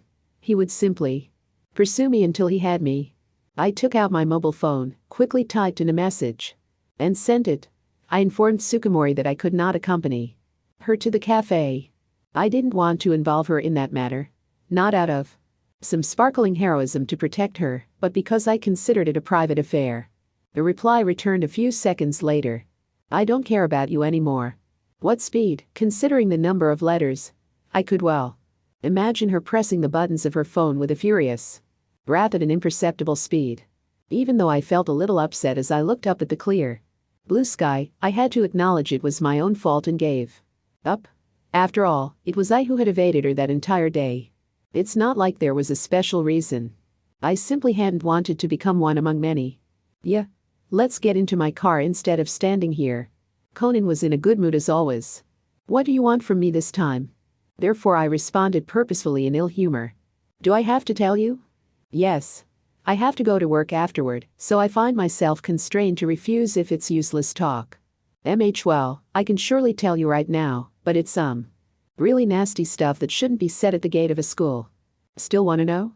He stressed with a heavily wrinkled brow, giving me the pleasure of bathing in the shocked glances of the surrounding students. Let's just go. Come on. Thank you for your ready approval. It's a pleasure to work with you, Nanamiyu-kun. I saw that staying here would only give birth to bad rumors, so I reluctantly followed him out of the gate. Conan's car, parked near the school in a side alley, was a bright red sports car that quite suited his style. Nice car, huh? Doesn't it have a nice ring to it that I deliberately chose an Audi instead of a Porsche, a Ferrari or an Alfa Romeo? Feel free to think to yourself that an Audi was the limit of my salary as a civil servant, but you mustn't say it. Is it okay for a police detective to park on the street? I didn't recognize the make of his car, but I very easily recognized the no parking sign right next to the sports car. It's okay because I am a police detective. If I hypothetically get a fine for illegal parking, I can just make good use of my position and cover up the misdemeanor. What a corrupt world. I wonder who made it like this? Deep inside you should know. Oh, how philosophical. Too deep for me, so hop in already. The unaffected expression he showed as he played dumb suited him perfectly. Since I had to admit that, I had no choice but to give in and take a seat. A couple of days ago you explained to me what happened on the day when Yoko-chan's mother went missing. Remember? At that restaurant. Yes. The second I sat down on the passenger seat, Conan began talking in an earnest voice. The authority he emitted made it seem as though the air of the car had been compressed in a split second, sending the previously peaceful mood far away. Actually, I've hashed and rehashed it in my mind, but there are some points that just won't make sense to me. Conan brought down the window and lighted a cigarette from his breast pocket. Take the phone call from her mother's workplace. If you ask me, that timing was too good. Don't you think Yoko-chan actually made sure that she would get that call when she was together with you? He blew a stream of smoke out of the window. Don't you think it's strange that the phone rang precisely the moment she clung to you? The scene of that rainy night's crossroads of the colorful umbrellas rose into my mind. How would she make them call her at a good time? It goes without saying that the timing had caught my attention. However, I did not know how to get someone to make such a convenient call. She could have left behind her number in their call history right before hugging you, for an example. It was an emergency case. Considering how pressing the thing was, they may have called her several times already while you were working. For the cooking school, one of their teachers was missing without notice and was completely unavailable at that. It's perfectly thinkable that they would have promptly called back any number in their unaccepted call history, even if it was an unknown one. However, nobody knew whether she had gotten a call or not. You couldn't find out just by being at the same place. Conan's mouth broke into a grin, unless you got in close contact by, say, hugging each other. I recalled what I had felt that night, the vibration reaching me via her breasts that had been pressed against my chest. Indeed, her mobile phone was set to silent mode. That's exactly what I mean. Well, you also mustn't forget that we're dealing with Yoko-chan. It's also possible that there was no call in the first place. In other words, she pretended. She acted. Acted? Have you ever heard of the alarm function? Of course. Do you think I began, but couldn't continue because I realized at once what he was getting at. Conan went on, phones don't only vibrate for incoming calls. The alarm functions lately have become really handy. They keep on vibrating until you execute the predefined operation. Would she really do that? I asked myself silently with several question marks popping up over my head. However, taking only the point of whether it's possible or not into consideration, the answer was clear. You can't be sure if it's her, can you? I couldn't deny it. I was positive that she could have done it. Well, we don't know if she acted or if there really was a call. It's just that your explanation leaves those possibilities open. But either way, it's not relevant. Feel free to forget about it. Her real intention lies somewhere else, after all. Her real intention? Conan kept silent, waiting for my next words, probably because he had noticed that I was pondering. Her primary objective that night, which she was even willing to feign a call for, was to lure me to her home? He snapped his fingers, bingo. It makes sense if her goal was to get you to her home. No one would leave someone whose mother has just gone missing. Even someone as dry as you wouldn't. Well, and you did go to her home in the end. I reconsidered that night with the events Conan pointed out in mind. It was as though a crumbled block was reconstructed at a terrific speed, and the newly built block had a completely different shape. While crushing his cigarette in the ashtray, he continued, I think you got it. She assigned the task of discovering the suicide note to you. A cold shiver ran down my back. If he was right about that, everything that had happened that night had been based on a scenario written by Yoko Tsukumori. There's another doubtful aspect apart from that. Recall what happened right when you arrived at her home. If I'm not mistaken, the first thing she did was getting you a towel to wipe your wet body. He raised his head and looked at me with a razor-sharp gaze. That's not normal, is it? The first action one would normally take isn't getting a towel but finding that mother. Having come to the conclusion that Yoko Tsukumori had not killed anyone, I was supposed to deny his opinion, regardless of what it consisted of. Indeed, you do have a point. It also stands true, however, that I could clearly sense that nobody was in the house the moment I stepped into the building. I'd say that Tsukumori must have been able to perceive the situation much more clearly than I, the outsider, who'd only come for the second time. Nevertheless, I was impressed by everything he pointed out. You mean that Yoko-chan was able to conclude that her mother wasn't there even without searching the house? Yes, I nodded.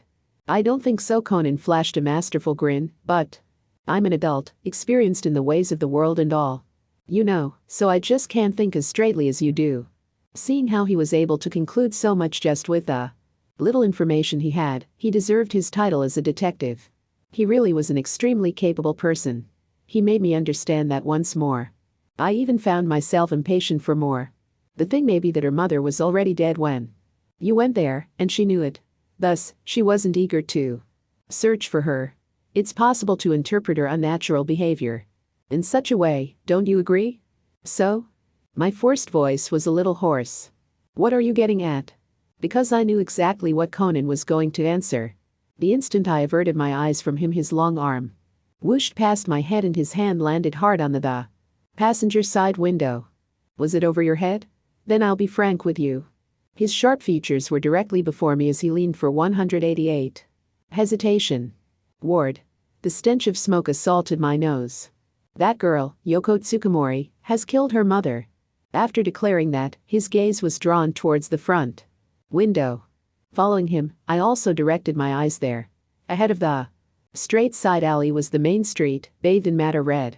One could see students on their way home passing by like fishes swimming. There was one person that had gotten separated from the bulk, standing still at the opening of the alley.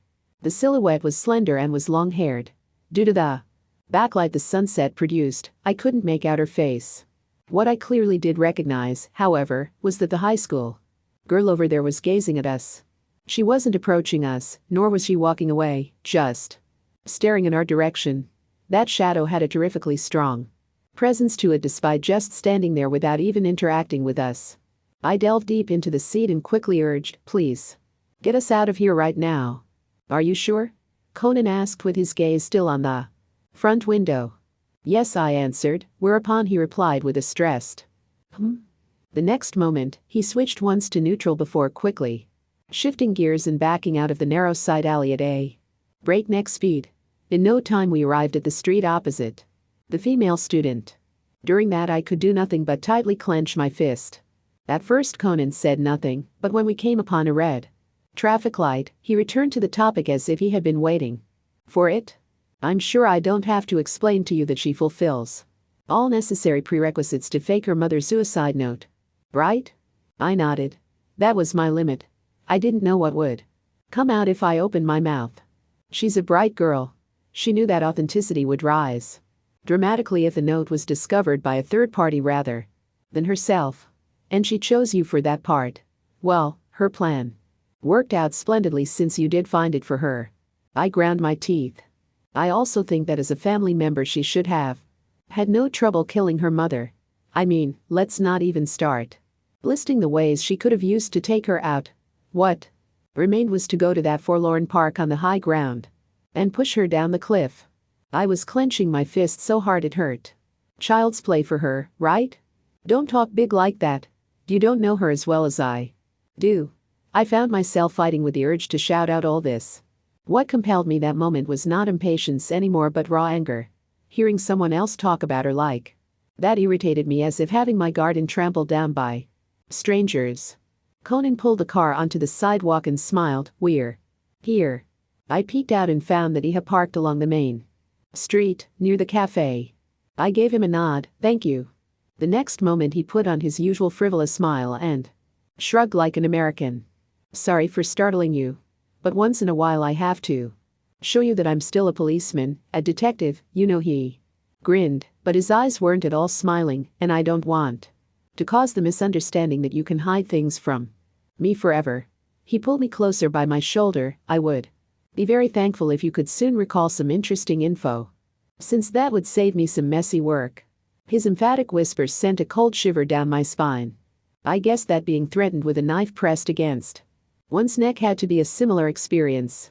I averted my gaze without replying and discovered the reflection of a person in the window. There was a grim high school boy who didn't move a muscle. With the exception of the blinking of his eyes, I noticed that the hand of that student was holding on to his left breast.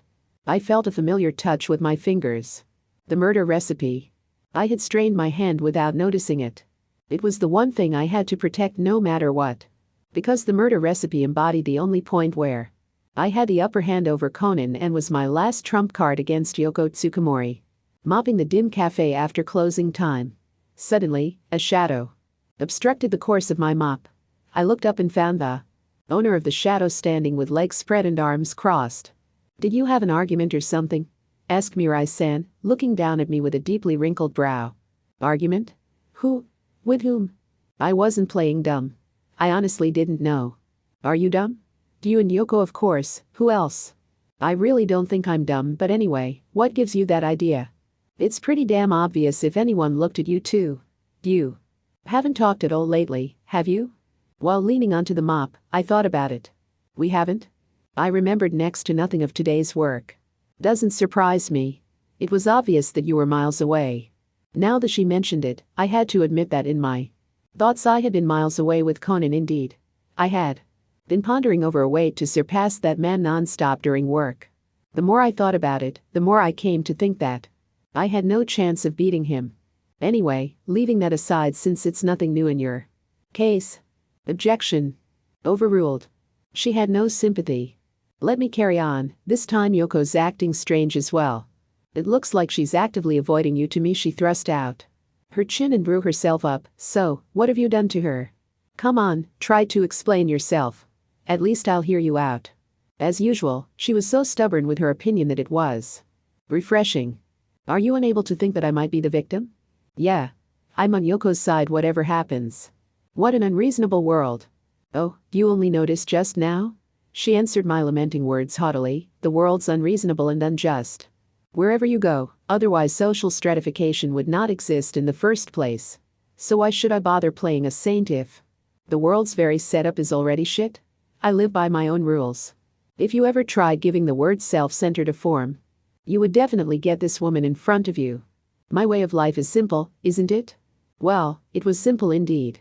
Her rule was just one: getting her will whatever others say. Nothing more. But I couldn't imagine just how hard it had to be to pull that nothing more through. It's not something anyone can do. Not everyone is as strong as she is. But she carried on playing her guitar without letting the noise of the world interrupt her concert. There are bound to be some that brand people like her as troublemakers, as egoists, or even hate them. I agreed insofar that it was a highly justified view. Indeed. So simple I'm almost jealous. To my chagrin, however, I found myself understanding her very well.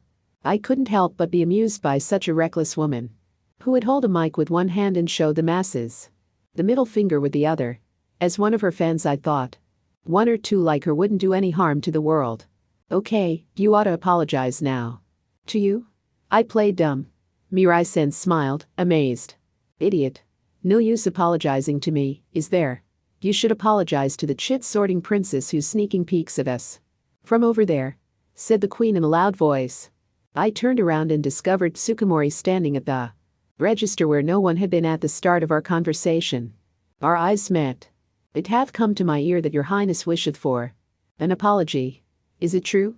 I asked in a quite sardonic tone, upon which Tsukumori dropped her gaze immediately to her hands. Why should I need an apology? We have not at all had an argument with each other, have we? She answered while sorting one chit after the other. Her highness begs to differ, I fear. Just look, does that look to you like she's not angry at you? She couldn't make it more obvious. Now, come on, I'm bothering to act as a go-between for you, so take action and say you're sorry already. Don't worry, Mirai-san. I am not angry in the least. But even if we were in the middle of a quarrel and if I wished for an apology from Nanamiya-kun, there would be no point if he does not feel any guilt.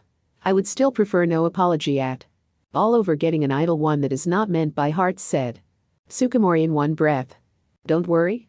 Not angry in the least? I was irritated by Tsukumori's indirect and ironic allusions. If he wants to say something, she should make herself clear, don't you agree? Mirai-san? Now, look at that, Mirai-san. You can't call it a quarrel if Nanamiya-kun is not even aware of what he has done. I won't apologize, Mirai-san. She's just getting worked up. All on her own. Mirai-san, let's not bother with that blockhead anymore. Suddenly, Mirai-san tousled her fair hair with both hands and ay, shouted from the top of her lungs. Hell, just shut up. You're getting on my nerves. The manager and Suruwatari-sen cautiously peeked out of the staff room to check what was going on. This, really, is a pain. Mirai-sen wound her arm around my head and took me into a neck hold. The soft feeling against my cheek made me realize that there was something womanly about her after all. She ignored my complaints and proceeded rapidly towards the register while yelling, "Come here." Upon arriving there, she stretched out her free arm, as could be expected, and took Tsukumori by the neck in the same manner. We two, constrained at Mirai-sen's side, were forced to face each other from close up whether we wanted to or not.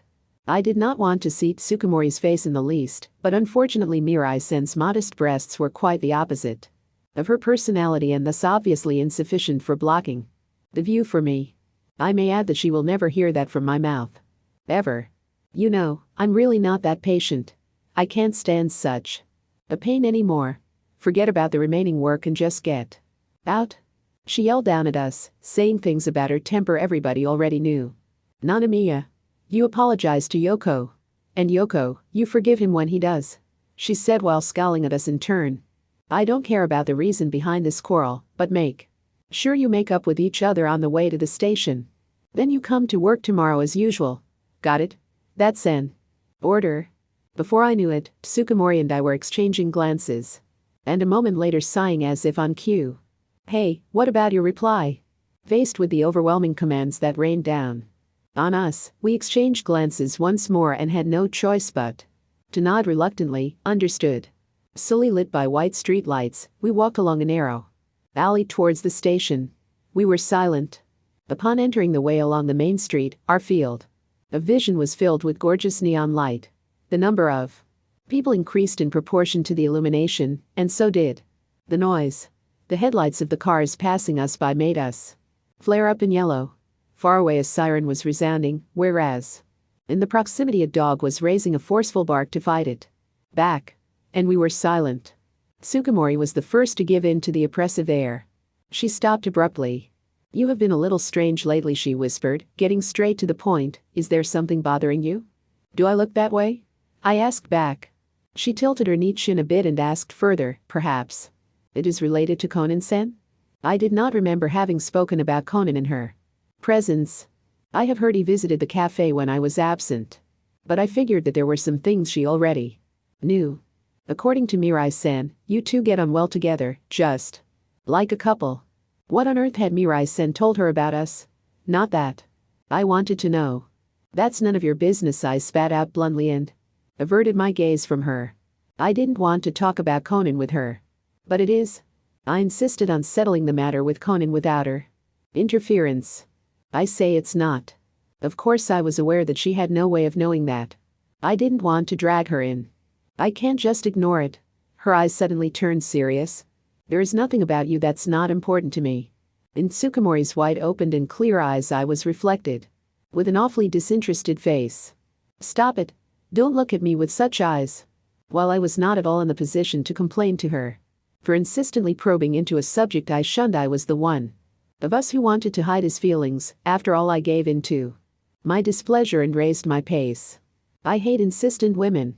It might have still been forgivable if I had been just acting, but unfortunately I had been simply unable to hide my irritation. As a matter of fact, I had been quite taxed recently. I was frustrated because I wasn't making progress with Konan. I was pressured because I was unable to find a way to break that deadlock. I was in constant unrest that he might find out about the murder recipe.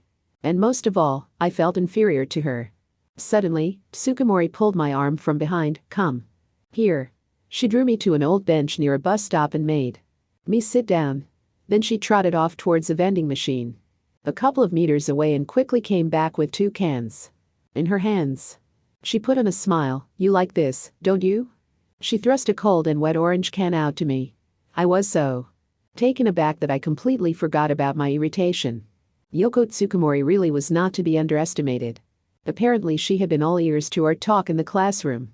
"If we get into a quarrel here again, even though Mirai-san told us to make up, I won't be able to face her tomorrow."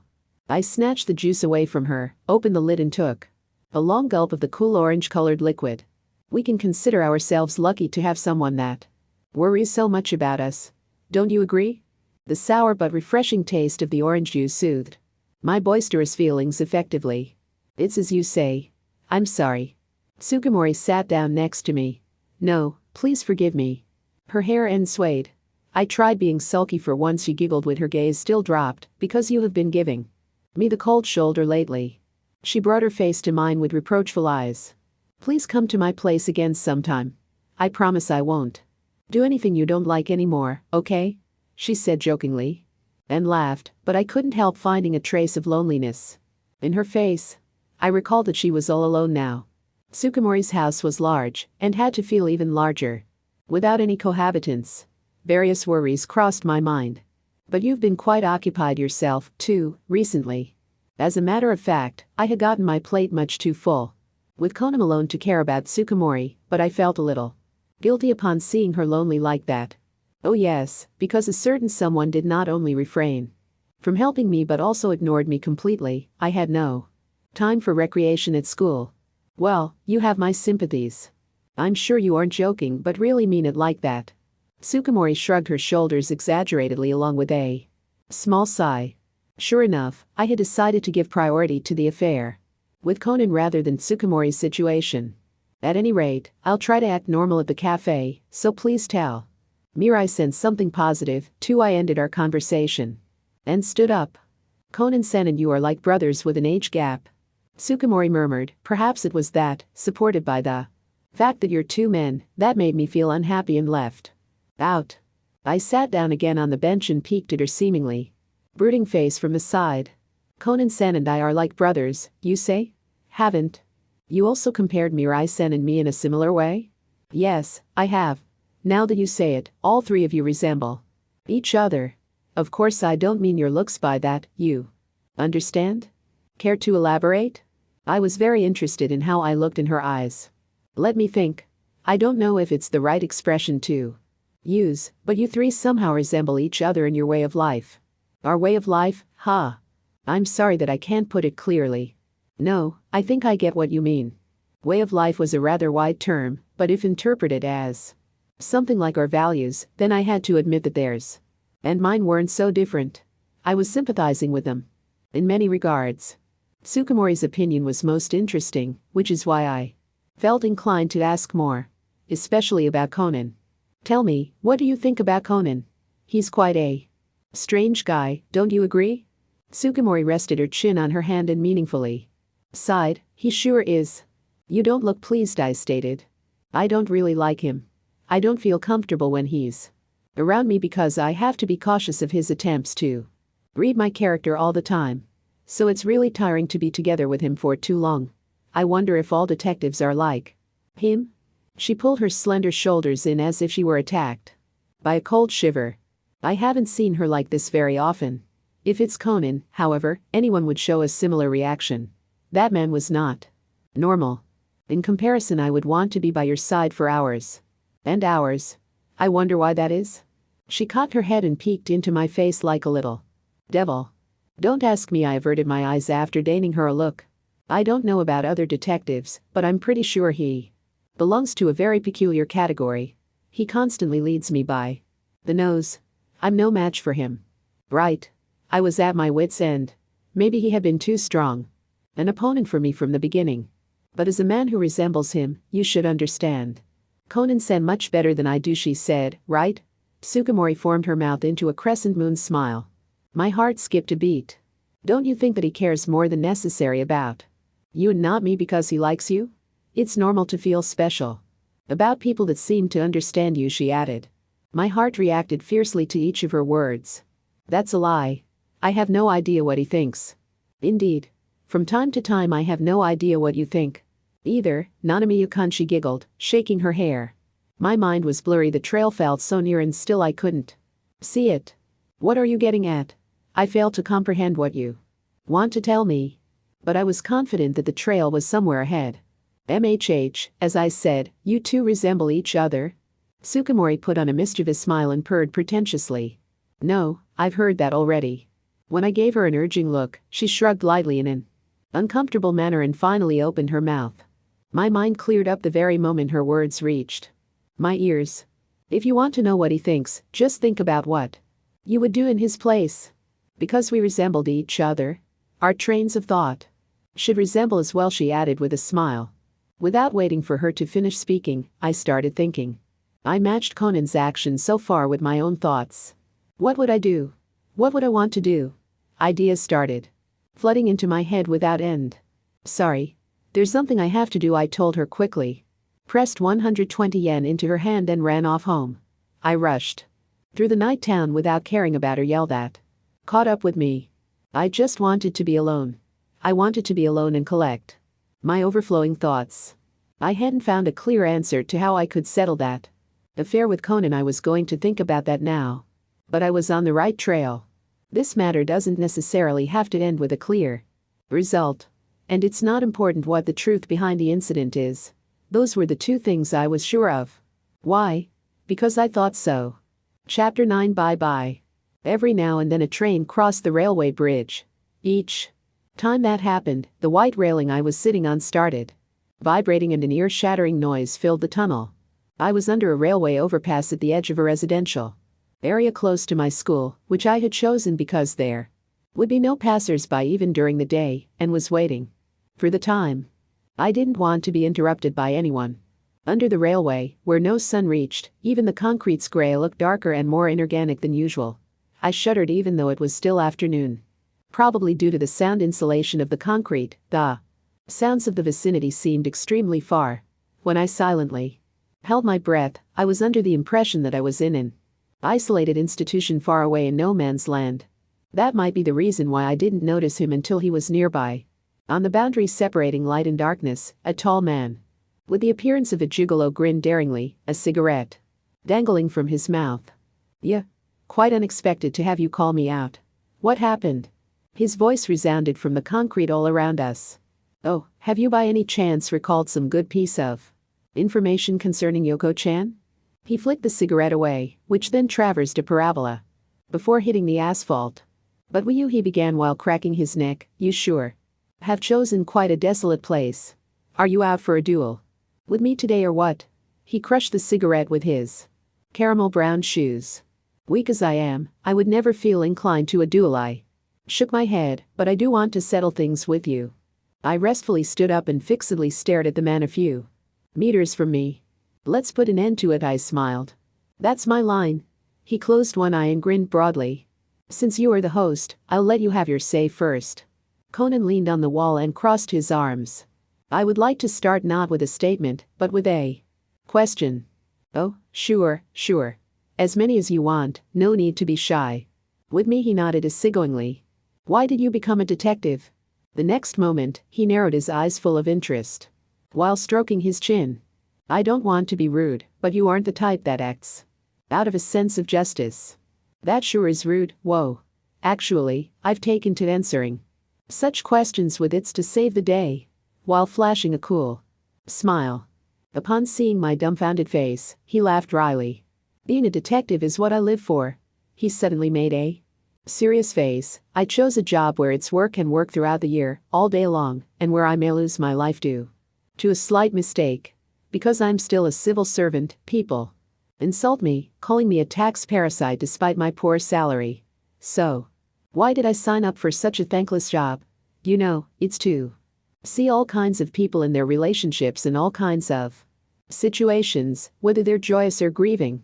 Conan stared into the air with an odd light in his eyes, originating from ecstasy. It's such a tremulous excitement when their masks crumble. It feels as if I were able to sneak a peek at the true nature of us humans.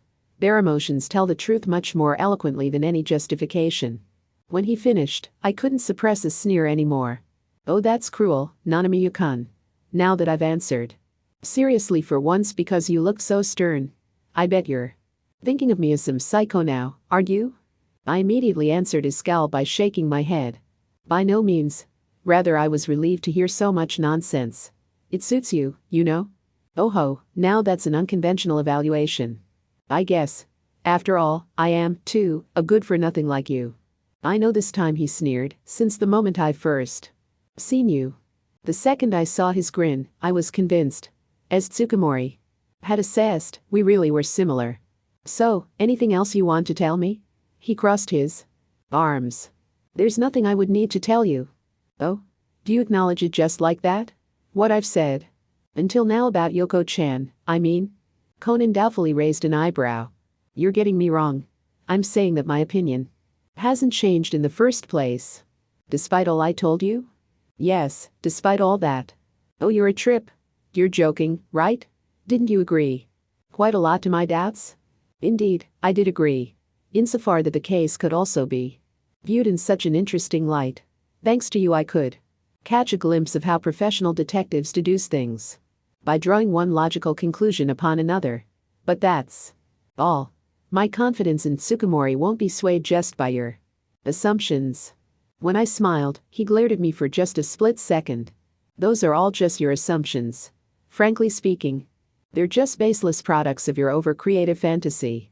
Conan stared at me expressionlessly. Didn't you say yourself that the rest of the police are treating this case as an accident? In other words, you are suspecting her on a personal basis, right? I don't know how excellent a detective you are or how high-ranked you are within the police. But that's what we call a grandstand play, you know? Since he did not react, I proceeded even further. As you have told me earlier, too, even in a small town like ours there are incidents every day, so is it not rather suboptimal for an official to bother with Tsukumori and me? If you still insist on associating with us, you'll deserve the labeling as a tax parasite. Of course, I had a reason for getting that offensive. It's not in the interest of either of us to waste any more time on this. If you recalled what your original job is, I could carefreely returned to my peaceful student life as well. I was confident that he had no irrefutable proof. In other words, he had still not arrived at the murder recipe. And without it, it was not possible to reasonably entertain suspicions concerning Tsukumori. You've done your best. But there are other things you ought to do. So, let's put an end to this already. There was one more thing that backed me up. No one would blame him for backing out of this case. The police were considering it an accident. Nothing hindered Conan from letting go. Conan had been free to proceed or withdraw. From the very beginning. That's what I figured out. You've got me there. You're completely right. Can't counter that. He pulled a new cigarette from the pocket of his jacket while smiling lopsidedly and put it into his mouth. To tell the truth, the department chief and the station chief, well, let's just say the bigwigs, are bugging me all the time. Because they want me to do my work properly. My colleagues have already given up though, since it's nothing new for them. Hey! A small light flared up in the darkness. Conan had lit the cigarette with a lighter advertising some sleazy product. Can you figure out why they still let me grandstand? He blew out a puff of smoke. It's because I'm capable, he claimed confidently, and do you know what makes me capable? He tapped on his forehead. My sharp intuition. The next moment, his loud voice resounded through the entire tunnel. To get to the point, this excellent and sharp master detective Conan says this is fishy. You have to realize that a high school brat like you has no say in that whatsoever.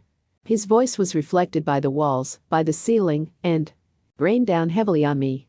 I felt as if I had been thrown into a bustling crowd. The point is, no matter what everyone else says, no matter if she herself denies it, I say she committed murder. So, Yoko Tsukumori has killed her mother. He finished, sucked in some smoke and blew it out contentedly. That's so unreasonable, I managed to say, overwhelmed by his attitude. Unreasonable, indeed. But tell me, does the world work a different way? It doesn't matter what's right and what's not. The stronger one gets his way, right? A puff of smoke was blown out of his bent mouth. Because I believed in myself and my intuition, and because I stayed true to myself, I was able to get remarkable results, you know. And because of those results, nobody can object to what I'm doing. He showed a grin.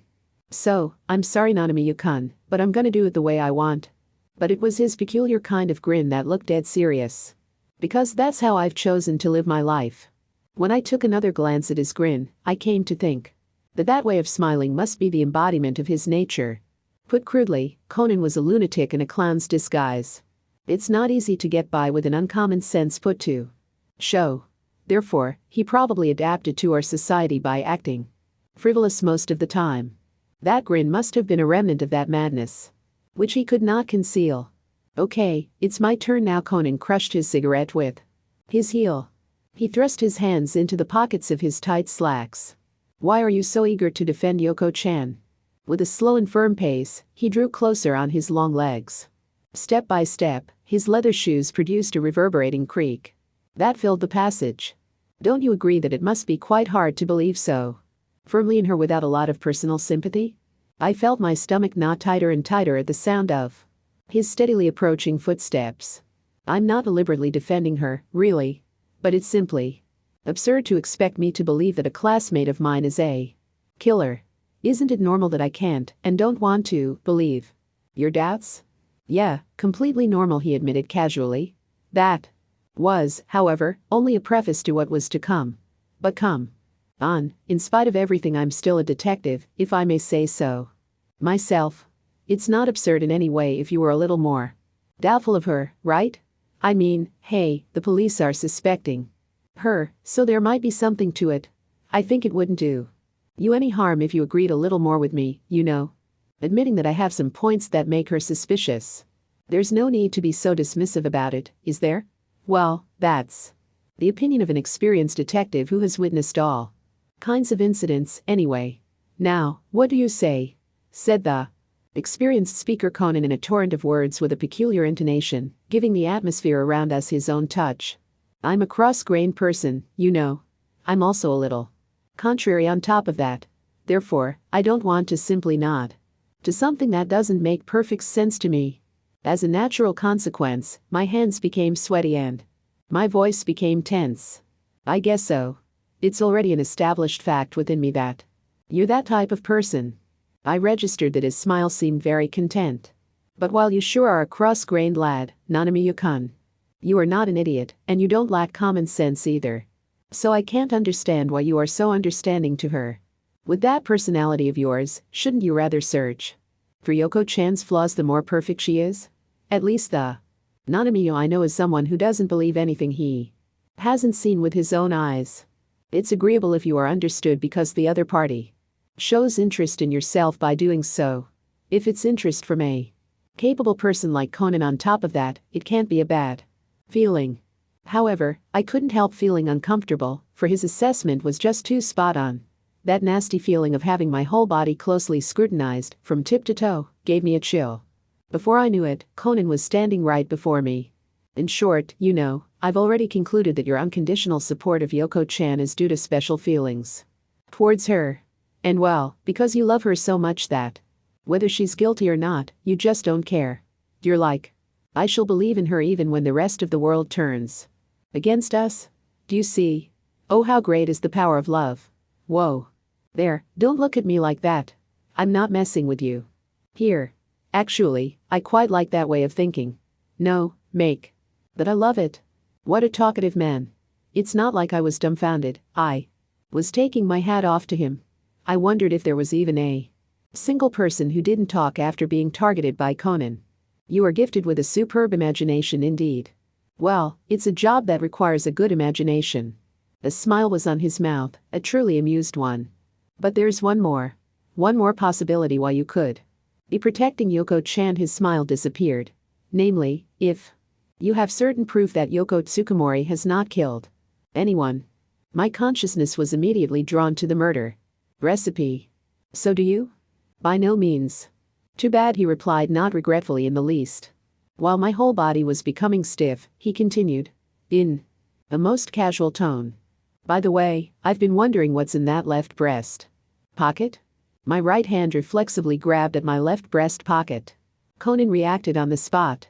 He quickly pulled his hands out of his pockets as if drawing a sword and grabbed my chest the very next moment. After he had taken a large step towards me, my field of vision made a sudden turn. I felt a blow on my back the next instant, which then turned into pain that flashed through my entire body. The fierce pain caused me to heave one deep groan. My head started spinning, and I became unable to move. However, despite the dull pain, I could hardly breathe and couldn't even groan anymore. It all happened so fast I had no clue what had just occurred to me. By now I assumed that he had thrown me down on the hard asphalt by using some technique similar to harigashi, as it's called in judo. I'm quite the feminist, you know. I don't want to be rough to the ladies. But on the other hand, I'm pretty much merciless towards guys, he said casually as he sat astride me. Ugh. You will get into trouble for this, I managed to squeeze out and scowled at Conan. No worries, no worries. As long as no one gets wind of it, I'm safe. He didn't care in the least. Well, shall we take a look at what you're hiding there in that inside pocket? I firmly grabbed my jacket with both my hands. Oh? From your stubborn resistance I gather that there's really something in there that is related to Yoko-chan? I shouldn't have averted my eyes when he came peeking deep into them. Ha! Bullseye? My intuition sure is something. It's getting fun. He laughed with an odd light in his eyes. Conan tried to break my grip, which I, still stuck below him, frantically warded off with all my might. Whoa, whoa. You don't know when to give up. Conan scratched his head in a baffled way. Ha, there's no way around this, he then muttered. Believe it or not, but I was in high school once, too. Back then I was actually quite the naughty boy, you know? He suddenly started talking of his past for some reason. And well, the place naughty boys like us used to select for deepening our friendship with our fists was, oh surprise, desolate passages below railways like this one. Maybe you get now why I asked you right in the beginning if you wanted to have a duel with me. I failed to see what he was getting at, which was exactly what unsettled me. Can you guess why we are usually selected somewhere under a railway? That moment, the ground started shaking slightly. I felt with my back that apparently a train was coming our way. The reason is screams get drowned out in the noise of passing trains. As he revealed that fact, a thunderous sound burst through the air, killing all other sounds. You're joking, right? My words of shock were naturally drowned out as well. The rattling of the train passing by above us shook my body. No, perhaps I was just trembling myself. I felt the cold sensation of metal on my forehead. Still utterly confused, I looked at what was in front of my eyes with a fixed gaze. In his stretched out arm, Conan was holding a black object. The cylindrical tip of that hard black object was put on my forehead. As soon as the thundering noise receded, giving way to the normal sounds, the man expressionlessly said, "If timed properly, that noise can even drown out a gunshot." I gulped down without knowing. No way. He may have a tendency to lunacy, but he wouldn't possibly pull that trigger. This is bound to be a foolish performance to threaten me. That's what my mind told me anyway. My hair, however, stuck to my forehead. My heart was pounding and my breath was running wild. In contrast to my logical thinking, my body was so tense that I couldn't even blink. Now let go. I put all the power I still had into my fingers. That's the spirit. Good boy. My arms, however, were shaken off easily. Unfortunately, there had not been enough power left in me to resist him. Conan skillfully undid the first two buttons with one hand and slid that hand into my inside pocket. When he pulled it out again, he was holding a small folded scrap of paper between his fingers. A scrap of paper, huh? What will I find on here, I wonder? He concluded that I had entirely lost the will to resist and removed the handgun from my forehead and unfolded the sheet with both his hands. Conan skimmed through it with a serious mien. As he was still sitting on me, I couldn't move while he was reading the letter, thus I was forced to keep on looking at the concrete ceiling, which was not exactly interesting. Oh, time go by. I wished silently. Let me confirm one thing. Who has written this recipe? He thrust out the sheet before my eyes. I don't know, I hissed and looked away. So my hunch didn't fail me, he said with a convinced tone. Judging by your reaction, you have written this, huh? I kept silent. At the very first glance I thought that the letters looked very, boyish, so I did consider the possibility. But, I mean, what's written there just doesn't match the image I have of you, Do you in this, huh? What did your face look like when you wrote it? Oh, please don't tell me you wrote it with that poker face of yours. It was probably the poker face I had maintained that caused him to suddenly embrace his stomach and start trembling with tears in his eyes. He chuckled as the intensity of his tremble increased like the speed of a plane that was rolling on a runway. And then,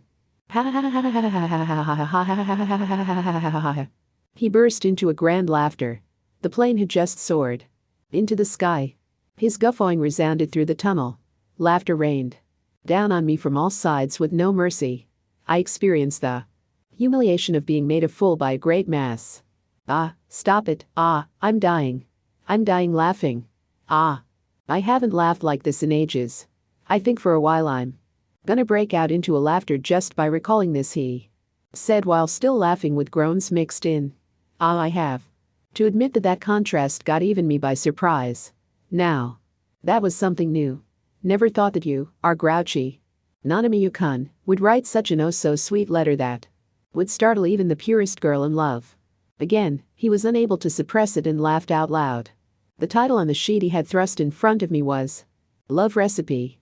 The love recipe contained all kinds of flirt phrases and methods to win over a girl's heart. Words so sickeningly sweet that they didn't even lose to the taste of pancakes accidentally. Covered with a bottle of maple syrup, filled the whole page without leaving any gaps. It was a sinister item indeed, of which a single bite would certainly cause nausea to any man like me without physical defense against sweet words. If you write such a dangerous thing with your very own hands, with all your wit can offer, during an entire long night, then your life cannot be assured anymore. Even if you survived it, you would be scarred for life with a horrendous trauma. An actual survivor states that living became hard just a few minutes after starting to write. At last, satisfied with laughing, Conan asked me with a meek expression, "So? Do you want me to retire from the case now because of this? It would be very much appreciated." He grabbed my head with his hands and leaned over me. My dark field of vision became even darker. There's no way I could retire in such a half-baked state. he declared from straight above with forceful eyes. But that's I began and put on a confident smile. That's only your view as a detective, right? What do you mean? A question mark appeared above him. Therefore, I grinned while answering his question. Right now you look extremely fulfilled. He could say what he wanted, but his eyes were sparkling. Like the eyes of a kid that had just arrived at an amusement park. To me, Conan looked as though he was bursting with amusement. Haven't you had enough fun by now? Conan pondered over my words while stroking his chin. He hadn't denied it when I said that it was not a sense of justice that made him choose the job as a detective. What he had asserted, however, was that he wanted to enjoy humans and their relationships. In short, Conan himself didn't care much if Tsukumori had killed her mother or not. Though finding out the truth was surely part of that hobby of his, it was by no means his personal goal. So I thought about what his goal really was. The conclusion I came to was this. From the moment I had realized that we resembled each other, I had felt that such an end was inevitable. Oh well, you got me. Conan spun his gun around his finger and stowed it away in the holster that was hidden under his jacket. My loss was decided the instant I laughed. After laughing badly like that, I can't claim that I wasn't amused anymore. When he stood up, he reached out his hand to me. I took it. Okay. I'll drop the case. He then pulled me up onto my feet. Thank you. Words of appreciation automatically slipped out of my mouth. Apparently, I happened to be relieved. Considering that we were similar, it wasn't hard to comprehend the principle of his actions, but I had no prospects of victory in terms of persuading him, an experienced speaker, into dropping the case. As a matter of fact, my first attempt had been beaten down by his overwhelming pressure. Since the odds had been against me, I had prepared the love recipe as a trump card. The main reason I had written it was to create unforeseeability, to surprise Conan with something that he would definitely not expect me to ever write, and finally, to take the wind out of his sails with that unforeseeability. My vigorous resistance had not been played at all. I had wanted to keep my trump card for last. Yes, I had even wanted to take it to the grave. What I can say now is that I probably would have failed if I hadn't taken the bullet. Oh well, it was about time anyway, Conan said while wiping off the dust on his suit with one hand. Keep in mind that to the bigwigs this case is only a trifling incident that wouldn't even get into the news. Organizations, not only the police, have a tendency to avoid using time, money and workforce for trivial things, you know. After all, they wouldn't gain much for solving an incident no one cares about. Quite businesslike, isn't it? I followed his example and dusted off my uniform with both my hands. Indeed. If you think of it like that, maybe I'm actually something like an office worker, he nodded full of agreement. Well, the point is that even I can't always keep running after every small incident, no matter how much everyone accepts it implicitly. I mean, come on, I'm capable, right? They want me on the big cases. He then folded the recipe and unaffectedly put it into the pocket of his suit. Hey, don't just stow that away in your pocket. I hurriedly stopped him. MH? What do you mean? That's mine, isn't it? No, it's mine. Please return it to me. No chance. But there's no point if you have it, is there? It's the treasure I dug up this time. It's an irreplaceable memento of you. I'm going to reread this recipe from time to time and remember you and the happy days we spent together. That's a lie. You're definitely going to make a fool of me. Oh? I'm busted. I could not help sighing, seeing he was as undaunted as always. Come on, isn't that quite a good deal? For just a mere scrap of paper I'll withdraw from this case. Now if that's not some outstanding treatment. It's not a physical problem, but a very psychological one. Well, you should be able to take some scars as a boy. Conan put on a wry smile as he lit on a cigarette. Even I think once in a while, you know, that I've got a bothersome personality. But we can't just change our hobbies or our values, right? I found myself agreeing with amusing Conan before me. They say it's possible to select one's way of life, but I think that's just a flowery lie. At least I could not choose another one. Choosing another way of life means throwing away all you've done so far and becoming a new self, don't you agree? I like myself the way I am now, so I have no choice but to stick to my current principles. Then he showed the grin that truly suited him. An acquaintance of mine said something similar. Something along the lines of the world's very setup being shit, so one should live by one's own rules. Oh ho. We would surely get on well. Yes, indeed. I don't know about her, but you would surely like her. So it's a woman? Yes. Whoa, definitely introduce me to her one of these days. If I find some time. By the way. Yes? What was it really? What have you been hiding? I was unable to answer him right away. Conan had assured me he'd drop this case. And he was. Surely not someone who broke promises. But still I just couldn't bring myself to let anyone else know about the murder recipe. However, Conan suddenly tousled my hair with his sinewy hand. Sorry. Forget that. That question was thoughtless as you would call it, right? He blew some smoke toward the asphalt.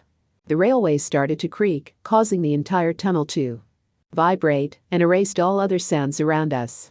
During the time that allowed no other sounds, Conan made himself at home and enjoyed his cigarette, whereas I had my gaze fixed on the faraway blue sky as if enjoying a nightly read. At last, the train passed by and took its thunderous sound with it. Good luck, Nanami-kun. It was a short time with you. But I really enjoyed it. That was the first thing I heard again. I too relatively enjoyed those days. Relatively, oh boy, he said and leisurely walked towards the exit, his shoes squeaking. I silently gazed at his back as he waved his hand extravagantly. Let me correct one thing at the end. The footsteps stopped near the entrance of the passage. Satisfied, my ass? Just so you know, I am not at all satisfied. I wanted to play much more with you and Yoko-chan. He resembled a brat that didn't want his summer holidays to end so much that I had to laugh. Oh boy. Goodbye. Yes. It was not farewell forever, but we weren't going to see each other for quite a while. We may live in the same town, but there wouldn't be many occasions to meet each other. Our separate ways had merely happened to cross by chance this time. That was the relationship between us, between Conan and me, two persons of different ages and positions. Right? I almost forgot. He quickly turned around and skillfully squinted one eye. Actually, I fancy women and men all the same. Eh? He gave me a wave with his flat hand, bye, and disappeared into the light, leaving me behind dumbfounded. Bye? Don't mess with me. I was sure it had to be another special bad joke of his and that he was having his fun with me. How stupid. I shook my head. I frantically tried to make myself believe that it was a joke. But I just couldn't do anything about the goosebumps I had gotten all over. Geez, Conan remained a good-for-nothing to the bitter end. I had never met such a good-for-nothing in my entire life. There can't be many absurd people like him in the world. I figured that I may not meet someone like him again. Therefore, it was a relatively regrettable farewell for me. After raising my hand once, I turned around and walked towards the exit on the opposite side. By the time I left the tunnel, my mind was occupied with only her and no one else. Final chapter. Moonlight. It was night. I called her. I want to speak to you. I made an appointment to meet her alone. Since it was going to take some time, the meeting was set to Saturday after work. She suggested we meet at her home. But I rejected it. I had no good memories there. Hence, she suggested a park on a hill. It was the park where her mother had fallen. I responded right away. Got it. Of course I was wary because she chose that park of all places, but my interest in the view from there won. Come to think of it, she was not in the least surprised by my sudden request. She even accepted it readily. I guess she had expected that day to come. No, that wasn't quite right. She had been waiting for it with anticipation. That's what her cheerful voice sounded like, as if talking about a date. It was a moonlit night. A golden moon hung in the sky, reigning over the stars like their king, and lit the earth with light so strong one almost forgot what time it was. The park was situated a few minutes' walk past Tsukumori's home. By the time the viridian green fence of the park came into view, my breath was so wild and faint that I expected to faint at any moment. I checked the time on my watch. It was just past 11. Which was reasonable because I had returned home once, taken a shower and put on a change of clothes. Well, I had wanted to go to the park right after finishing work, but Tsukumori had stopped me. She insisted on a neat appearance for our first date. Leaving aside the essential fact that this wasn't a date, I had accepted her suggestion. and it had been the right thing to do. I had needed some time to draw a line between me and my everyday life. I reached the entrance of the park. It was nothing special. Just a small space with some trees and playground equipment sparsely scattered about. The only object that stood out was a white wooden clock tower near the cliff. I closed my eyes and took a deep breath. Fresh air filled my lungs. I slowly exhaled, checked my left breast pocket for the last time, and entered the park. I was about to get tired of waiting. I squinted my eyes in the direction of the voice. But I ought to be thankful that you came properly, right? When I grasped her figure with my eyes, I couldn't help but hold my breath. As Snow-White Tsukumori was sitting on the top of the red jungle gym. Wearing all black really suits you, Nanami-kun. Except for the white shirt I wore under my jacket, I was indeed clad all in black.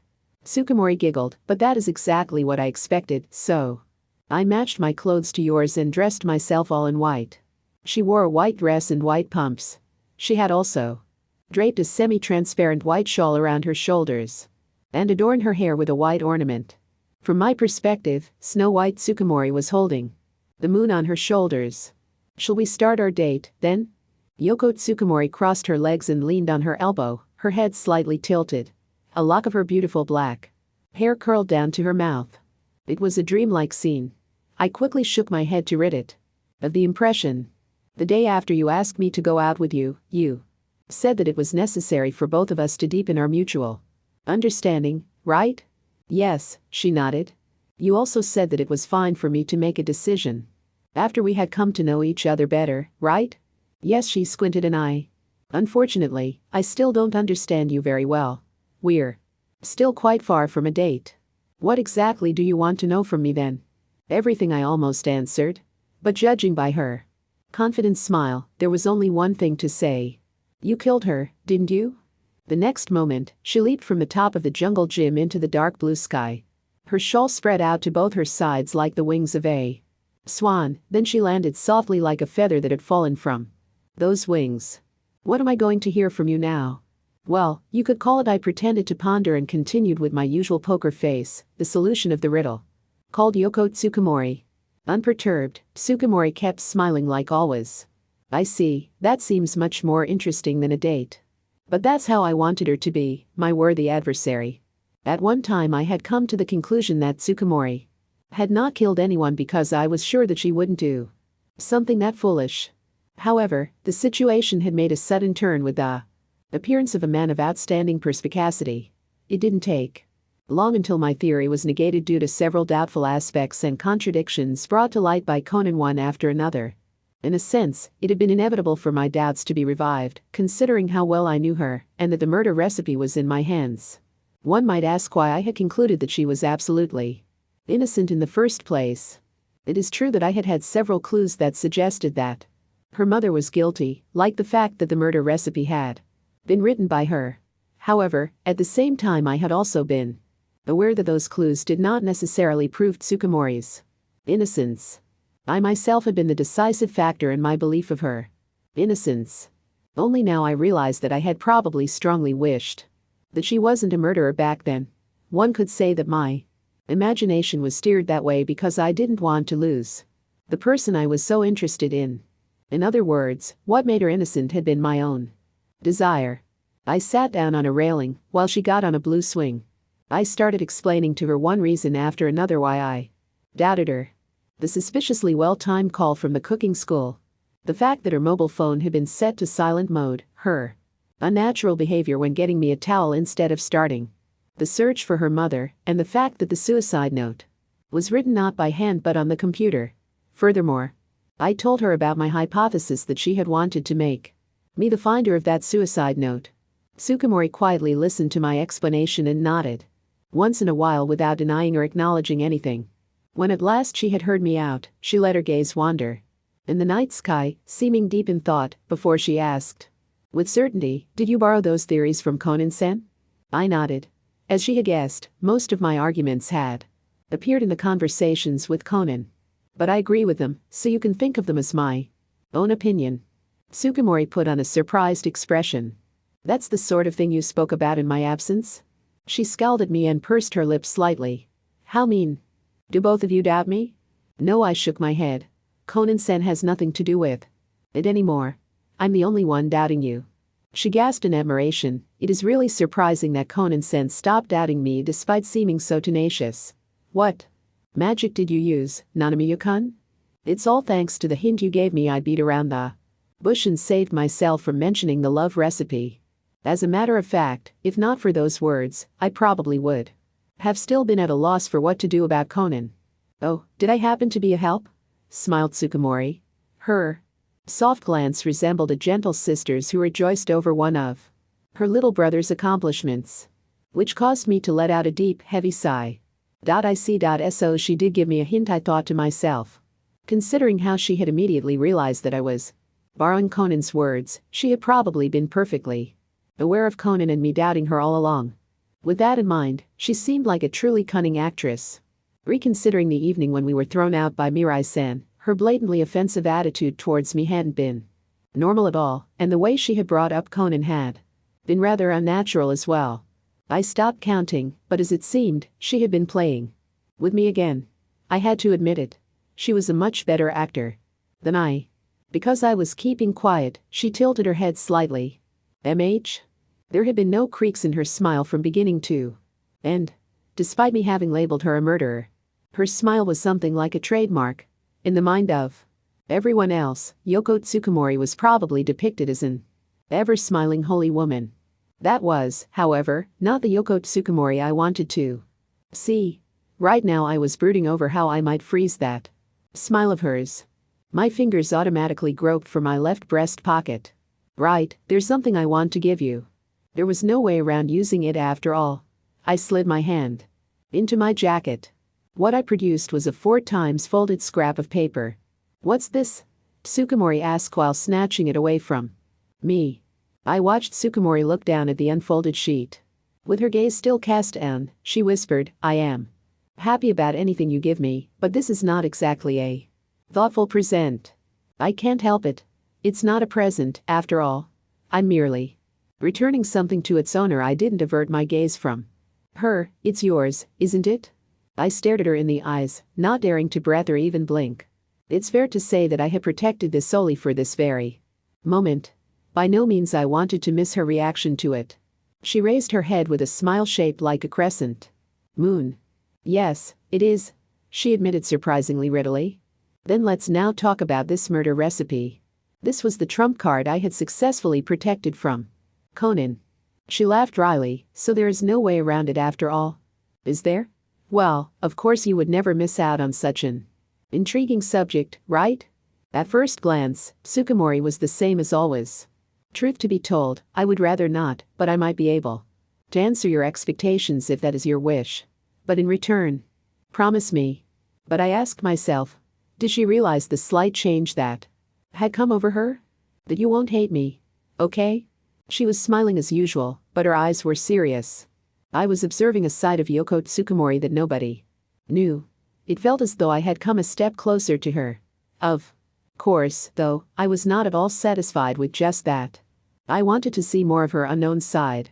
But no need to rush things, there was more than enough time until sunrise. You knew it all along, right? What? That the murder recipe had come into my hands. I had always had a hunch.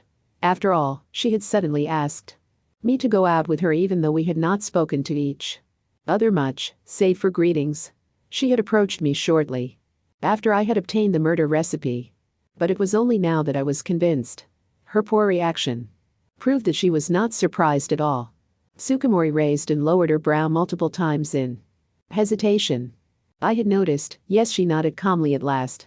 Do you remember what happened in the classroom the morning after I lost the recipe? I recalled the morning in question to mind as she told me. That morning you addressed me, Nanamiya-kun. Much to my surprise. Therefore, I thought about the reason for that. It didn't take long until I found the answer. So I dug my own grave, I facepumed automatically. What a fool I had been for revealing myself. I had been unable to suppress my curiosity and addressed her that morning, but indeed, it was not normal for me to do so with our relationship at the time. I shook my head fiercely to get rid of stray thoughts, took a deep breath and continued as composedly as I could manage. When I first obtained the murder recipe I proceeded With the subject as if to bury the mistake I had committed. I thought that you had written it. I didn't even doubt that the owner was equivalent to the author. The word recipe, however, has been bothering me since then. Wouldn't it normally be a murder plan? Only my voice resounded throughout the moonlit park.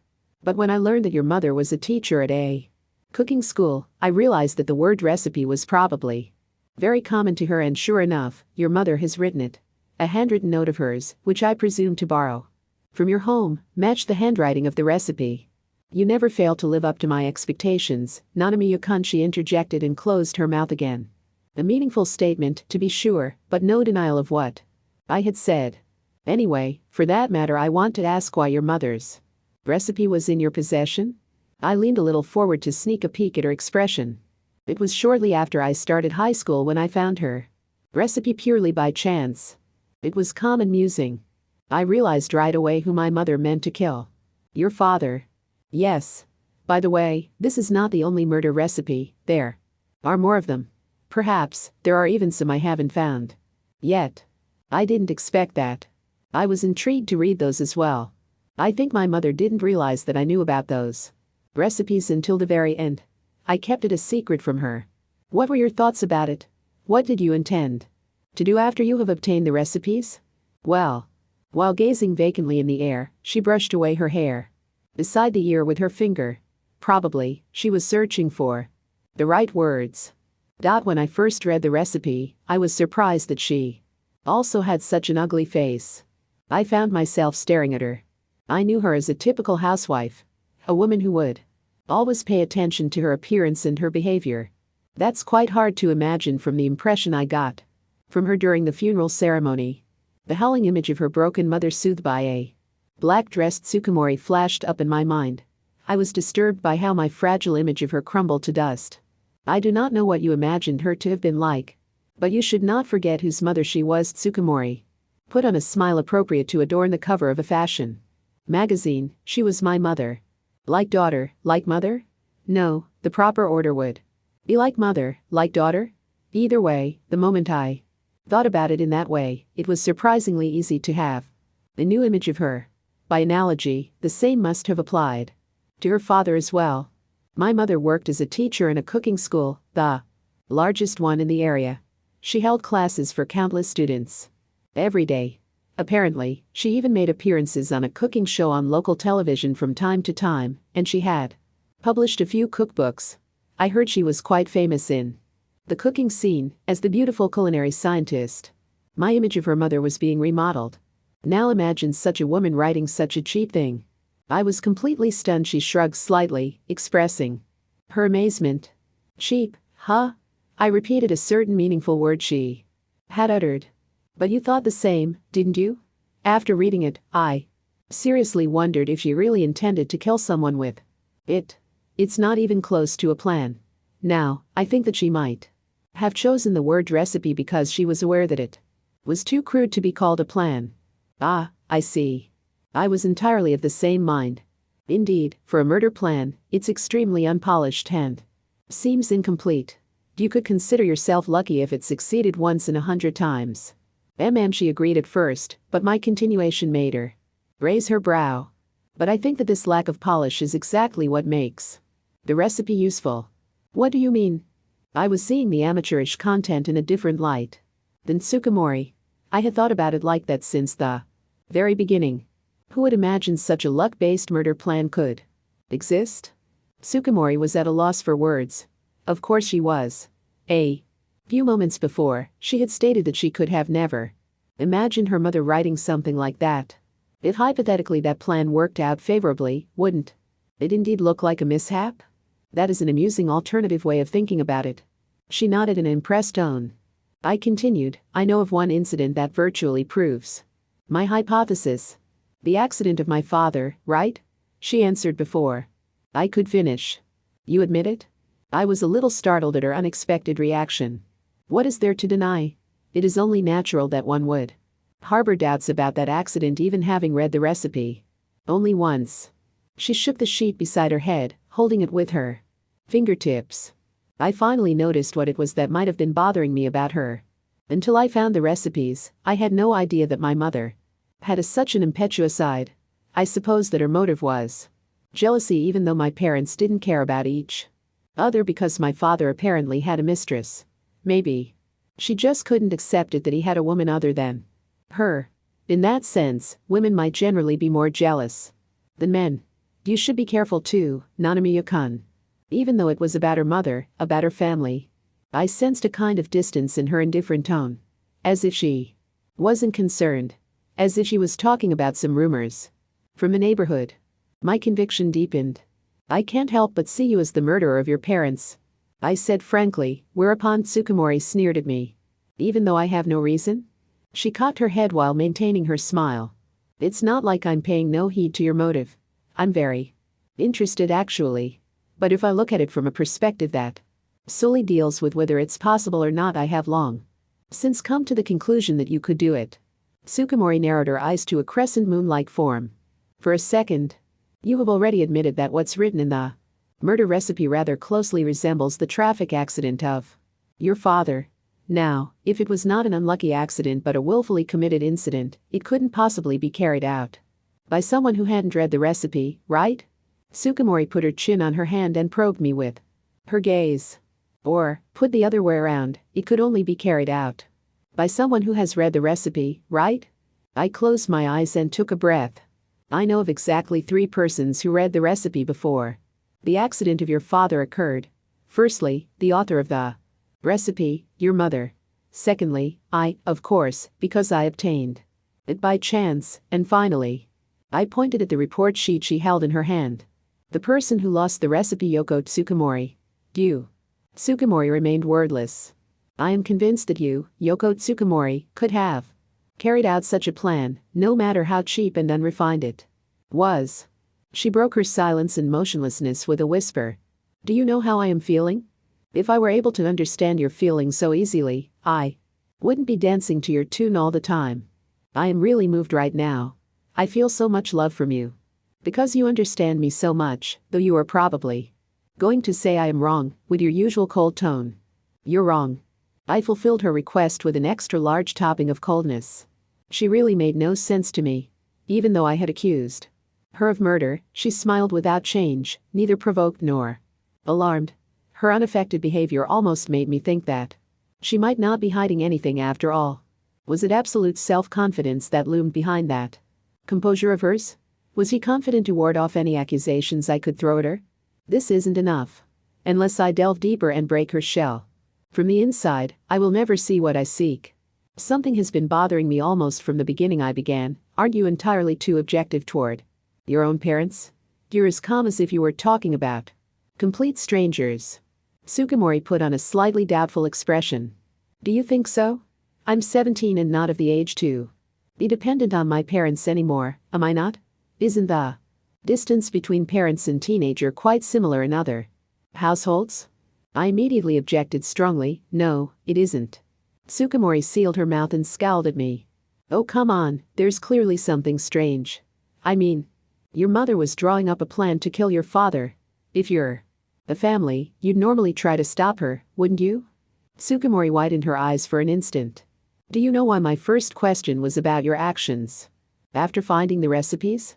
It's because I hoped you would say that you wanted to discourage her, but you only voiced your thoughts on the contents of the recipes.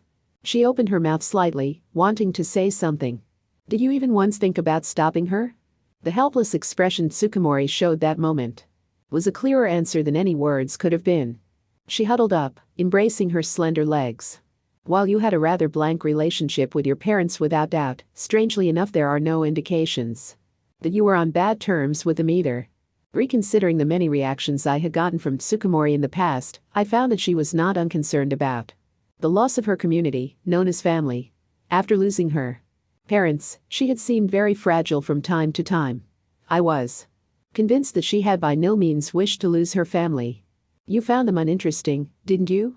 That's what I thus concluded.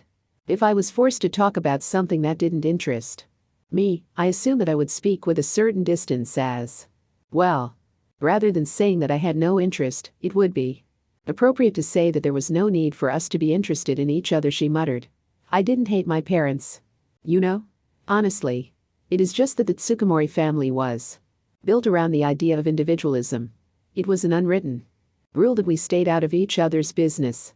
In fact, it was only because of that rule that we were able to remain a harmonious family. As if reminiscing, Tsukumori narrowed her eyes slightly. I was already able to do anything on my own when I was still young. My mother, too, would have had no problems living without my father.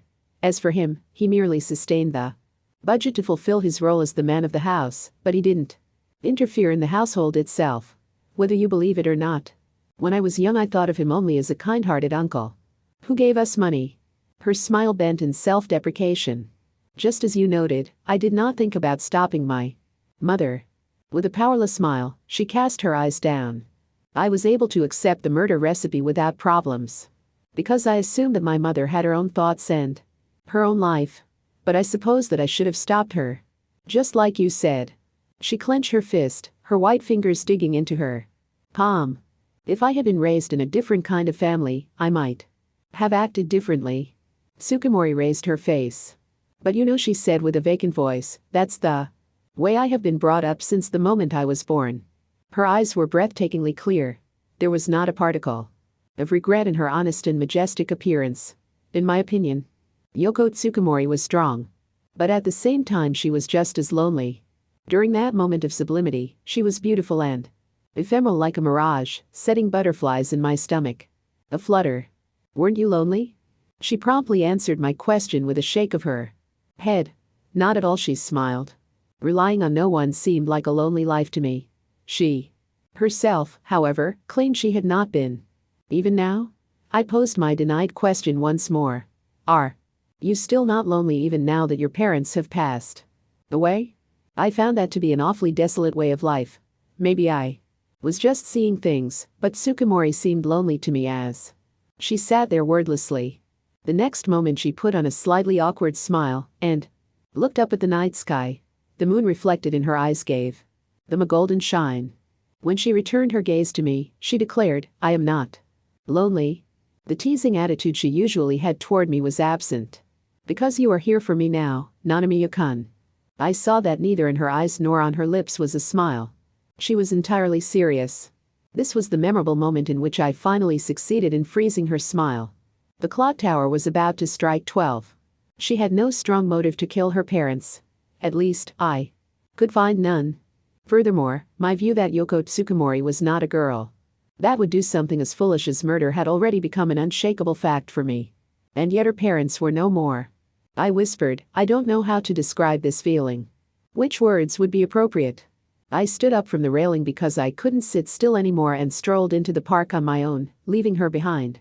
While ordering my thoughts, I walked slowly and deliberately felt the earth under my feet with each step. My legs led me unconsciously towards the cliff with a good view over the town. At last I reached the boundary between the park and cliff. The boundary was marked by a rusty, viridian green fence. A little higher than my waist. I bent over it and looked down. I figured that it wouldn't take much to fall over it and down the steep slope. I rested my crossed arms and my chin on the fence, which caused the entire fence bordering the park to bend towards one side a little. I looked down at the town. The town filled my field of vision with all its shining lights. It was far from the stunning skyline of a metropolis at night, but I was still deeply moved when considering my hometown. Despite its small size, there was always something going on. That night, too, there must have been a red sports car driven by that man somewhere down there. Was the chocolate addict still up? That little girl who resembled a pygmy marmoset was definitely already a resident of dreamland.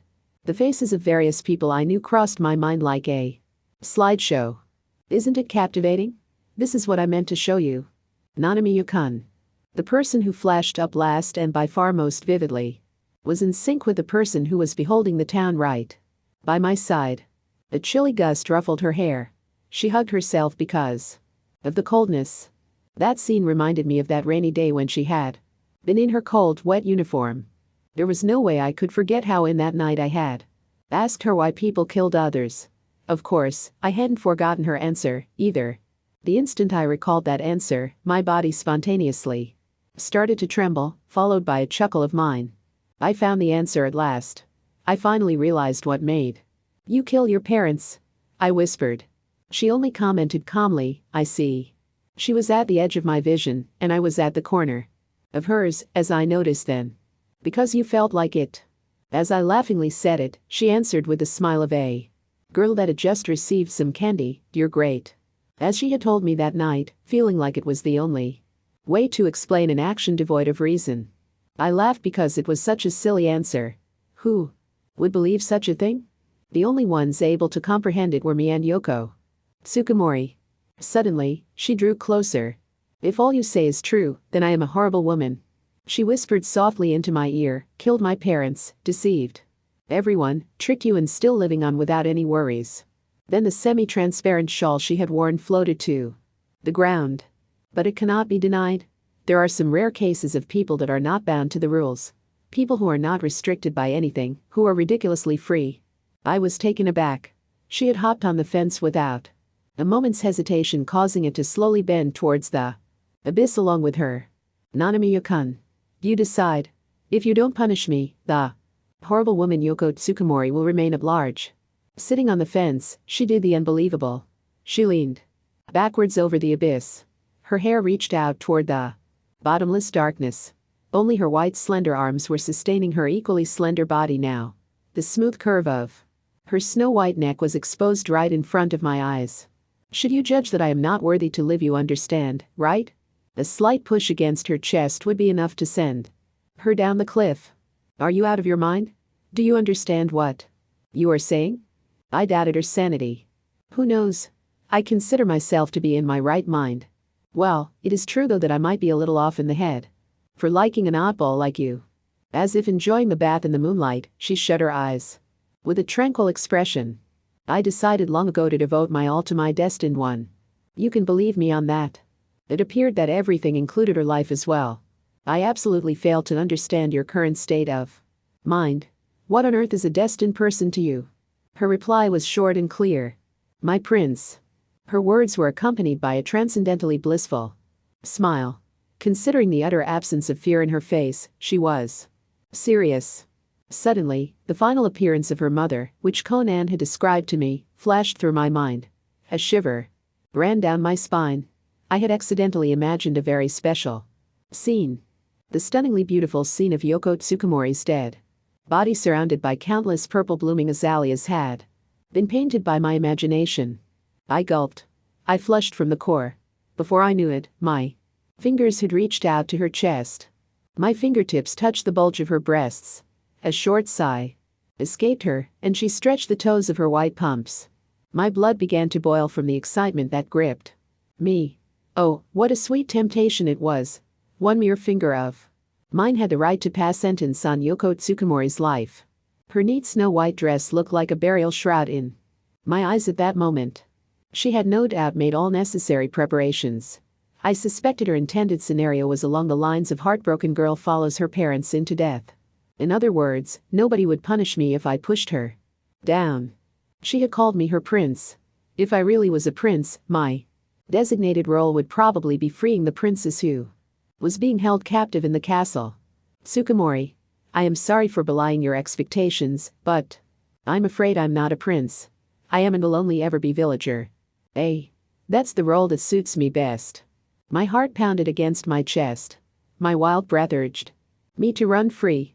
After taking a deep breath and firmly clenching my teeth, I slowly reached out for the girl in burial cloth, slid my arm around her delicate back and pulled her towards me with all my might. The excessive momentum caused me to fall backward with her in my arms. While I was still struggling with the pain in my back, she sat up astride me.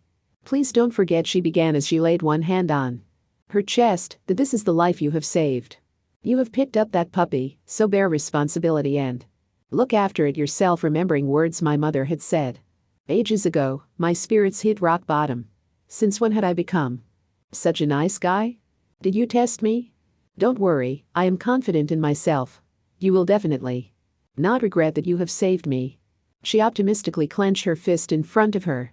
That almost provokingly lovely smile she showed me gave me the conviction that she had foreseen this turn of events from the very beginning. I sneered.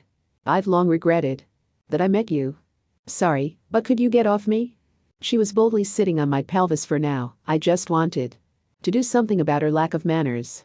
Unfortunately though, she apparently didn't intend to get off.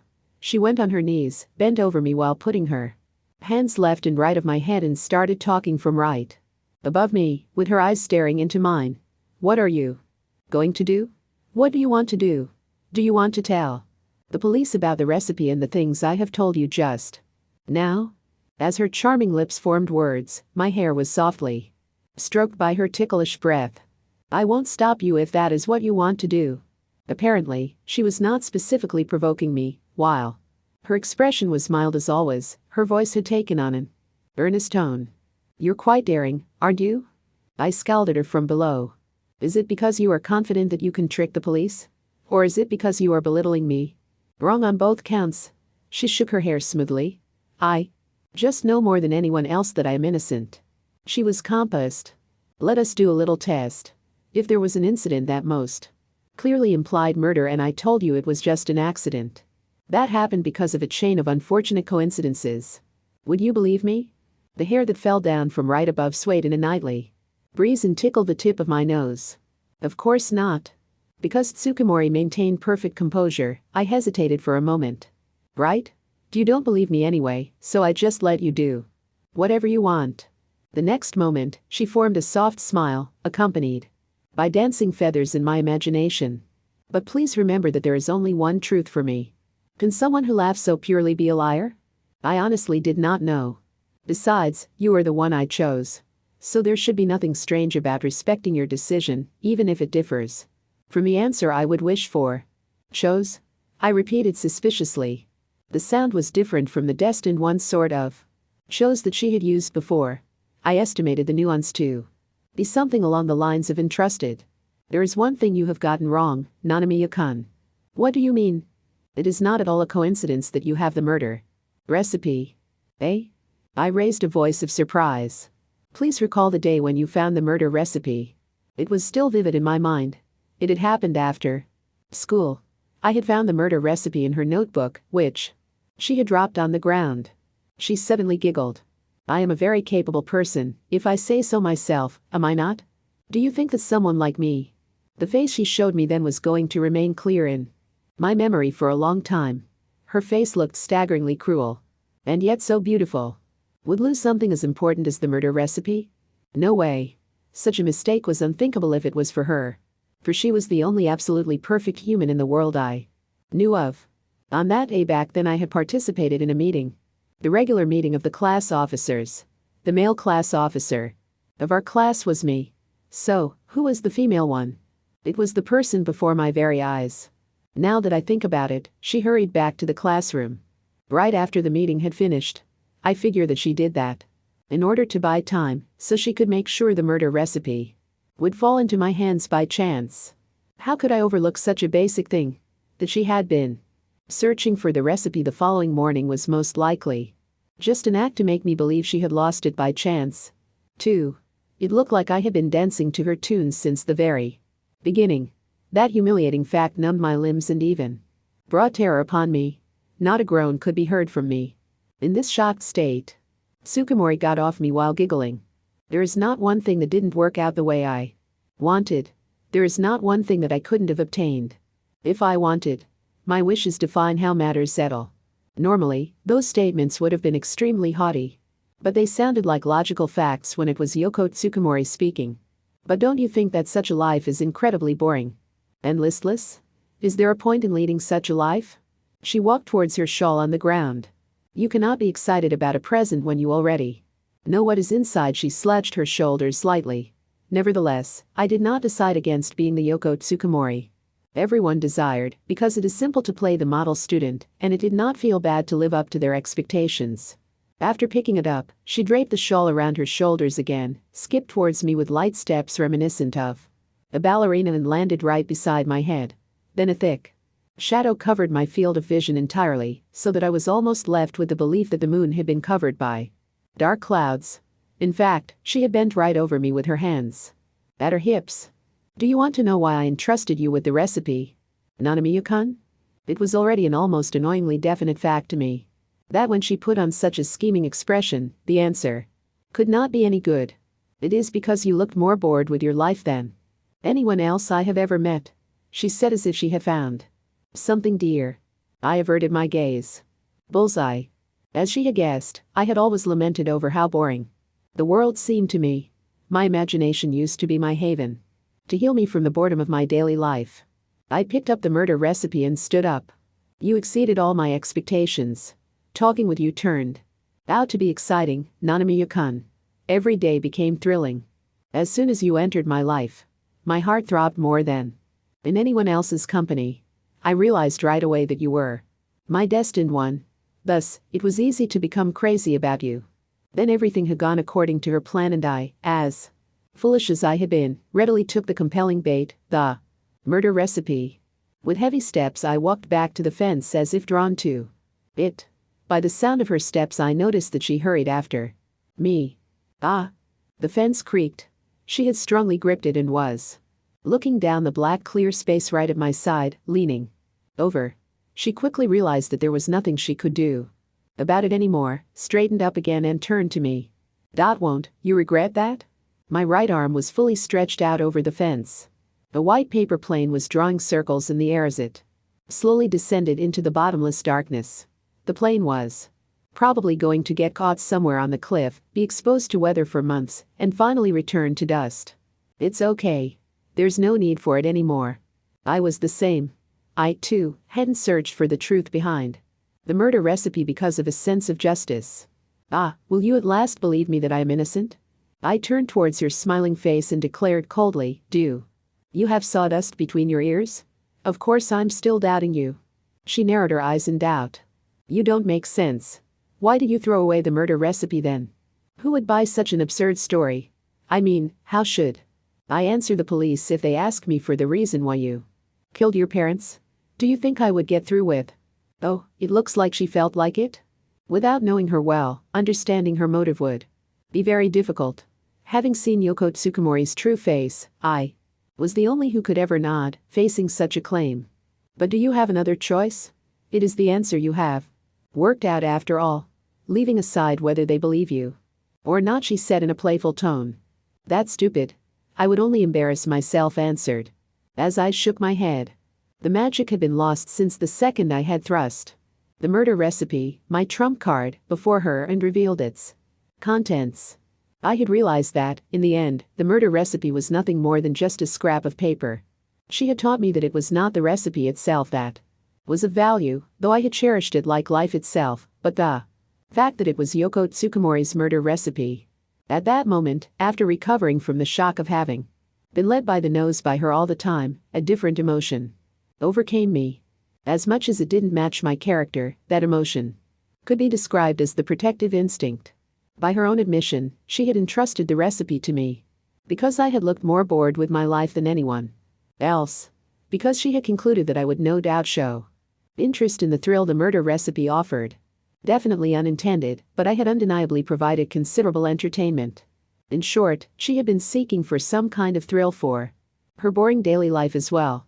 In this sense, our interests had complemented each other without my knowledge. However, the thing is that I unfortunately came up with another interpretation. It happened to me that she may have been overwhelmed by the murder recipe. She was shaken. The discovery of the murder recipe, and a completely unexpected sight of her mother along with it, disturbed her more than she could have imagined. Subconsciously, she kept looking for a way to do something about that state of things, and in the end entrusted me, whom she had found after long searching, with the murder recipe. That signal was not strong enough to be called in so's. Probably, she merely wanted to share the information. Maybe she just wanted someone to know. The burden was indeed a bit too heavy to carry alone. Maybe I was simply reading too much into it, but I couldn't do anything about it, since that was the impression I got. My vexation was cleared away in a split second. The thought that Yoko Tsukumori, the only person that could pride herself on being perfect, was shaken like a helpless girl who relied on me, caused my heart to beat faster than ever. Now aren't we lovely? It throbbed. My gaze fell on the number that was indicated on the clock tower behind her. Already past midnight? When I whispered so, she turned around with vim and vigor, spinning the skirt part of her dress like a parasol. The clock hand had long since passed midnight. I'm shocked. How could I have mistimed such an important event? Something rare happened. She was discouraged. Actually, today is my birthday. Oh, what happened to my plan of pleading for all kinds of things as soon as the hour would strike 12? Congratulations, I wished her before she could blurt out any bothersome things. After she had polished her look, arranging her hair and adjusting her dress, she turned around to me with a smile all over her face. Nanamiya-kun, you know, the date has changed, so it's my birthday. I just offered you my congratulations. Didn't you listen? I did listen, so I'll give you some belated thanks. But you see, personally I would prefer it if it was not just words, but no. I'm not done yet, Nanamiya-kun. You should hear out what others have to say. Remember one thing, Tsukumori. I'm not as good-natured as to hear out something that I know won't be any good. Don't worry. I am not going to plead for an expensive present. Well, it is a present, but it's more like a memory or a memento, she said, and while doing so, she took out a mobile phone from her dress and thrust it before my nose. I want a photograph of us. You ask for that while knowing that I don't like photos? You don't? She heedlessly feigned ignorance. In the cafe you saw me had once asked for a photograph of me. There was no way Tsukumori didn't know that. Please. I won't ask for anything else if you grant me just that one wish. This day is only once in a year, so please. In contrast to the begging tone in her voice, she constrained me by grabbing my wrist with both her hands. She was going to have it her way. Okay. But only one, hear me? I gave in quickly because I had already learned that the labor required to break through her obstinacy wasn't worth it. Thank you so much. She rejoiced while clapping her hands. Let's take it in front of the clock tower, she said and walked off right away, pulling my arm along. Said tower was 3 times our size and thickly coated in white paint. Which place works best? She couldn't decide where she should take the photograph. When I said that it didn't matter, she rebuked me, saying she had only one chance. As she then asked whether I would let her take several photographs. In that case, I had to seal my mouth, leaned against the wall and had no choice but to wait until she decided on a spot. I had not the slightest idea how that place was different from any other, but she claimed contentedly, yes, here it is. It looks like this is the best place for it after all. Come here, she waved me over. I positioned myself next to her. Then she drew close to me like never before. Along with the material of her thin dress, I also felt other, different things that had nothing to do with her clothes. If I don't do this, we won't fit in the frame, she claimed, with the arm in which she held her mobile phone fully stretched out, before I could object, thinking that I was supposed to take the photograph because my arm was longer than hers. I snatched her phone. When I confirmed which button I had to press, she told me to wait for a second and took her shawl from her shoulders. I gazed at her with my arm stretched out, asking myself what she was doing while she was pulling it over her head and pinning it with a white flower that she had been using as a hair ornament. All right, she said, and, probably because I was looking suspiciously at her, added, isn't it cute and kind of princess-like? Indeed, it suited her so well I forgot to deny it. I pushed the button on her signal, whereupon a mechanical shutter sound resounded from the phone. Unable to wait, she snatched the mobile phone away from me to take a look at the photo. While viewing the picture with a satisfied expression, she nodded slightly. Yes, exactly as I have pictured it. From time to time she even giggled out. Good for her that the present was to her liking. Thank you for letting me take this photograph. I'll treasure it. Yeah, treasure it so much that nobody will ever see it, and I'll keep my peace of mind. I didn't even want to imagine what would happen on the day the guys at school found out about this photograph, and I was really fed up with the fact that Kamigawa's visage was the first thing that came to mind. What a pity. I already planned on using this valuable picture of you to brag in front of Mirai-sen and Chizuru.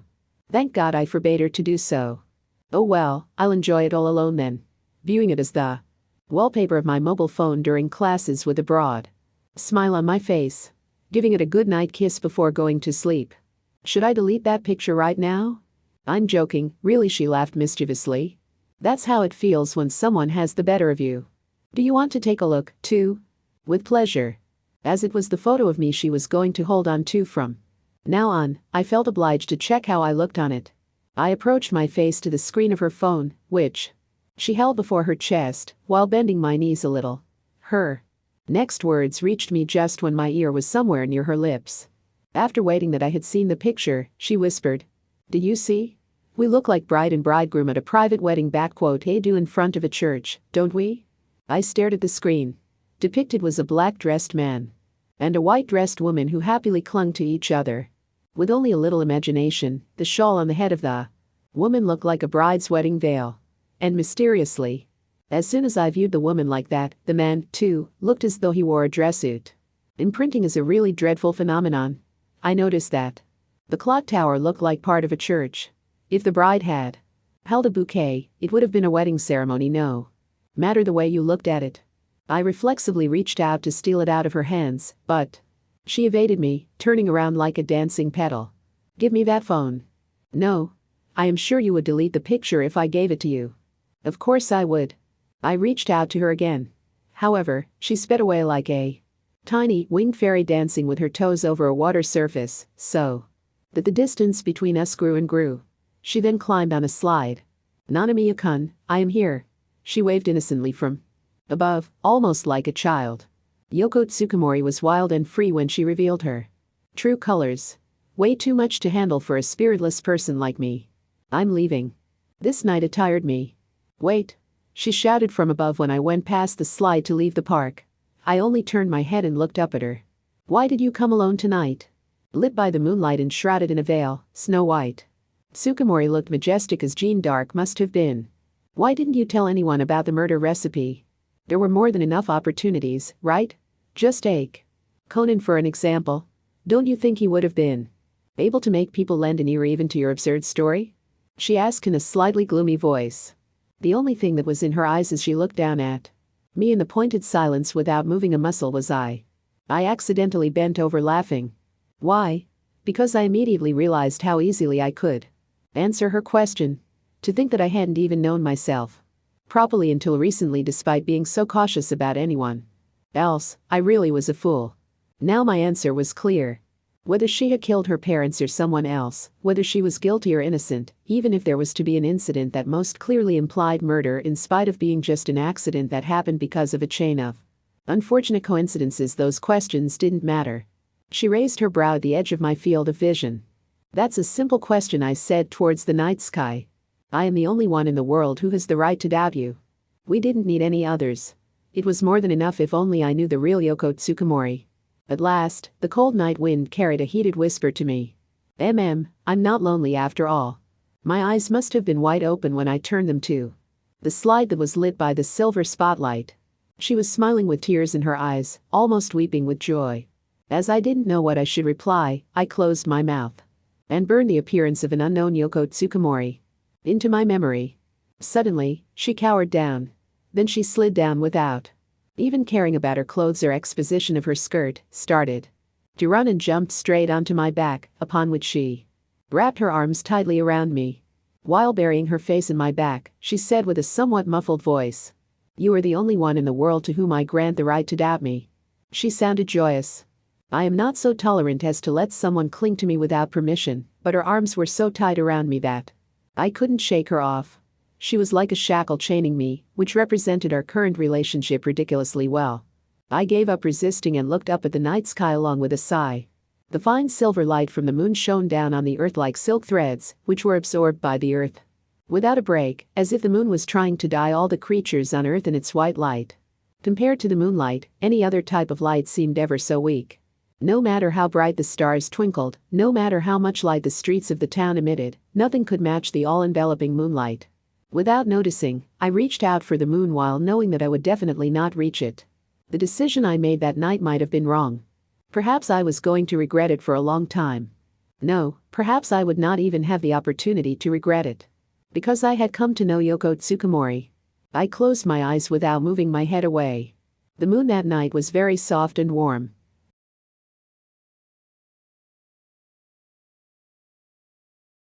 Afterward, 80% is quite a high probability. If, for example, you get 80 points in a 100-point test, nobody's going to complain, or if you go outside without an umbrella, even though the weather forecast has predicted rain with a probability of 80%, you're just reckless. Now, having said that, of 10 candidates, 8 are awarded a prize in the final selection. It's not possible not to start dreaming, is it? If I won, I could use the prize money as an initial payment for a new car. I could easily buy the Blu-ray box of Stelvia. Who can blame me for having such empty dreams? But as you may know, the result was communicated to me with the words, "It is with deep regret that we must. .. And thus crush the modest and fragile dreams of a petite bourgeois like me with the same destructive power as an iron hammer. However, as the saying goes, when one door shuts, another opens. It is with deep regret that we must tell you that your submitted work has failed the selection. We are, however, very eager to make it accessible to the public." No hesitation. Like a shot, I raised my voice and came clear. "I refuse. I would have given my right arm for such a compelling offer. Having a book published through the admired Gekkou label a dream for a book author like me. However, my pride is on the line. I want to stay on the orange juice side of things whatever happens. One day, I want to win that prize with my own power and proudly open the doors to ASCII Media Works. This is my firm determination." Come to think of it, I haven't introduced myself yet. How unmindful of me. My name is Natsuki Mamiya, and I have had the honor to make my debut at Gekkou with my novel Gekkou. Well, look, does pride fill your stomach? Can you buy a new car with pride? What would you do, dear readers? Crumple that useless pride and whoosh. There it goes flying into the bin. The acknowledgement. Yuzum-sama and Kumeta-sama, it's thanks to you that Gekkou exists. I thank you with all my heart. By the way, who should I charge for the Blu-ray box of Stelvia? I'm waiting for your contact. I also would like to thank Shiromiso-sama and the other parties involved in the making of the gorgeous illustrations. Furthermore, I would like to express my gratitude to my parents, my little sister, my friends and all the other people. I know, or so I thought, but I'll just tell them after I finish writing this, since that's much faster. Last but not least, my deepest thanks to you, who is reading this text at this very moment. I am so happy right now I could shed tears. I'm looking forward to the day we meet again. This was Natsuki Mamiya. This is the end of the audiobook. Thanks for listening.